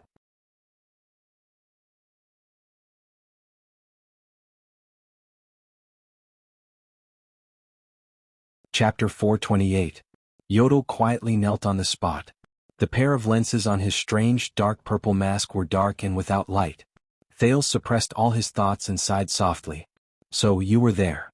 Yodel's mask moved. Yes. A hoarse and muffled voice rose from under the mask. I am. The man behind the mask gently extended his gloved right hand. I have always been there. Thales was silent for a few seconds. The soreness in his arm gradually disappeared. He sucked in a deep breath. Yes. The prince raised his head and flashed a gentle smile. I know. I have always known. He grabbed Yodel's hand and stood up with the latter's help. The torch in Yodel's hand swayed slightly and illuminated the area. But when it shone on Yodel, its color seemed to be restrained, and there were very few reflections. It only made his mask look even more mysterious and profound. Thales let go of Yodel's hand and stared at him quietly. Not long ago, Nicholas and Monty's bloody battle in the land of barren rocks was not only thrilling, but it also brought disaster to the innocent. Poor Thales was caught in the middle of the battle. He was the core bargaining chip that both sides wanted but could not obtain, and he was also the key method they used to control their enemy. He was even heavily injured and lingered between life and death. With a rare opportunity, the sin of Hell's River rose and devoured the teenager at that moment. While Thales lay on the ground, dying, and suffered the uncontrollable pain of the sin of Hell's River, his sensitive senses that were stimulated at that moment gave the Prince of Constellation new information. Besides the Star Killer and the Raven of Death, who were fighting to the death, and himself who could not move, Thales sensed a fourth person. The fourth person's barely discernible breathing, the fourth person's footsteps rubbing against the ground, and the fourth mysterious figure hidden in the shadows, as if separated by a curtain. It quietly leaned against the huge rock where the white blade guards fought. His body was like a boulder and it did not move at all. It was almost one with the environment. Even when Thales was in danger, it quietly lurked, indifferently and cautiously waiting for the victor between Nicholas and Monty. But the two supreme-class elites who were engaged in a fierce battle knew nothing. Just like the past. Thales might not recognize that figure, but this did not stop him from recognizing that curtain through his temporarily strengthened hell senses. It was a wonderful and unusual invisible ripple that separated color and sound, one that even the prince himself had experienced before. Path of Shadows. At that moment, Thales suddenly understood that if the scheming Raphael was right about one thing in the headquarters of the Secret Intelligence Department in Dragon Cloud City, it would be this. We will ensure that you have trustworthy forces and people protecting you from the outside of Dragon Cloud City to the Great Desert. Of course, the number of people won't be too many, but they are all elites rarely seen in the world. We will make sure that you have trustworthy forces and people protecting you from the beginning until the end. It was Yodel. That was why Thales was able to leave Nicholas and Monty alive before he moved forward with an indomitable spirit and entered the desert without looking back. After they escaped from Dragon Cloud City, on the surface, Monty led Thales away from the threat of the pursuers as the most outstanding scout. In the dark, Yodel, who had snuck into Northland at some point in time, acted as a safeguard in the shadows and monitored their movements. Perhaps the Secret Intelligence Department had long suspected the Raven of Death's loyalty, or perhaps this was the final test for Monty. In the Great Desert, Thales was in danger a few times, but in the end he would always escape the desert god's cold trap by some miraculous luck. Be it when he lost consciousness and fell on the yellow sand after he ran out of food and water, or when he was surrounded by the orcs and was surrounded by enemies from all sides, or when the merchant's camp strangely burst into flames and attracted Constellation's army. Now, it seemed that most of these luck and coincidences were in line with Yodel's usual style of hiding in the dark and attacking in secret. It's not just this. Maybe on the way out of Heroic Spirit Palace, maybe that black-robed swordsman who attacked with dual swords. In that second, Thales, who had a myriad of thoughts in his mind, quietly looked at Yodel's mask. He looked at the man who had always been a man of few words and remembered the first time he appeared in Red Street Market and the scene when he extended his hand to the little beggar. He suddenly realized that he was already as tall as the masked protector's shoulder. At this moment, who are you? A deep and drawn-out voice rose from the air. Thales subconsciously became vigilant, but he noticed that Yodel did not move. He only turned his head to look behind him. He looked at the prison cell shrouded in darkness. What a terrifying ability to hide yourself. Zakriel's voice, which sounded old and tired because he had gone through too much torture, came from the darkness. Before you drew your sword, I didn't even feel anything strange. Thales frowned. He noticed that Yodel was a little too quiet. But that mask, in the darkness, Zakriel said faintly, I recognize that mask. Mask? Thales' eyebrows twitched. He quickly looked at Yodel and paid special attention to the strange, dark purple mask. It was the thing that had piqued his curiosity since the first time they met. Zakriel's cold laughter traveled into his ears. Bright God's scheme is also one of the dowries of the Elf Queen. It's not without reason that it has been classified as a forbidden item in the royal treasury for 300 years. Bright God's scheme? What kind of name is that? There were emotions in Zakriel's words that made Thales feel uneasy. Hiding, disguise, observation, insight, and even delayed damage. The prisoner in the prison said slowly, it can give its owner too many benefits, almost as much as the price it demands. Price? Thales could not help but glance at Yodel again. But the latter only remained silent and did not say a word. Who are you? Zakriel seemed to be a little impatient. There was a hint of impatience in his voice. Even without looking at that mask, not everyone is qualified to control the Supreme Sword. The Secret Intelligence Department? Or the royal family? Just as Thales widened his eyes and wanted to remind them of their current situation, Yodel suddenly spoke. I am just a nobody, the masked protector said faintly. The prisoner in the darkness was silent for a while. No, you are not. His tone was firm. You are not. The eyes behind the mask named Bright God's Scheme moved slightly. Zacriel let out a long sigh. He seemed to have thought of something. I've said it before, a long time ago when I taught you unarmed combat in Renaissance Palace I said it. There was an indescribable desolation in the words of the former watchman of the royal guards. You are not suited to be a royal assassin. Thales saw the masked protector's body, which had not moved for a long time, sway after he said those words. Zacriel sighed and uttered an affectionate name. Young Yodel. The scene seemed to have frozen in the air. Only the light from the fire continued to flicker. A few seconds later Yodel slowly turned around. His hoarse voice rose laboriously. Long time no see, sir. Thales looked around awkwardly. Obviously this was a reunion that they had not met for a long time. You should not have worn that mask.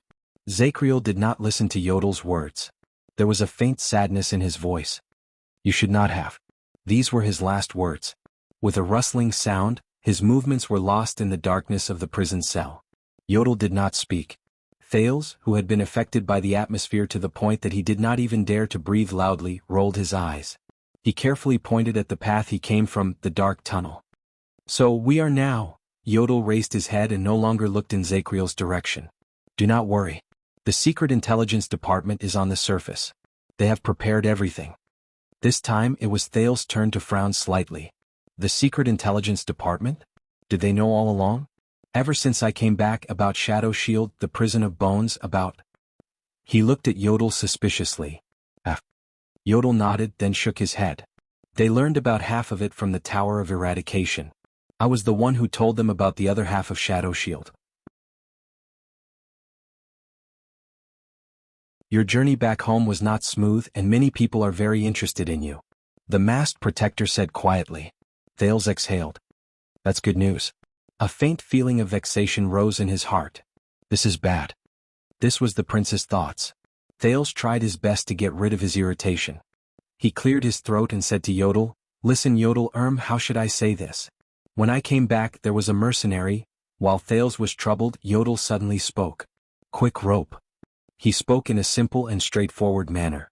Thales was stunned. The Secret Intelligence Department doesn't know about him. Yodel seemed to know what Thales was thinking. Let's see what we can do. Thales opened his mouth, then closed it again. He looked at Yodel and suddenly felt very grateful to the man. He was grateful for the other party's understanding. But Yodel obviously did not need the prince to thank him. He consciously nodded slightly and turned around. We should go. Thales' eyebrows twitched. Oh, wait a minute. Under the prince's signal, Yodel held the torch and followed Thales to Ricky's fallen body. Thales looked at Ricky lying in a pool of blood. It was hard to imagine that just an hour ago in the tavern, this man had effortlessly taken him down. He's dead just like that. The leader of the disaster swords. The prince could only shake his head in resignation. He squatted down and pushed Ricky's body flat. Ricky's empty and lifeless eyes were revealed. Sorry to disturb you, Honorable Crassus.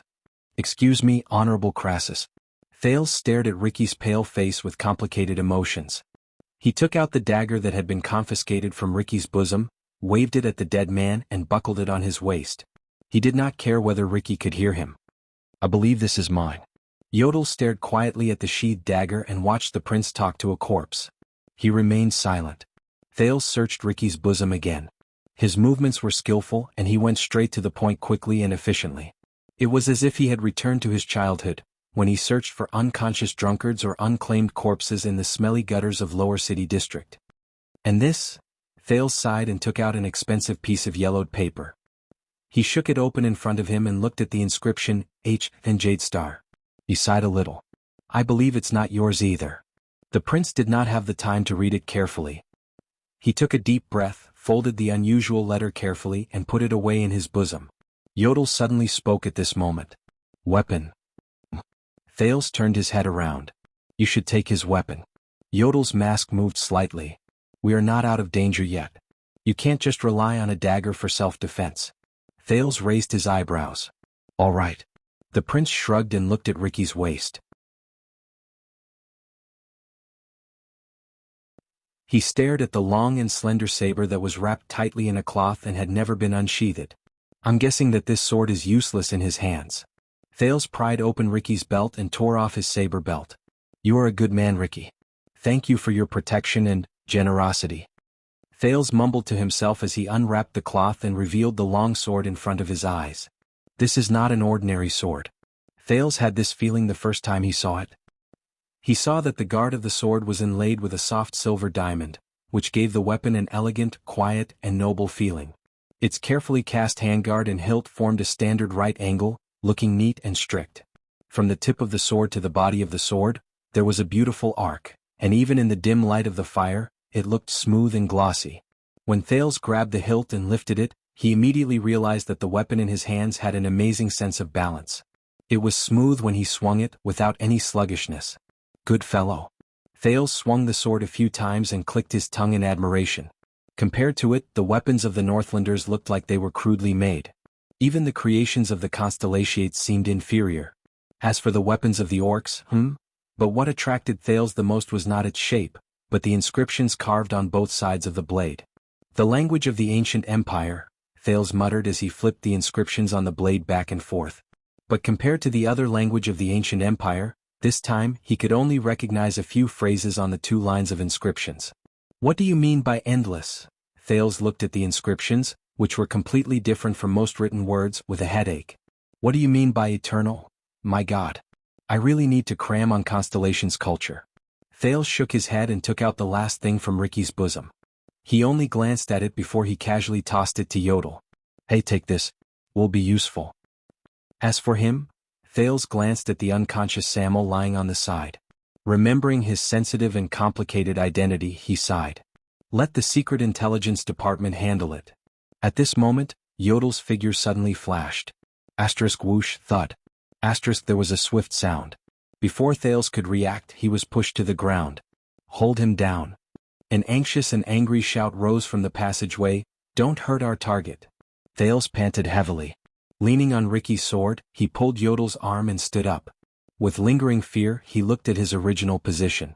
An arrow was nailed to the ground, and the tail of the arrow trembled slightly. But now was not the time to be glad. In the next second, a flash of sword light as fast as lightning came from the air.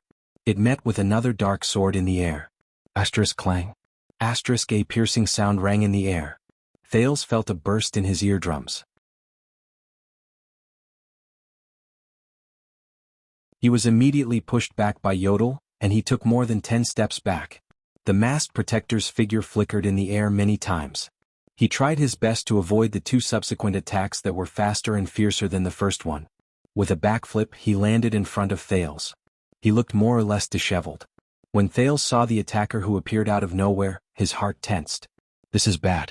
Klein, the middle-aged swordsman from Northland, stood coldly in front of them.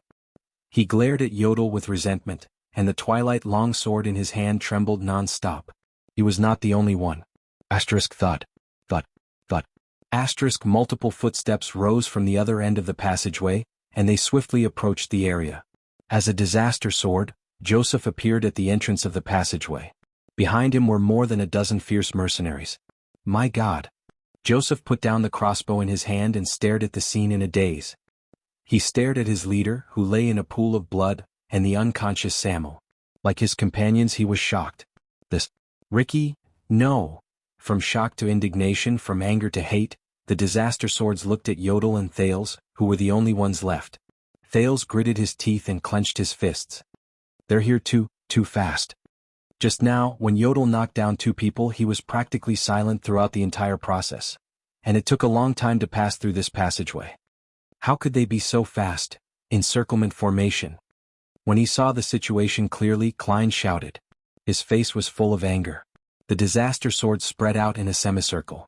Their gazes were fierce, but they carefully surrounded the prince and the protector.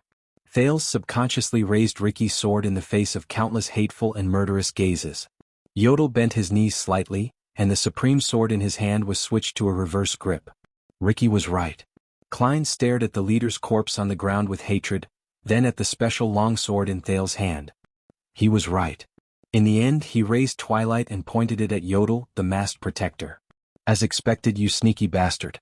You've been following us in the dark and causing trouble. Thales thought of something. He knows. He stared at the leader of the disaster swords on the ground in disbelief. Ricky knows? Klein spat hatefully. He was extremely indignant. Of course he knows. The middle-aged swordsman from Northland said coldly. Just now, when we were facing off against Shadow Shield, you were the one who launched the sneak attack and started the fight, right? You wanted to see both sides suffer and benefit from it. Yodel did not say anything. Klein gritted his teeth and said, Ricky has been suspicious since then. The battle started too quickly, too suddenly, and we were caught off guard. It doesn't seem like Stake's style of coercion and temptation. Thales understood something and his face turned pale. That means? So Ricky deliberately withdrew his men and brought me here. The prince stared at Ricky's corpse in a daze, then at the empty hall. Just to lure out this rat who secretly caused destruction. Joseph coldly threw away his crossbow and pulled out two strangely shaped hand axes from his back. An expert assassin who lurks in the dark, and even has the ability to hide his body. All the disaster swords stared fiercely at Yodel. The only thing Ricky did not expect was that this rat who hid himself had the ability to kill him. Klein stared at Ricky's corpse on the ground. His eyes were filled with hatred. He didn't even have time to send out the ambush signal. Thales stared at Yodel with an unpleasant expression. But he could only see the dark purple mask. Did you know the one wearing the mask? Klein's long sword trembled slightly. Thales could see the power of eradication gathering in his body, bursting forth along with his anger. I promise you will pay for this. The disaster swords got into formation, and the hall was filled with murderous intent. Thales immediately felt a headache coming on. Yodel slowly raised his head. His faint voice came from under the mask. I know. I knew from the beginning. In the next moment, the torch in Yodel's hand was extinguished and fell to the ground. The masked protector disappeared without a trace like morning dew. He instantly disappeared from everyone's sight. It was incredibly strange. He's invisible again. The disaster swords were obviously very experienced. They were not confused by the scene in front of them. Klein roared. Don't use your eyes, use your power of eradication to feel that murderous intent. At that moment, Thales' hair stood on end with his hell senses. He felt the dozen or so disaster swords in front of him lift their swords and prepare for battle. Their power of eradication spread out from their bodies. They were all different. Some gathered in a certain place, some surged endlessly, some ignited a rhythm, and some grew endlessly. But all of them were turbulent, ruthless, and crazy.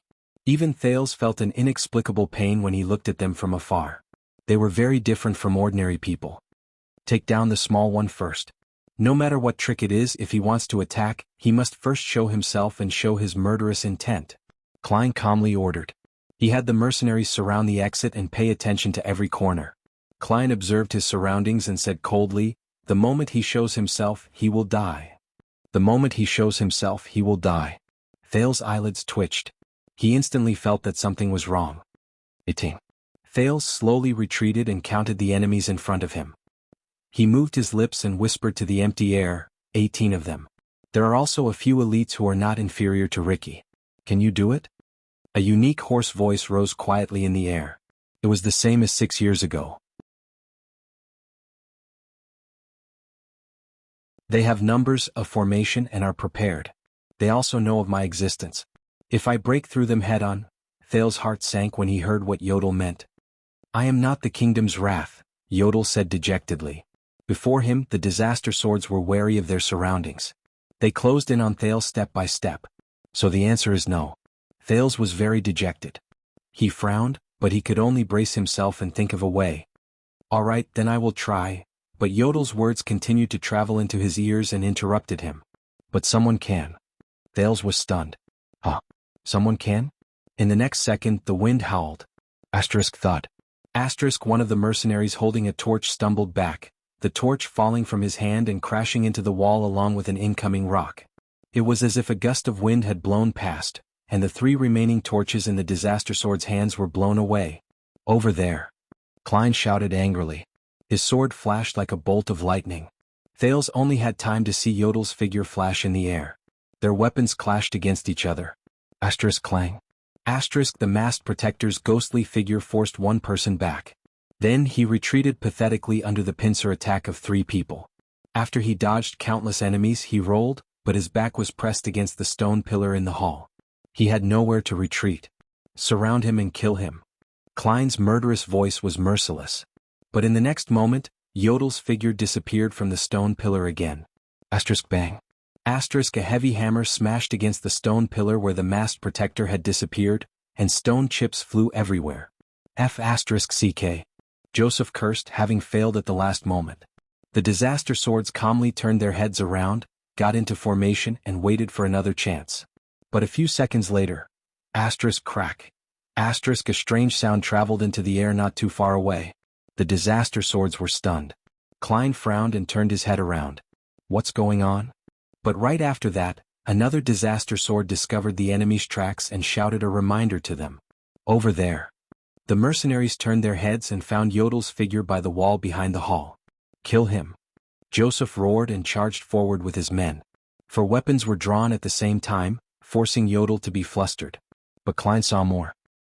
He saw the masked, dark and strange person put his left hand on the wall and gently let go of a ring. Ring? Beside the ring was an iron plate with words carved on it. Klein's expression changed.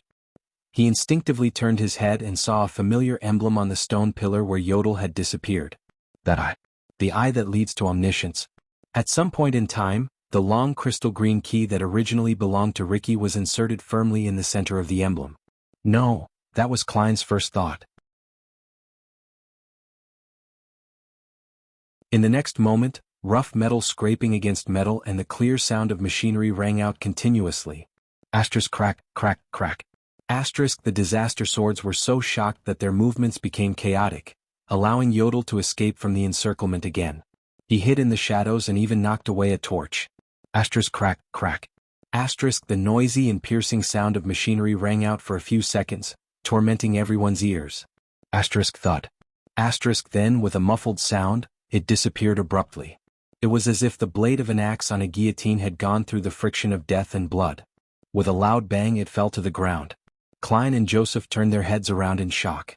Under the barely illuminated light of the last torch, they looked at the back of the hall.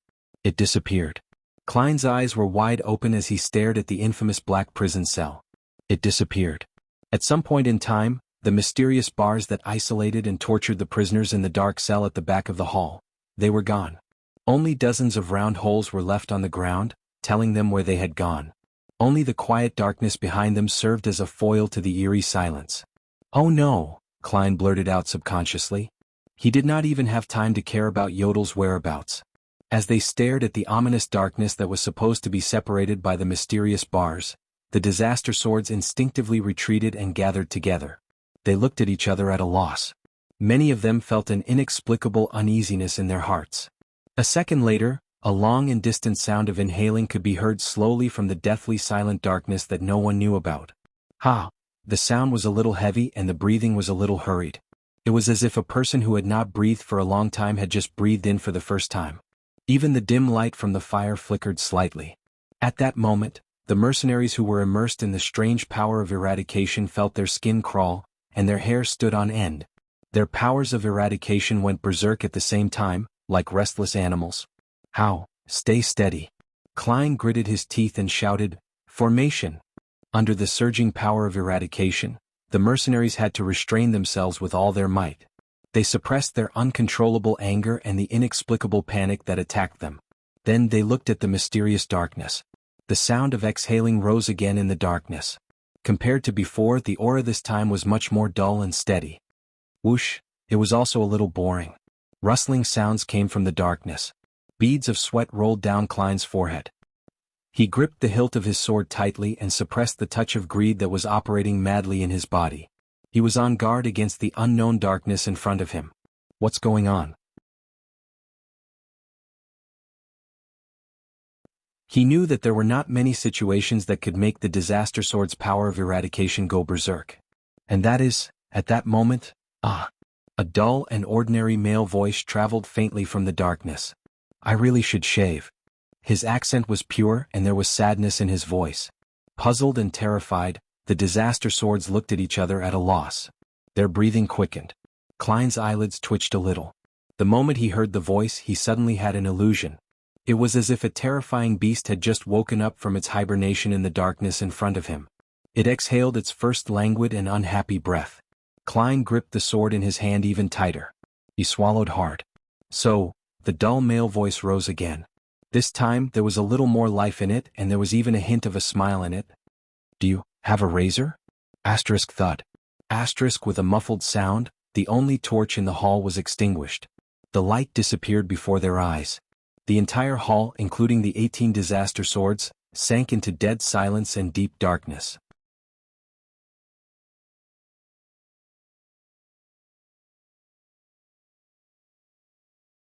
Chapter 429. It had been a long time since Thales experienced this feeling. Gray. White. He walked in a grayish-white world. From the ground to the walls, from the gravel and waste wood to the sand and dust, even the air shone with a faint white light, as if the darkness around him had been swept away. There were no other colors.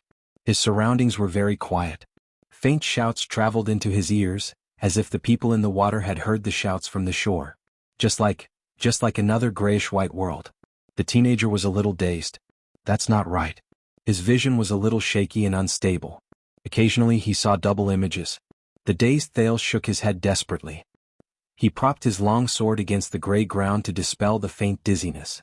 He wanted to regain his sense of direction. He felt a grip on his right arm. A gloved palm covered in ripples clasped Thales' arm. Focus. Yodel's voice traveled into his ears and brought him forward. The path of shadows reflects reality. They sometimes overlap but never overlap. We walk through this place like drifting in the sea. Sometimes we float on the surface and sometimes we sink to the bottom. You have to distinguish reality from illusion. You can't get lost here. Thales staggered along the way. He was dragged forward by Yodel, the only thing in this world that had a normal color. He tried his best not to look at the grayish-white scene around him. This is bad. He took a few deep breaths and felt that the air that entered his lungs was a little unreal. Thales watched in shock as he walked out of the grayish-white hall and into the grayish-white tunnel. He watched as Yodel carefully avoided the disaster swords who had also turned into grayish-white figures. But no one noticed them. The teenager turned his head around. "We're just going to leave like this.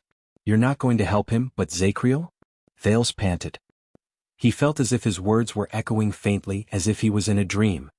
"Subduing the enemy is not my task." Yodel shook his head and held Thales tightly. His purple mask created a series of overlapping images against the grayish-white background. "To me you are the most important." In the grayish-white world they sped up, walked out of the tunnel and arrived at the stone steps. A few mercenaries who were stationed there seemed to have received some sort of signal. They hurried in the direction they came from and brushed past the two normal-colored people. "Don't touch them." Yodel's hint was simple. One of them seemed to have sensed something. With his grayish-white skin, he turned his head around warily. His gaze swept past Thales and Yodel. Thales did not even dare to breathe loudly. He only followed Yodel's footsteps and moved, trying his best to avoid the other people's sleeves. A few tenths of a second later, the mercenary shook his head, dispelled his guard, and followed after his companion. Thales breathed a sigh of relief. But Zakriel? The teenager looked worriedly at the road behind him. "He's been locked up for more than 10 years. Let's not talk about his mental state, but his stamina, strength, and reflexes have all declined." Yodel still shook his head. He was a man of few words. "It won't affect his fighting." "Really?" Thales frowned and exhaled. "He's only one person. He has to face 18 of them, maybe even more."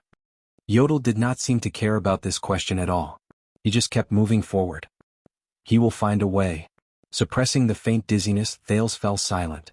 However, Yodel suddenly spoke. "We can't go around it. We need to reveal ourselves for a while." Thales was stunned. "What?" Very soon he no longer had to wonder. There were a few corpses lying beside the narrow stone steps in front of him. Some belonged to the mercenaries and some belonged to Shadow Shield. Grayish-white blood splattered all over the ground. It seemed that the battle between Shadow Shield and Disaster Swords was still ongoing. The three masked assassins in black seemed to be the only ones left. They put away their weapons and were finishing up the battle.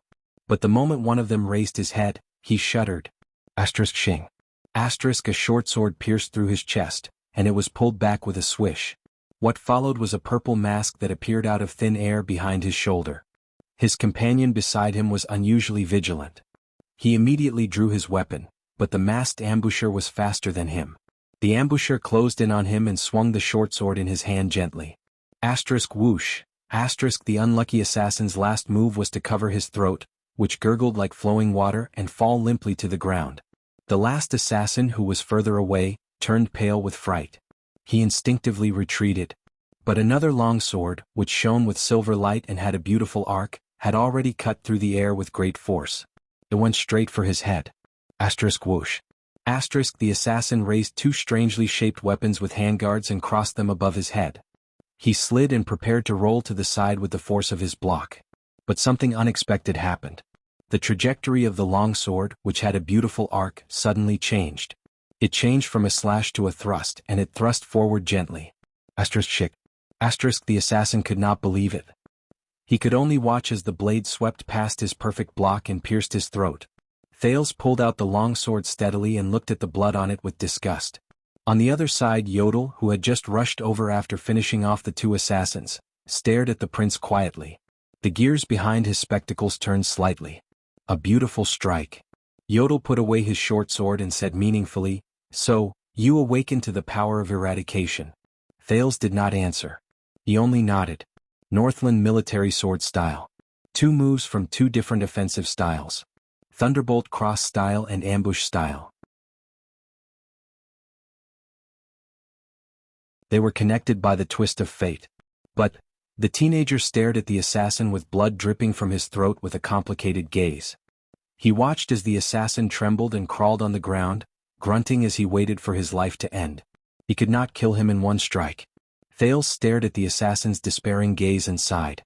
The moment he drew his sword to fight against his enemy, the disaster sword's fanaticism and enjoyment when they killed their enemies kept appearing before his eyes. And the moment the sin of hell's river surged and imitated the twist of fate, that faint emotion reached its peak. I hate this. Thales shook his head. He gritted his teeth and raised his sword, wanting to end the assassin's pain once and for all. But Yodel suddenly extended his hand and grabbed Thales' wrist tightly. Under the prince's puzzled gaze, the masked protector squatted down gently. With a thrust and a draw of the short sword in his hand, he took the enemy's life. Thales put down his sword and watched quietly as the masked protector stood up. He swung his sword gently, and the blood on the supreme sword was instantly wiped clean. It was as clean as new.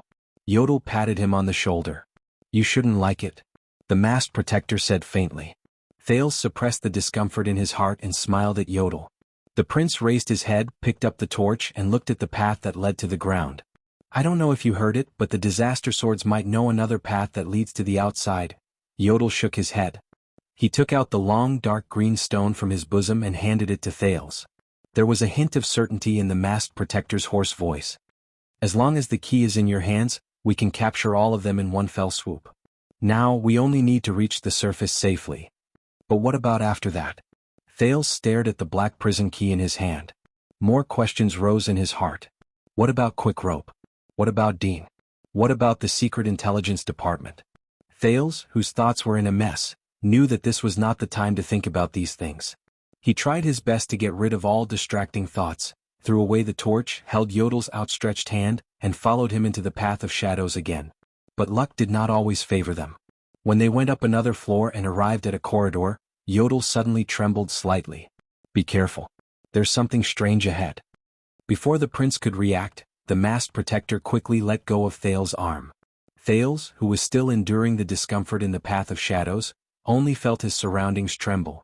The grayish-white world in front of him rippled again, and like a receding tide, it returned to its normal color, darkness.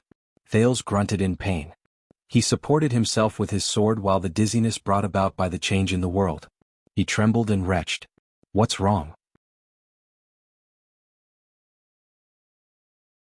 While he was puzzled, Yodel had already disappeared from his sight. But almost at the same time, the moment Thales appeared, a familiar and terrifying male voice rose from the darkness in front of him. "I knew that you would always find a way to escape, Your Highness." As the fire lit up, a fair-skinned man with a torch appeared in front of Thales with a friendly smile. "It was not in vain that I waited here in fear for so long." When Thales saw this person, he felt a headache and had to prop his forehead up with his hand. What a coincidence. The prince's lips twitched. He called out the name of the person in front of him in annoyance. "Steak." Steak shook the torch in his hand and smiled from ear to ear. Thales suddenly missed Ricky's group of mercenaries. "Disaster swords, aren't you supposed to kill all these people? Why are you so useless?" There was no point in thinking too much. Thales tried to clear his mind of unnecessary emotions. He vigilantly used Hell's senses to observe his surroundings. Stake looked at his vigilant face and arched his shoulders in a resigned manner. He looked a little comical. But Thales knew that comical was definitely not one of the adjectives that could describe this guy. Don't worry, Your Highness. Stake raised his hands with a sincere expression. I am a businessman. I don't like violence when I can solve things through negotiation. Is that so? Thales looked at him with a headache and sensed the information from Hell's senses. You don't like violence? Then why are there at least a dozen breathing sounds hidden in the darkness behind you? That's really reassuring, Thales said with a fake smile. He tried to find Yodel's location. But Yodel still did not show up. He did not use the path of shadows to bring him out either. This meant that the enemy was difficult to avoid and very difficult to deal with. What will you do, Yodel? Fortunately, our astute Baron LaSalle is not here, so I will be honest with you. Stake seemed to be very happy. Don't worry, Your Highness, we have never intended to hand you over to the Northlanders. We are only working with them with the help of King Chapman's intelligence channels. You know, we are not very good at Constellation. Never intended to hand me over to the Northlanders? This was the expression Thales wanted to give him. But he could not. So, you want to say that you want to take me for yourself? Thales maintained his expression and twitched the corners of his mouth. Stake shook his head. No, our goal in coming to Bladefang's camp is to meet you alone. Stake narrowed his eyes into slits, and his expression became serious. Let's see if the legendary intelligent prince can become our savior. Thales was slightly stunned. Savior? But in the next second, Stake's words and actions caused Thales, who had been on high alert, to be shocked. Stake lifted his cloak and knelt on one knee before the prince. He was incredibly respectful. He was even more respectful than Yodel. The honorable first heir of Constellation, Your Highness Thales Jade Star. Stake's voice was submissive, his tone respectful, his posture humble, and he did not look hostile. Stake Kos, on behalf of Shadow Shield, we are willing to pledge our loyalty to you and be your vanguard to redeem the heinous crimes we have committed and reverse our fate of deteriorating with each passing day. Please accept our sincerity.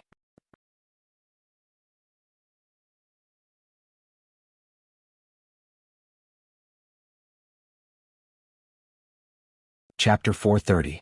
What? At that moment, Thales' mind was in a daze. As he looked at Stake, who knelt respectfully on the ground, a few boring phrases from another world flashed in his mind. The aura of a bastard. Bow your head and worship me. Long Ao. Ahem. The 20th of May is here, and the only person who confessed to you is a man. Ahem, ahem, ahem. Thales shook his head vigorously to get rid of these boring thoughts. Don't forget, Yodel is still next to me. Damn it. The Prince of Constellation had a strange expression on his face. He looked at Stake with a complicated expression and ruffled his hair, which looked like a bird's nest. I really hope that I can be so popular when I'm in Dragon Cloud City. Stake smiled again. He slowly raised his head and stood up. As I said, Your Highness, Shadow Shield cannot survive alone. It needs the support of power, needs the demand of power, and needs a gap in power. Stake looked around as if he was really worried about something. LaSalle and the group of sword sellers were there, so I had to be polite and say some pleasantries. But when I'm alone with you, I can say something from the bottom of my heart. Thales raised his eyebrows. He wanted to see what else Stake could say. Stake pursed his lips and his expression darkened. A few seconds later he managed to say something. You're right. A few seconds later he said, I don't like Chapman Lampard, Your Highness. I didn't like him from the first time I saw him. The torch in Stake's hand crackled, and even the darkness in the corner swayed slightly. When he heard that name, Thales subconsciously tightened his grip on his long sword. He remembered the meeting between Chapman and Stake under Lampard's carriage 6 years ago, when he and Little Rascal were still in it. Thales sighed and said sincerely, Very well. Very good, then we still have something in common. Stake nodded in understanding. Your Highness, you have been a hostage in Northland for 6 years. I believe that you know more than I do. The ambition in that man's eyes and his actual methods are too terrifying. If Shadow Shield wants to survive on its own, we cannot rely on him. Thales narrowed his eyes. So? Stake shrugged. So we don't have much choice. He did not have much choice. Just when Thales frowned and felt that he had heard this sentence somewhere before, Stake continued speaking with conviction. In my opinion, Your Highness, you who represent Constellation, are the only one who can turn the tide in the future and fight against the Kinslayer king in the Western Peninsula." He looked at Thales sincerely and his tone was firm. At that moment, Thales curled his lips, and the expression on his face was very interesting. But Stake acted as if he did not see Thales' expression. He shook his head. "And Shadow Shield can't keep hiding forever. We can't live in Constellation's pursuit for decades." Thales' expression did not change at all. Thales blinked and shook his head stiffly. "So, you're saying that your goal of capturing the prince in Blade Fang's camp this time is fake, and you're here purely to look for a master?" In his heart, he felt that even Ida would not believe what he said. But Stake was not embarrassed. Instead, he smiled and nodded slightly. When he said this, Stake seemed to be acting strangely. He looked around warily. A thought flashed in Thales' mind. He was afraid that the other party would notice something. Fortunately, Yodel was still silent and disappeared without a trace. Strange. Even though the masked protector was used to protecting Thales quietly and attacking from the shadows, for him to restrain himself for so long, Thales felt a chill in his heart. Unless, the opponent is really difficult to deal with. Such as, the Star Killer and the Raven of Death. Stake turned his head around. "It's not safe here, Your Highness.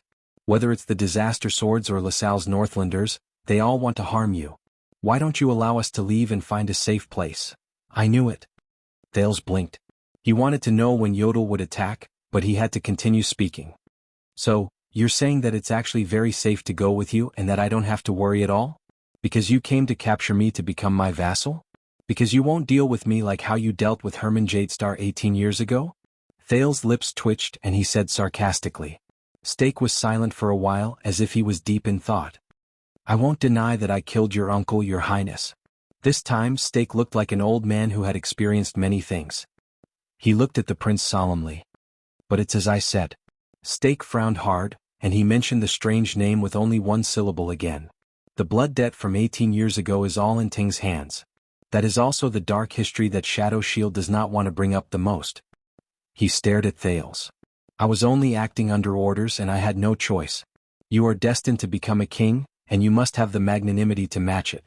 Compared to the real culprit behind the scenes, there is no need for you to hate an unthinking blade and a sword without its own will." Thales rolled his eyes. He did not speak for a few seconds. The letter he stuffed in front of his chest seemed to have become a little heavier. "Acting under orders and I had no choice? So you don't have to bear the blame." Thales chuckled and shook his head while clicking his tongue. He seemed to have sensed something.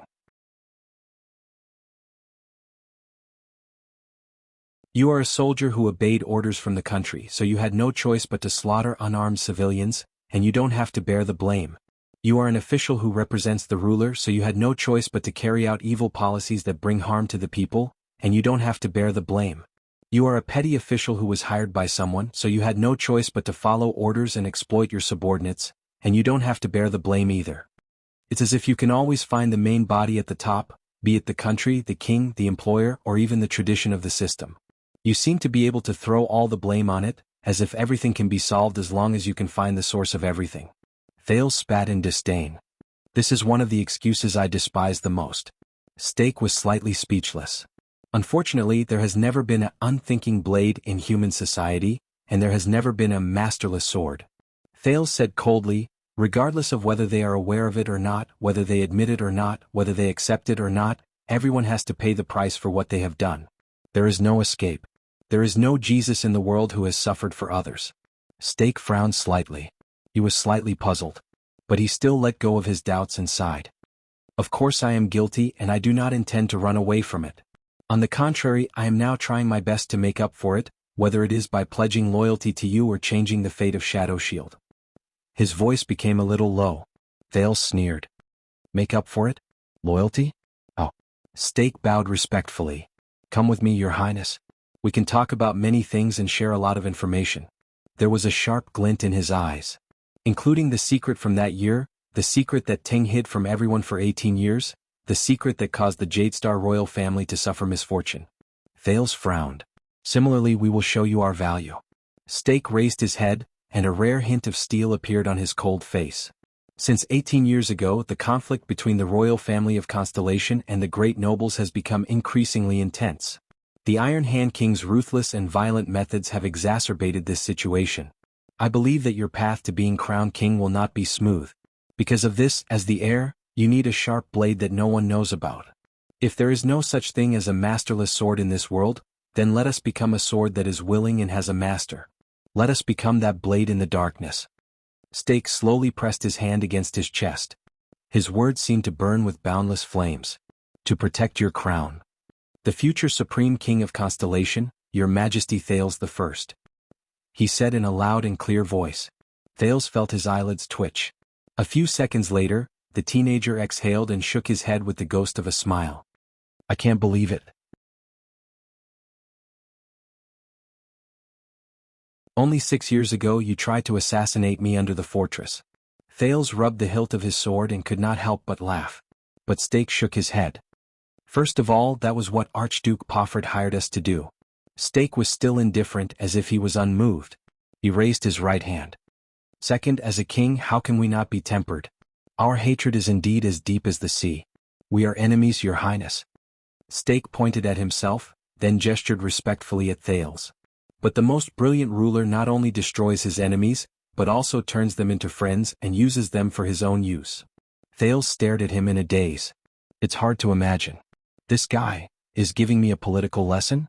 Stake curled up the corners of his mouth, revealing a casual but not frivolous smile. Besides, if we did not have that thrilling encounter during that assassination, how would we know what kind of king you are?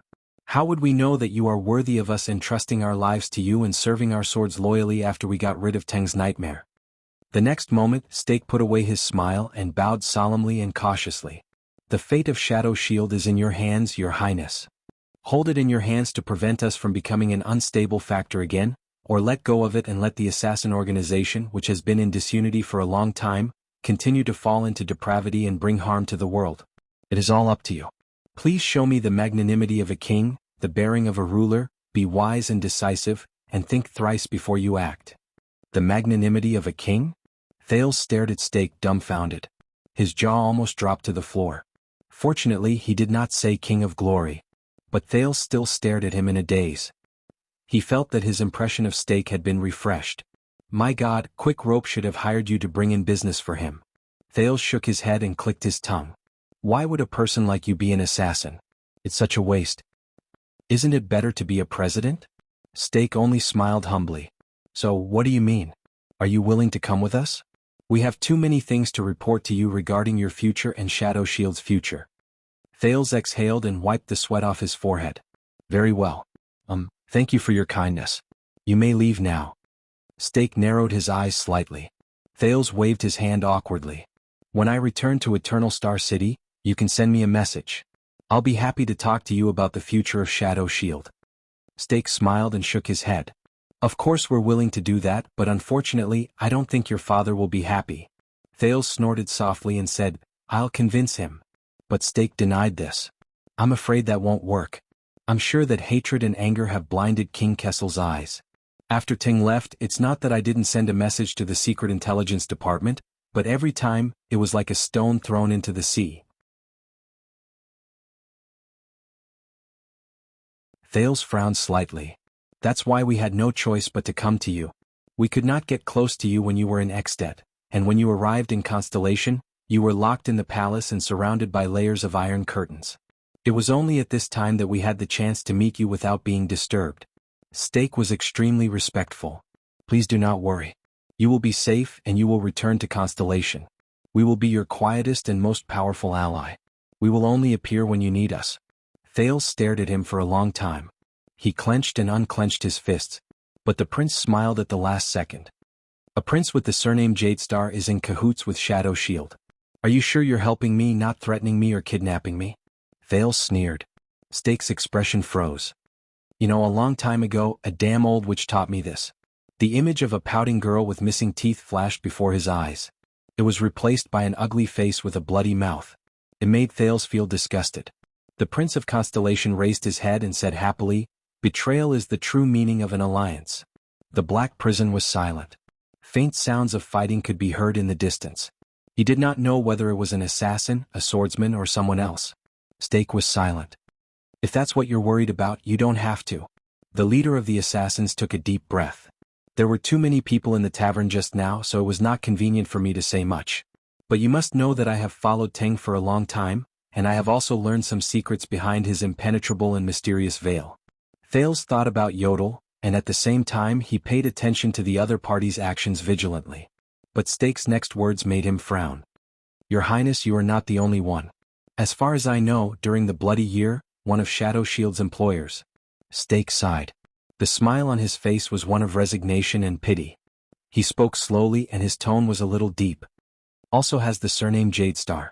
A few seconds later, Thales' expression slowly changed. What does he know? He could not help but think this way. That map? That weapon. But reality did not allow him to think too much. Stake gently extended his hand, looking sincere and pure. Your Highness, do you want to know who that is? Who is that? At this moment, Thales thought of something. In the next second, a dark figure with a purple mask instantly appeared behind Stake, as if he had emerged from a water curtain. Yodel. Thales tensed up. He did not have time to react and he could not react. He saw Yodel jump out of the shadows with murderous intent, and charge towards his target. The supreme sword rippled in the air. It mercilessly and cold-bloodedly pierced towards the smiling Stake. The sudden change in the situation happened at this moment. Asterisk bang. Asterisk there was a loud bang.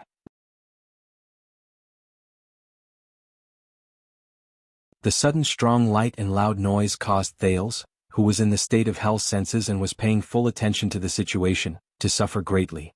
He subconsciously closed his eyes and took 3 steps back in pain. Only the buzzing in his ears could be heard from both sides of his head.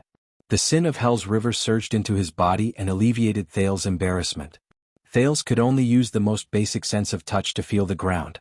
Fortunately, the sin of hell's river gave him waves of feedback, allowing him to sense the endless murderous intent that rose and fell in the distance. Hell's senses are not omnipotent. This was the biggest lesson the terrified Thales learned.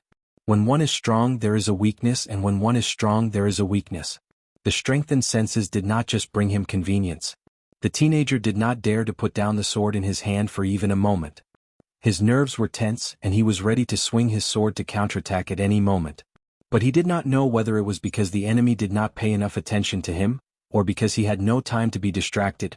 Even when Thales' senses gradually recovered, he was not attacked. But this made him panic even more. Because, as expected, when Thales regained his sight and hearing, the moment he saw the situation clearly, he was instantly filled with rage. Stake was sitting by the side. Half of his body was bright red, and his left arm, which held a strange awl, was trembling slightly. He was panting. He looked very pathetic. There were 2 assassins lying dead beside him. Both of them had their throats slit. But the most important thing was that the masked Yodel stood in front of them.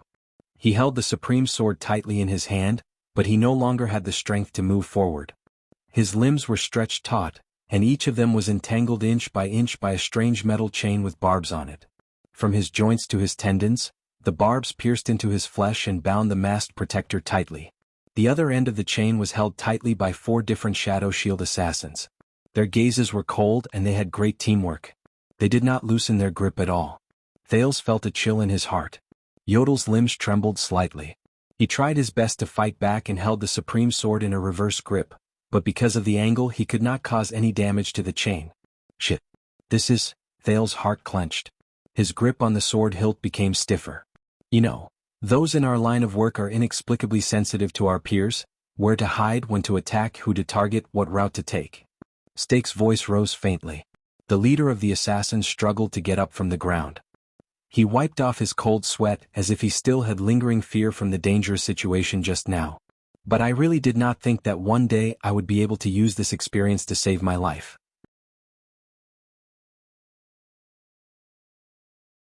Stake first looked at Thales, then at Yodel, who could not move. He patted the dust off his body. He stared at the masked protector, who was restrained. He composed his expression and revealed a sincere smile that he had not shown for a long time. We finally waited for you. It was so scary.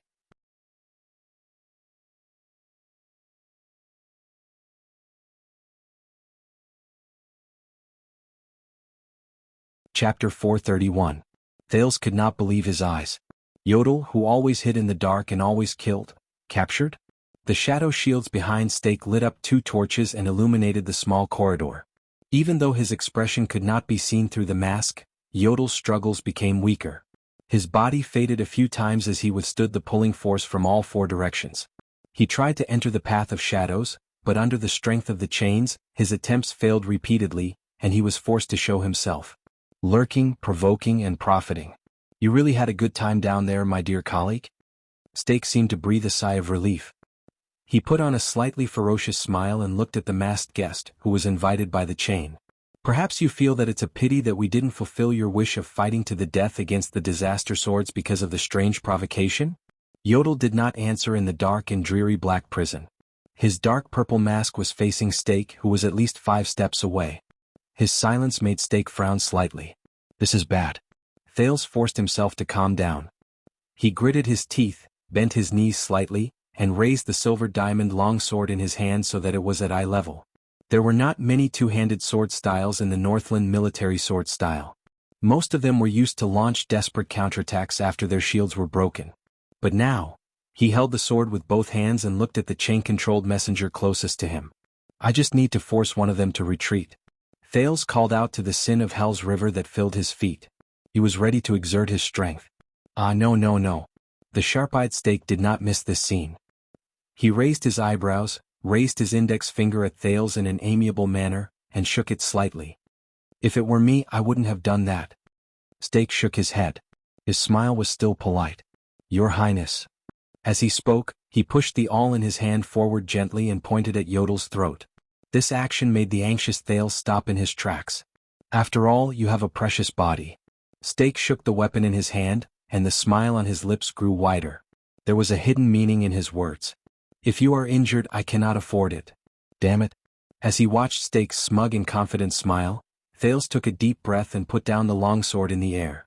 He had no choice but to give up on the idea of breaking through the encirclement. He tried his best to get rid of his irrational thoughts and desperately tried to think of a way to help Yodel out of his predicament. Yodel struggled with his right arm again. The tip of the supreme sword pierced one of the links on the chain, but the assassin holding the chain immediately exerted force in the opposite direction.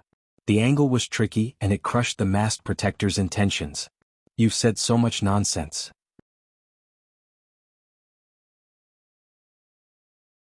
Thales looked at Yodel, who was fighting against the 4 people.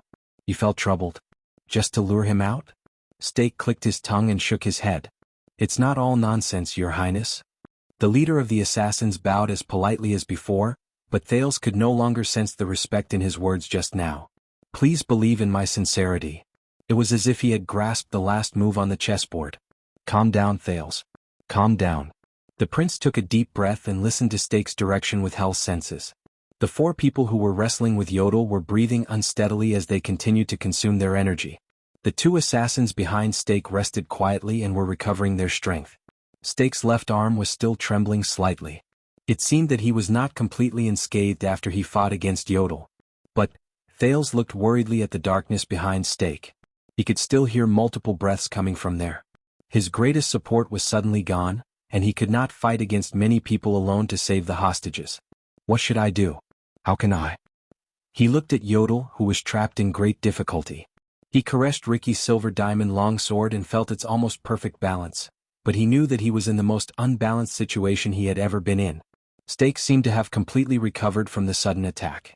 He took a few steps to the side and sized up Yodel, who was bound tightly. He clicked his tongue. 6 years ago, 2 of my teams accepted Valorun's commission and went south to the land of Constellation, a place they had not dared to set foot in for many years. He sighed softly and narrowed his eyes as he looked at Yodel. In the end, after a failed assassination attempt in a carriage, and the subsequent encirclement by the Secret Intelligence Department, only 2 sentries returned alive. When he heard this, Thales was slightly stunned. 6 years ago. Valorun. Assassination attempt in a carriage? Wouldn't that be? Stake snorted coldly. He swiped the awl in his hand across Yodel's mask. What a coincidence. In their description there was also a similar mask. Then, who are you? Yodel still did not speak, but Thales saw that the barbs on the chain that bound Yodel's arm had started to bleed, and the latter's struggles were getting weaker. But the masked protector shook his head slightly. Stake, who did not get a response from his target for a long time, curled up the corners of his lips. I can tell that you are not an eloquent speaker. Damn it. Thales' breathing became faster and faster. He raised the long sword in his hand a few times. Yodel still did not speak, as if someone had used an iron brand to cover his mouth.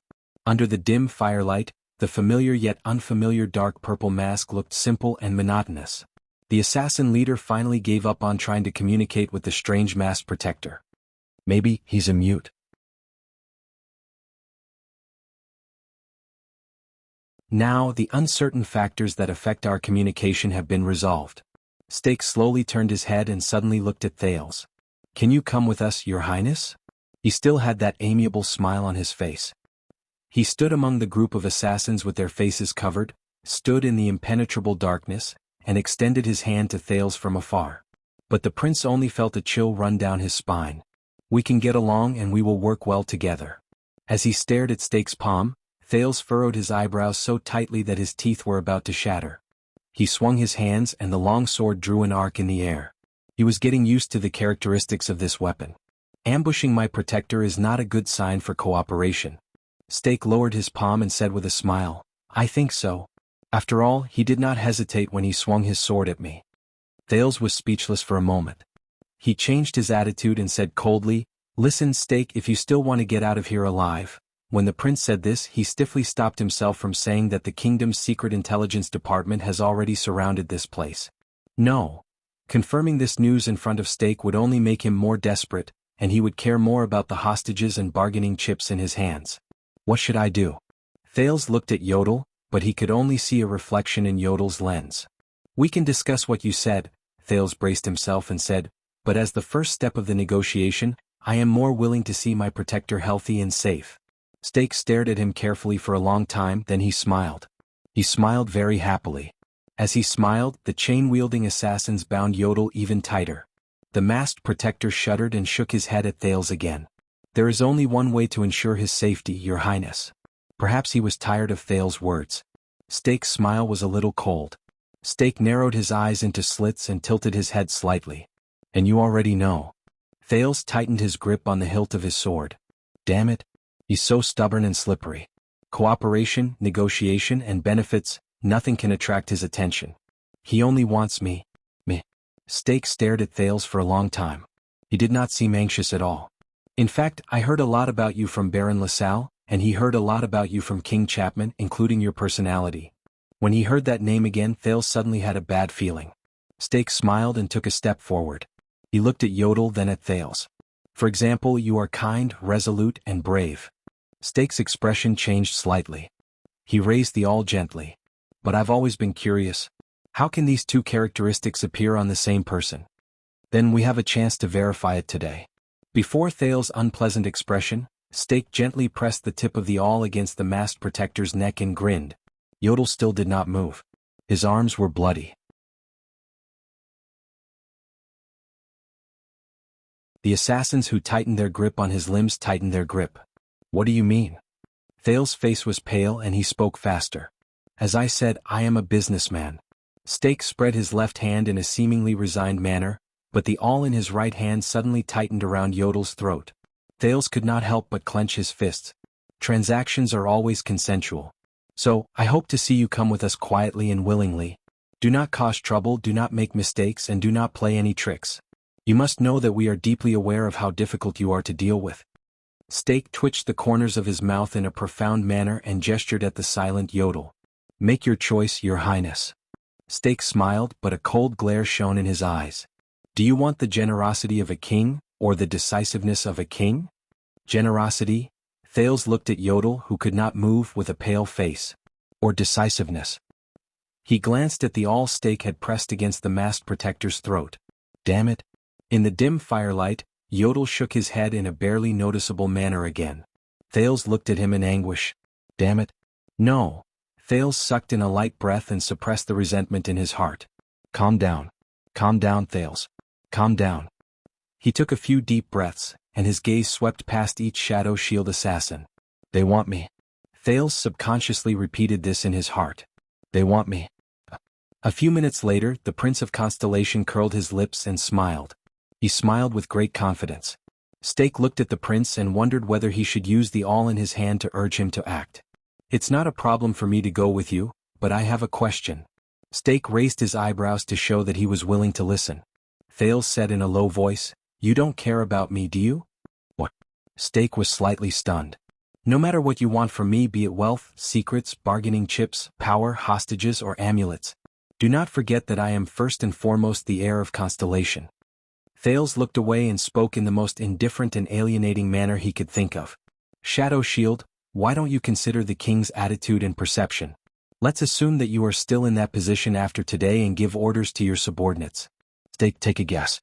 After today, compared to Lampard and my father, what kind of future will the future Thales the First give you?" Stake's expression changed slightly, and his expression slowly turned cold. Whoosh. The prince coldly raised his long sword and pointed it at Stake. "What kind of future will Constellation give you in the decades I am on the throne? If you really value me, then you will not use the life of a guard to threaten me," Thales said coldly with a tough attitude, "but you still did it. Maybe it's because you don't care." Stake narrowed his eyes slightly. "Your Highness, but Thales spoke very quickly and interrupted him. The prince said calmly and steadily, "There is only one explanation for this. Perhaps you are not afraid of killing him, of angering me, and of the possible consequences." Every word he said made Stake frown even tighter. Thales looked at the incredibly disheveled Yodel from a distance. In his mind, the scene of him carrying the wounded and dying Thales as he moved through the roofs, alleys, sentry towers, and city walls of Eternal Star City appeared in his mind. He subconsciously clenched his fists. "Perhaps being loyal to me and working with me was a lie," Thales said with a cold smile. "Because when you came to me under the guise of flattery, you did not intend to let me ascend the throne at all. You did not want me to be crowned and become a king to cause trouble for you, right? Perhaps, after you took me away and used me, you intended to kill me." As he listened to Thales' words, Stake's expression became even more unpleasant. At that moment, Yodel's mask moved slightly, and the reflection of fire flashed through the holes of the lenses. "From the looks of it, I have no choice at all." Thales gritted his teeth and raised his long sword. "Once you kill him, it will prove your stance. For my future, for my throne, I can only fight to the death, and I will not rest until I bleed to death." He stared at each assassin with determination and coldness. "Am I right?" Black Prison suddenly became very quiet. Only the indistinct sounds of fighting could be heard in the distance. Yodel struggled again, but Stakes all pressed against him, making him unable to move. Stake stared at Thales. It was as if he was getting to know him for the first time. A few seconds passed. Stake finally took a deep breath and tried to force a smile. "Your Highness, we do not have to be in such a deadlock," but Thales interrupted him again. "But you have a choice." Unexpectedly, the Prince of Constellation, who had a frosty expression just a moment ago, now smiled. "What I said just now was just a hypothesis, Stake, a hypothesis that once you kill him." Stake frowned again. "But I guess you are not the kind of person who is willing to walk down Ting's old path until the very end, Stake. So, if you want to prove your sincerity, prove that you are useful to me, and that I do not need to fight to the death, you might as well start now." Stake stared at him and his expression froze. Thales put away his aggressive expression just now and raised a finger seriously. "There is only one way to ensure your future." Thales lowered his sword and extended his palm towards Yodel. His gaze never left Stake. "And you already know, Stake." As he listened to the prince's reply, Stake could not help but frown. Thales stared at him. Yodel's mask was still dark and heavy. The only holes in the lenses reflected the faint light of fire. Stake's face contorted. "Make your choice, Stake." At that moment, Thales' eyes were bright, and he deliberately said in a deep voice, "You also have two paths in front of you. One can make me cooperate with you in a friendly manner, and the other can only make me fight to the death." He curled up the corners of his lips. His left hand gently brushed against the ridge of the silver diamond longsword, and he gestured at the bound Yodel with his chin. "You want the king's forgiveness." Thales laced his fingers together and tapped his head calmly. "Or the king's life?" At that moment, Stake's face was livid. Black Prison was terrifyingly silent, as if the people in the distance had been isolated. Even the sounds of the battle between the Disaster Swords and Shadow Shield did not come for a long time. The Prince of Constellation and the leader of the assassins' gazes met several times in the firelight. The masked protector slowly lowered his head and did not move. Finally, after struggling for a while, Stake's expression relaxed completely. He forced himself to curl up the corners of his mouth and put on an indignant smile. "You live up to your reputation, Your Highness." Stake let out a long sigh. As if resigned to his fate, he removed the sharp awl from Yodel's throat and left the masked protector's side. At that moment, Thales finally breathed a sigh of relief from the bottom of his heart while he held his long sword tightly. Stake put away his weapon, rubbed his chin and said in a profound tone, "You threw the dilemma of choosing back to me and forced me to retreat without a choice. Who taught you this? A hot-blooded and brainless Northlander?" Thales chuckled. "My father." He lowered his long sword and his mind wandered for a moment. His thoughts returned to the past. 6 years ago he used this method to put an end to a bloody war between Constellation and the dragon. Stake nodded. But at that moment Thales felt his hair stand on end. His hell's senses instantly sensed something strange. Someone's there. At that moment the prince, who had been through a lot of danger, subconsciously turned around and swung his long sword. The sin of Hell's river surged into his mind, and it was as if time had slowed down in an instant. Asterisk whoosh. Asterisk with the sound of a sleeve slicing through the air, Thales saw the ambusher's figure clearly in shock and anger. Assassin. In that extended second, Thales saw the situation clearly in shock. 3 assassins in shadow shields attire charged at him from his left and right. They were either wearing boxing gloves or wielding blunt weapons. On the other side, Stake put away a strange-looking soundless bone whistle into his bosom with a satisfied smile. "This is a diversion. They want to capture me alive. They're not prepared to negotiate with me at all," Thales subconsciously said in his heart. H*T. The sin of Hell's river surged into his body and filled his arms and legs.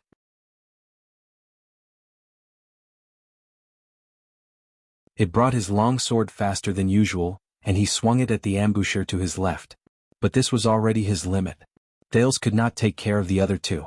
"No, *T, it's too late." In that second Thales thought in a daze. "I learned another lesson.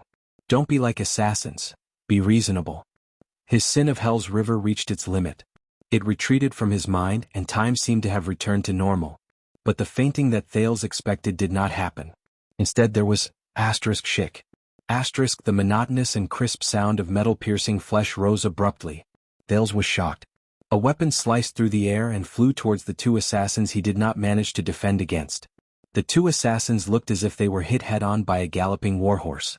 They trembled in the air and froze. Bang. The 2 of them flew in the opposite direction and crashed into the wall one after the other. Thales looked at the 2 assassins in shock. They were nailed to the wall one after the other by a weapon that sliced through the air. It was a normal long sword that pierced through their chests, and they were pinned to the wall one after the other. The only thing they could do was twitch. Stake and his companions could not react at all. They could only stare blankly at the long sword that shot towards them like a javelin, as if it had descended from the sky. It was still trembling on the wall. Thud. Thud. Thud. Thales did not have time to think. An unfamiliar figure suddenly appeared beside him. The prince turned his head around. He could only see the unfamiliar figure extend his arm and accurately seize the 3rd assassin's throat. The assassin seemed to be in disbelief. He struggled to fight back, but his opponent did not give him any chance. He struck the wall beside him diagonally. Thud. A heavy, muffled sound rose. The unfamiliar figure pulled back his arm, seized the assassin tightly, and slammed him against the wall again. Thud. A second muffled sound rose. The assassin's opponent pulled back the assassin in his arm for the second time and slammed him against the wall one last time. Crack. A strange and ominous crisp sound rose. In the next second, the assassin slid down from his opponent's arm limply. He fell to the ground and did not move. The air became calm again. Thales looked at his surroundings with a dumbfounded expression. 2 assassins were nailed to the wall. They were moaning in pain and it seemed like they were about to die. There was another person who fell limply to the ground without a sound. From the moment the longsword flew over to the moment the last assassin fell to the ground, only a little more than a second had passed. The 3 assassins who were prepared to ambush him had all died. I'm really rusty." The newcomer walked to Thales' side, swung his left hand and grumbled incoherently. The prince stared at this person dumbfounded.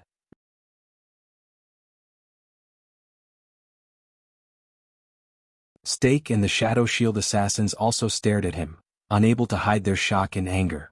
This uninvited guest. A man's figure was illuminated by the dim firelight. A very special man. He wore the light, slightly worn leather armor unique to mercenaries, but he was equipped with a total of 8 or 9 weapons. The man held 2 crossguard swords in his right hand, one long and one heavy. A slightly old one-handed axe and a bag of arrows were tied to his back. A fully strung infantry crossbow hung from his left leg, a sheathless saber was tied to his right leg, a blood-stained hammer was tied to his waist, and a straight saber with a chipped edge was tied to the side of his waist. There was even a short sword that was the length of a forearm in his mouth. He's like a human-shaped armory. Thales thought dumbly. He's dressed like a mercenary. Is he from Disaster Sword? No, doesn't seem like it. The man was not young and he was not neat either. In fact, his hair was messy past his ears, and he only used a dirty string to tie it behind his head. He looked unkempt and his face was bruised and swollen. He was missing a piece of scalp on the right side of his forehead, and there was even a black-rimmed extravasated blood in his left eye. Aside from the leather armor that was still brand new, the rest of his clothes were tattered.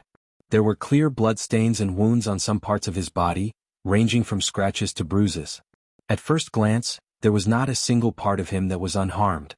It was as if he had just come back from being tied to a horse and dragged in the sand. But what was special was his chin. Even though he looked dirty, unkempt, and a little hairy, the man had shaved his chin clean, leaving only a patch of green. It formed a stark contrast with the upper half of his face. Wait, beard? Thales suddenly shuddered. He looked at the man's forehead and he was instantly shocked. As expected. There was a ferocious and terrifying blood-red brand there. It was the alphabet of the ancient empire. Thales stared at the man beside him in a daze. He watched him remove the short sword from his mouth, grimaced, arched his back and swung his upper arms. He was like a warhorse that had not been out of its cage for a long time, and was exercising its joints. It's him.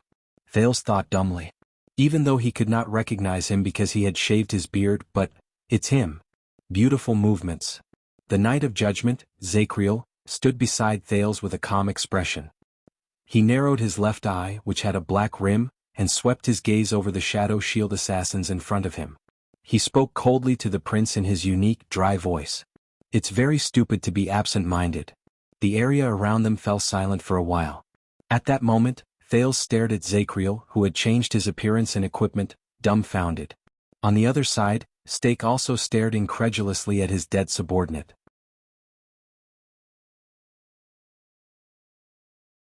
Even Yodel, who was tightly bound, shuddered a little. Where did you come from? Stake put away his shock and became extremely vigilant. He stared at Zacriel with his entire body tensed up and motioned for the assassins to bind Yodel tighter. This man gives me a very bad feeling. Zacriel snorted coldly as if he was not interested in talking to Stake. He only stared at the captive Yodel and shook his head slowly. Stake scrutinized the new guest and asked cautiously, "Where is our sentinel?" Zacriel frowned slightly. "Sentinel?" Zacriel shook his head and mumbled, "I didn't run into any. On the way here, aside from some blind people hiding in the dark." Zacriel thought about it. "I don't think I ran into any normal sentinels. For example, glacial sentinels are troublesome characters." When he remembered his unpleasant past, Zacriel frowned hard. Beside him, Thales took a long deep breath. "Why you found Razor? Bah, you're still alive?" Thales could not believe his eyes. He sized Zacriel up from head to toe and asked in a stiff and clumsy manner. "Yes." Zacriel's gaze was still unfocused, as if he was not paying attention. He snorted like a tired patient to show his answer. Thales blinked in surprise. "Where are the enemies? Where are the people who surrounded you?" Zacriel rubbed his eyes as if he was not used to the light source. "They ran away," he answered gloomily. The Prince of Constellation rolled his eyes in puzzlement. "Ran away? They ran away just like that? How is that possible? 18 disaster swords let you go just like that?" Thales could not understand it. Zacriel tugged at his mercenary leather armor and shook his shoulders in extreme discomfort. "Yes, they ran away." The Knight of Judgment, who was released from prison, silently recalled the battle just now. "Those sword peddlers, they ran away. How many of them ran away?" Zacriel scratched his head. 2 or 3. Maybe 4? I can't remember. When he thought of this, Zacriel exhaled in displeasure. He pounded his forehead in pain and felt sad.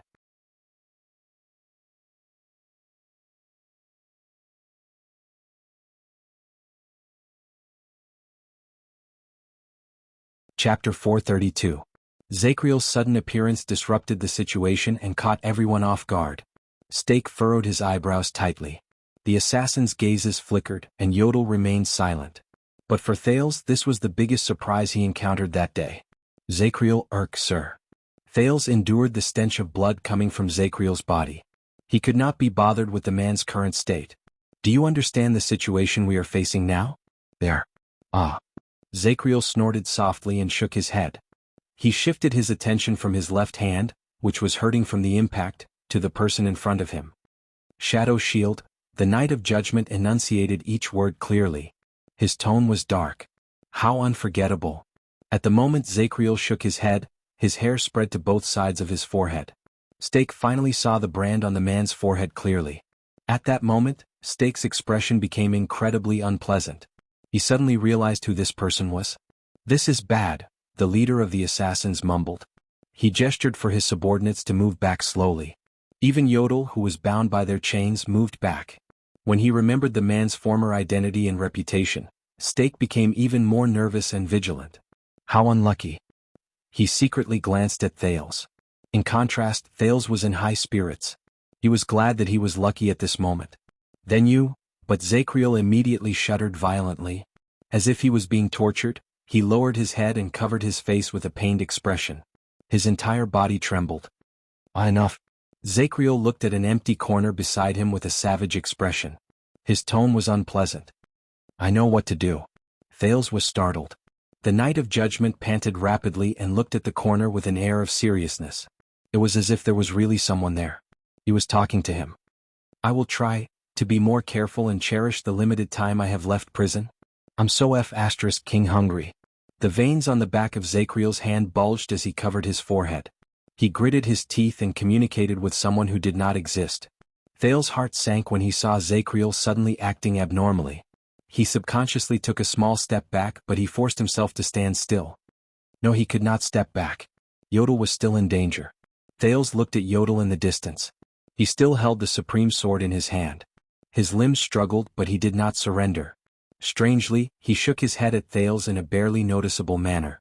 On the other side, Stake's eyebrows twitched as he observed all of this. He seemed to be deep in thought. Are you okay? Another world? Thales took a deep breath and asked the long-faced man beside him in a tentative manner. Zacriel took a few deep breaths. His face turned from green to red and returned to normal. It's fine. The Knight of Judgment shut his eyes tightly and pushed against his forehead with his palm.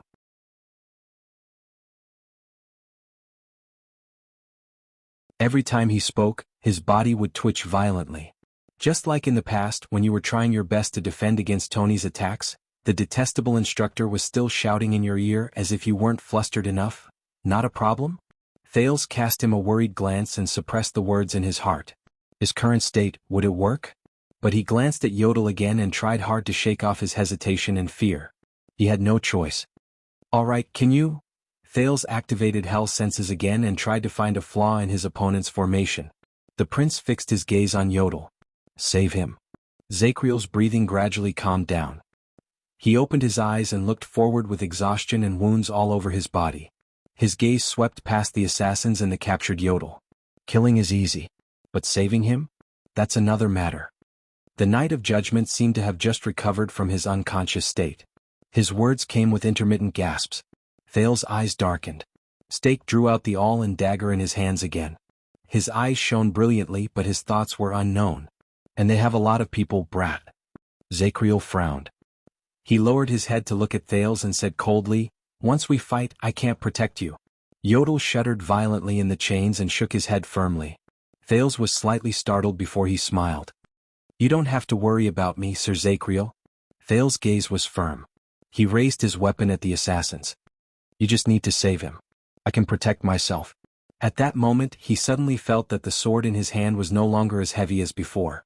Zacriel narrowed his eyes slightly. Your Highness. On the other side, Stake suddenly spoke loudly. Are you sure this is a good idea? He showed a gentle smile again. I believe that we can solve this through negotiation. Thales snorted softly. Aren't we negotiating right now? The prince took a step back and flung Ricky's longsword away. He positioned himself in the iron body style and said coldly, With a sword, not with your mouth. Stake's expression darkened. Zacriel was silent. He looked at Thales, then at Yodel. How important is he to you? The Knight of Judgment asked faintly, is he worth throwing away your life for? Thales curled up the corners of his lips. Zacriel. How important are your brothers in the royal guards to you? The prince asked with a smile. Zacriel was silent for a moment. The brand on his face trembled slightly under the waning firelight. Don't die. The Knight of Judgment stared at the enemy in front of him. He coldly bit the short sword in his left hand back into his mouth. Your Highness, I don't know your name. At that moment, Stake's expression changed drastically. Right after he said no, Zacriel's figure flashed and he closed in on Stake. Amidst the howling wind, he went straight for the 4 people who were restraining Yodel.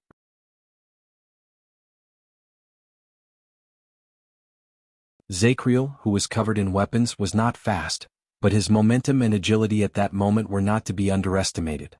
The Shadow Shield assassins, who had been prepared for a long time, reacted very quickly. 4 to 5 figures immediately jumped out of the darkness and went to intercept the long-faced man. At that moment, Thales could clearly see scattered orange-red light coming from Zacriel's body with Hell's senses. Compared to Araka, Sonia, and Nicholas' power of eradication, which was connected to each other and covered their entire bodies, the man's power of eradication seemed intermittent and scattered, like the stingy rainwater in the desert. There was a drop here and a drop there. There was no order to it. But Thales' thoughts immediately changed. No. It's not that there's no order to it. Thales watched the orange-red light change its trajectory, and a thought appeared in his mind. First, it gathered at his waist and left hand. Asterisk. A gust of wind sliced through the air. The moment Zacriel took a step forward, he turned his body sideways as if he had predicted it, and narrowly avoided an arrow that grazed past his nose. He swung his left hand, and the throwing axe on his back flew out to the ceiling on the upper left. Swoosh. With a grunt, an assassin with a crossbow fell to the ground from the darkness. The first. A piece of trash with terrible aim. Zacriel counted in his heart. The Knight of Judgment's momentum was blocked, and 3 assassins had already caught up to him. They moved to Zacriel's sides, 1 on the left and 2 on the right. They attacked with their weapons. The 4th assassin went up to Zacriel. He held 4 hiltless daggers in his right hand. When he saw that Zacriel was surrounded by 4 people, Thales, who was watching from the side, held his breath. In his field of vision, the orange-red light alternated between bright and dark. It spread intermittently to the Knight of Judgment's calf, right hand, and back. At that moment, Zacriel calmly stopped moving and stomped on the ground. With a nimble turn of his body, he passed by the enemies on his left and right. For a moment, Thales thought he saw the kingdom's wrath charging into the enemy's formation alone. But the Knight of Judgment did not charge forward in anger, nor did he break through at all costs. He did not bleed in exchange for his life. The middle-aged man shook his shoulders. The quiver on his back and the 2 swords in his right hand instantly flew out. The quiver flew towards the enemies coming at him from the front, and the long sword shot towards the 2 assassins on the right. A soft sound rose. The quiver collided with the flying daggers and was torn to shreds. The bundle of arrows scattered in the air. Thud. Clang. 2 swords pierced the ground and perfectly blocked the path of the 2 assassins on the right, forcing them to adjust their postures or leap over them.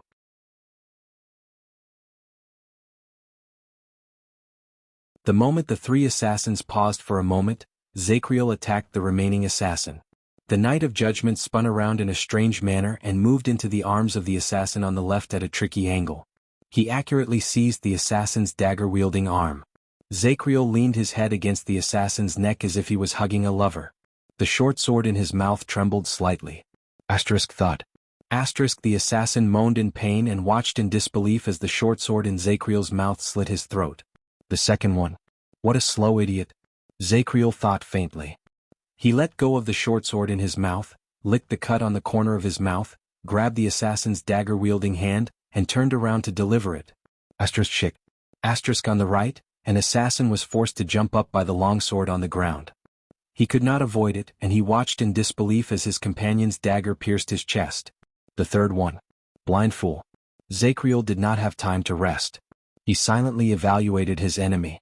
He extended his right arm and used the momentum to push the poor fool whose chest was pierced. He used him as a shield and pushed him forward. The second assassin on the right gritted his teeth. He was about to push his companion's corpse away, But against his expectations, a bloody straight saber pierced through the corpse's back and went straight into his throat. The fourth one. Brainless idiot. Zakriel's expression remained calm. He let go of the saber that pierced two people with his right hand and touched the back of his waist. His left hand grabbed a falling arrow in the air, and he threw it at the assassin in front of him with his bare hands. Asterisk clang. Asterisk a soft sound rose.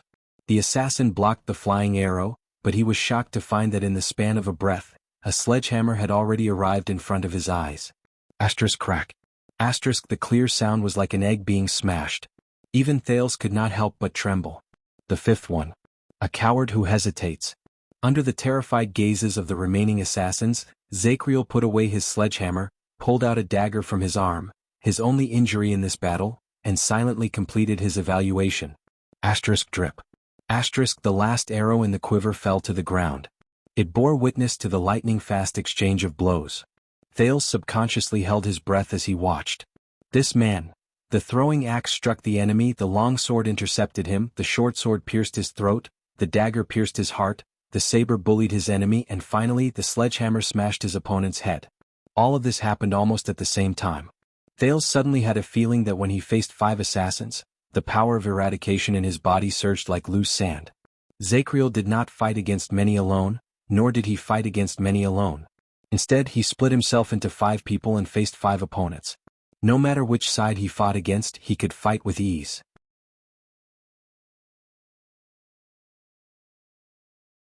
His palms, his arms, his waist, his shoulders, his legs, every part of his body, and even the seemingly cumbersome weapons all over his body, seemed to have their own consciousness.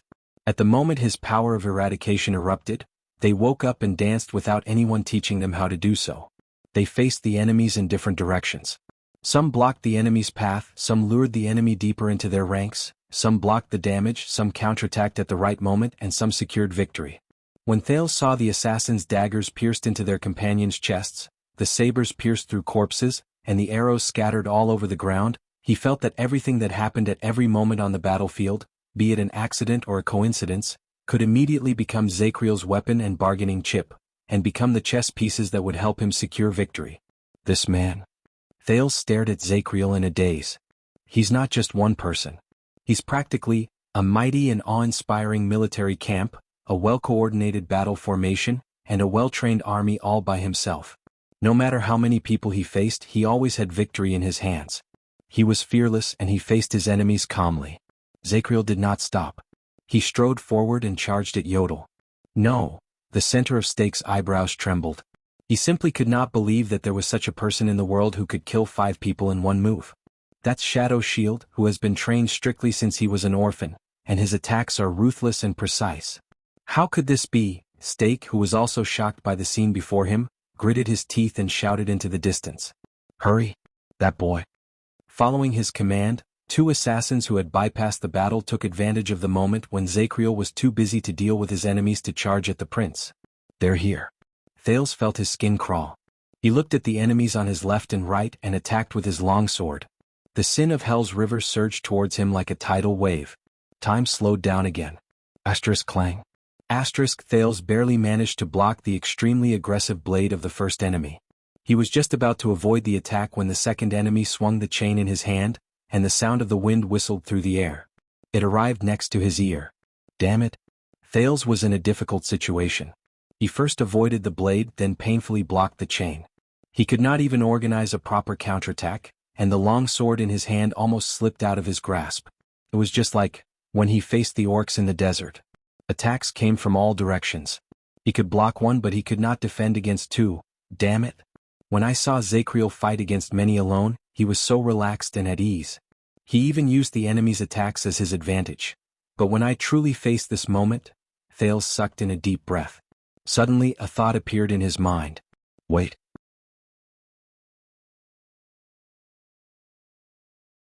One against many. Zakriel. He used the enemy's attacks as his advantage?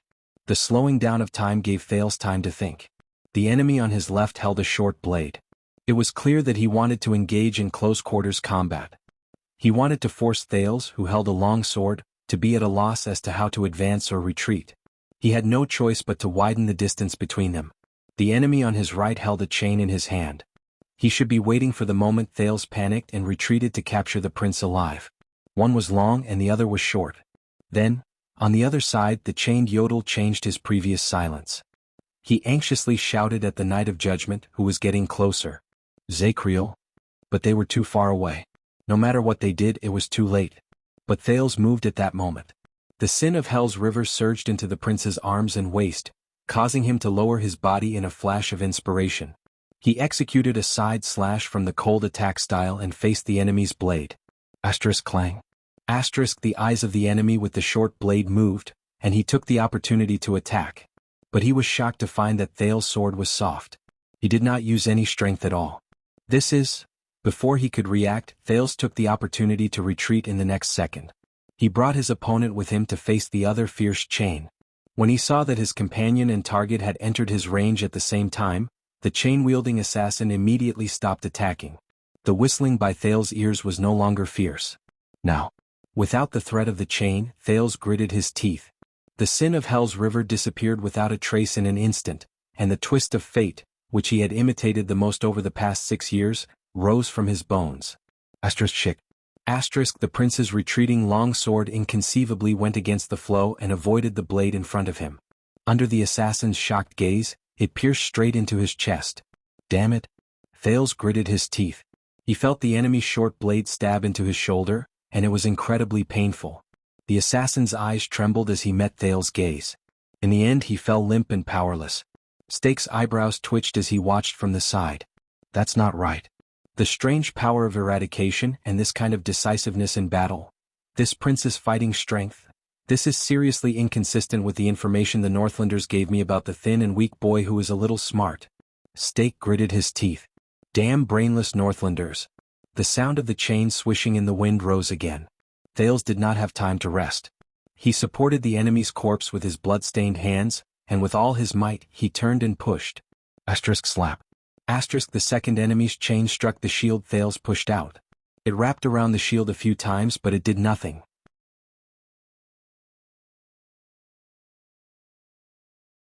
Thales took the chance to roll out of the danger zone while holding his shoulder. He endured the pain and raised his sword again. The enemy was very surprised by his companion's sudden death. In his anger he flung his weapon again. But he no longer had the chance. Asterisk shing. Asterisk a crisp sound rose. The chain-wielding enemy trembled slightly.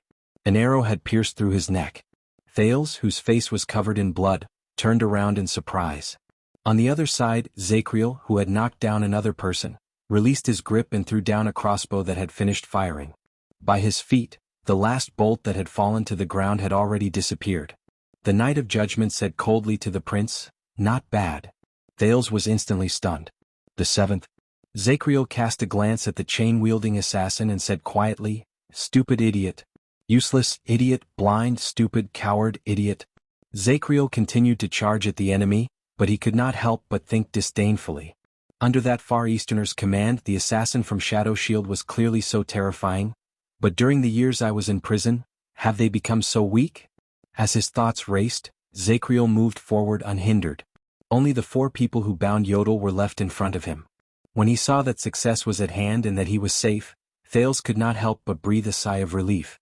Then Stake, who had almost used up all his trump cards, roared, moved past all his subordinates and rushed forward. At that moment, the bound Yodel struggled with all his might and cried out involuntarily. No! Something unexpected happened.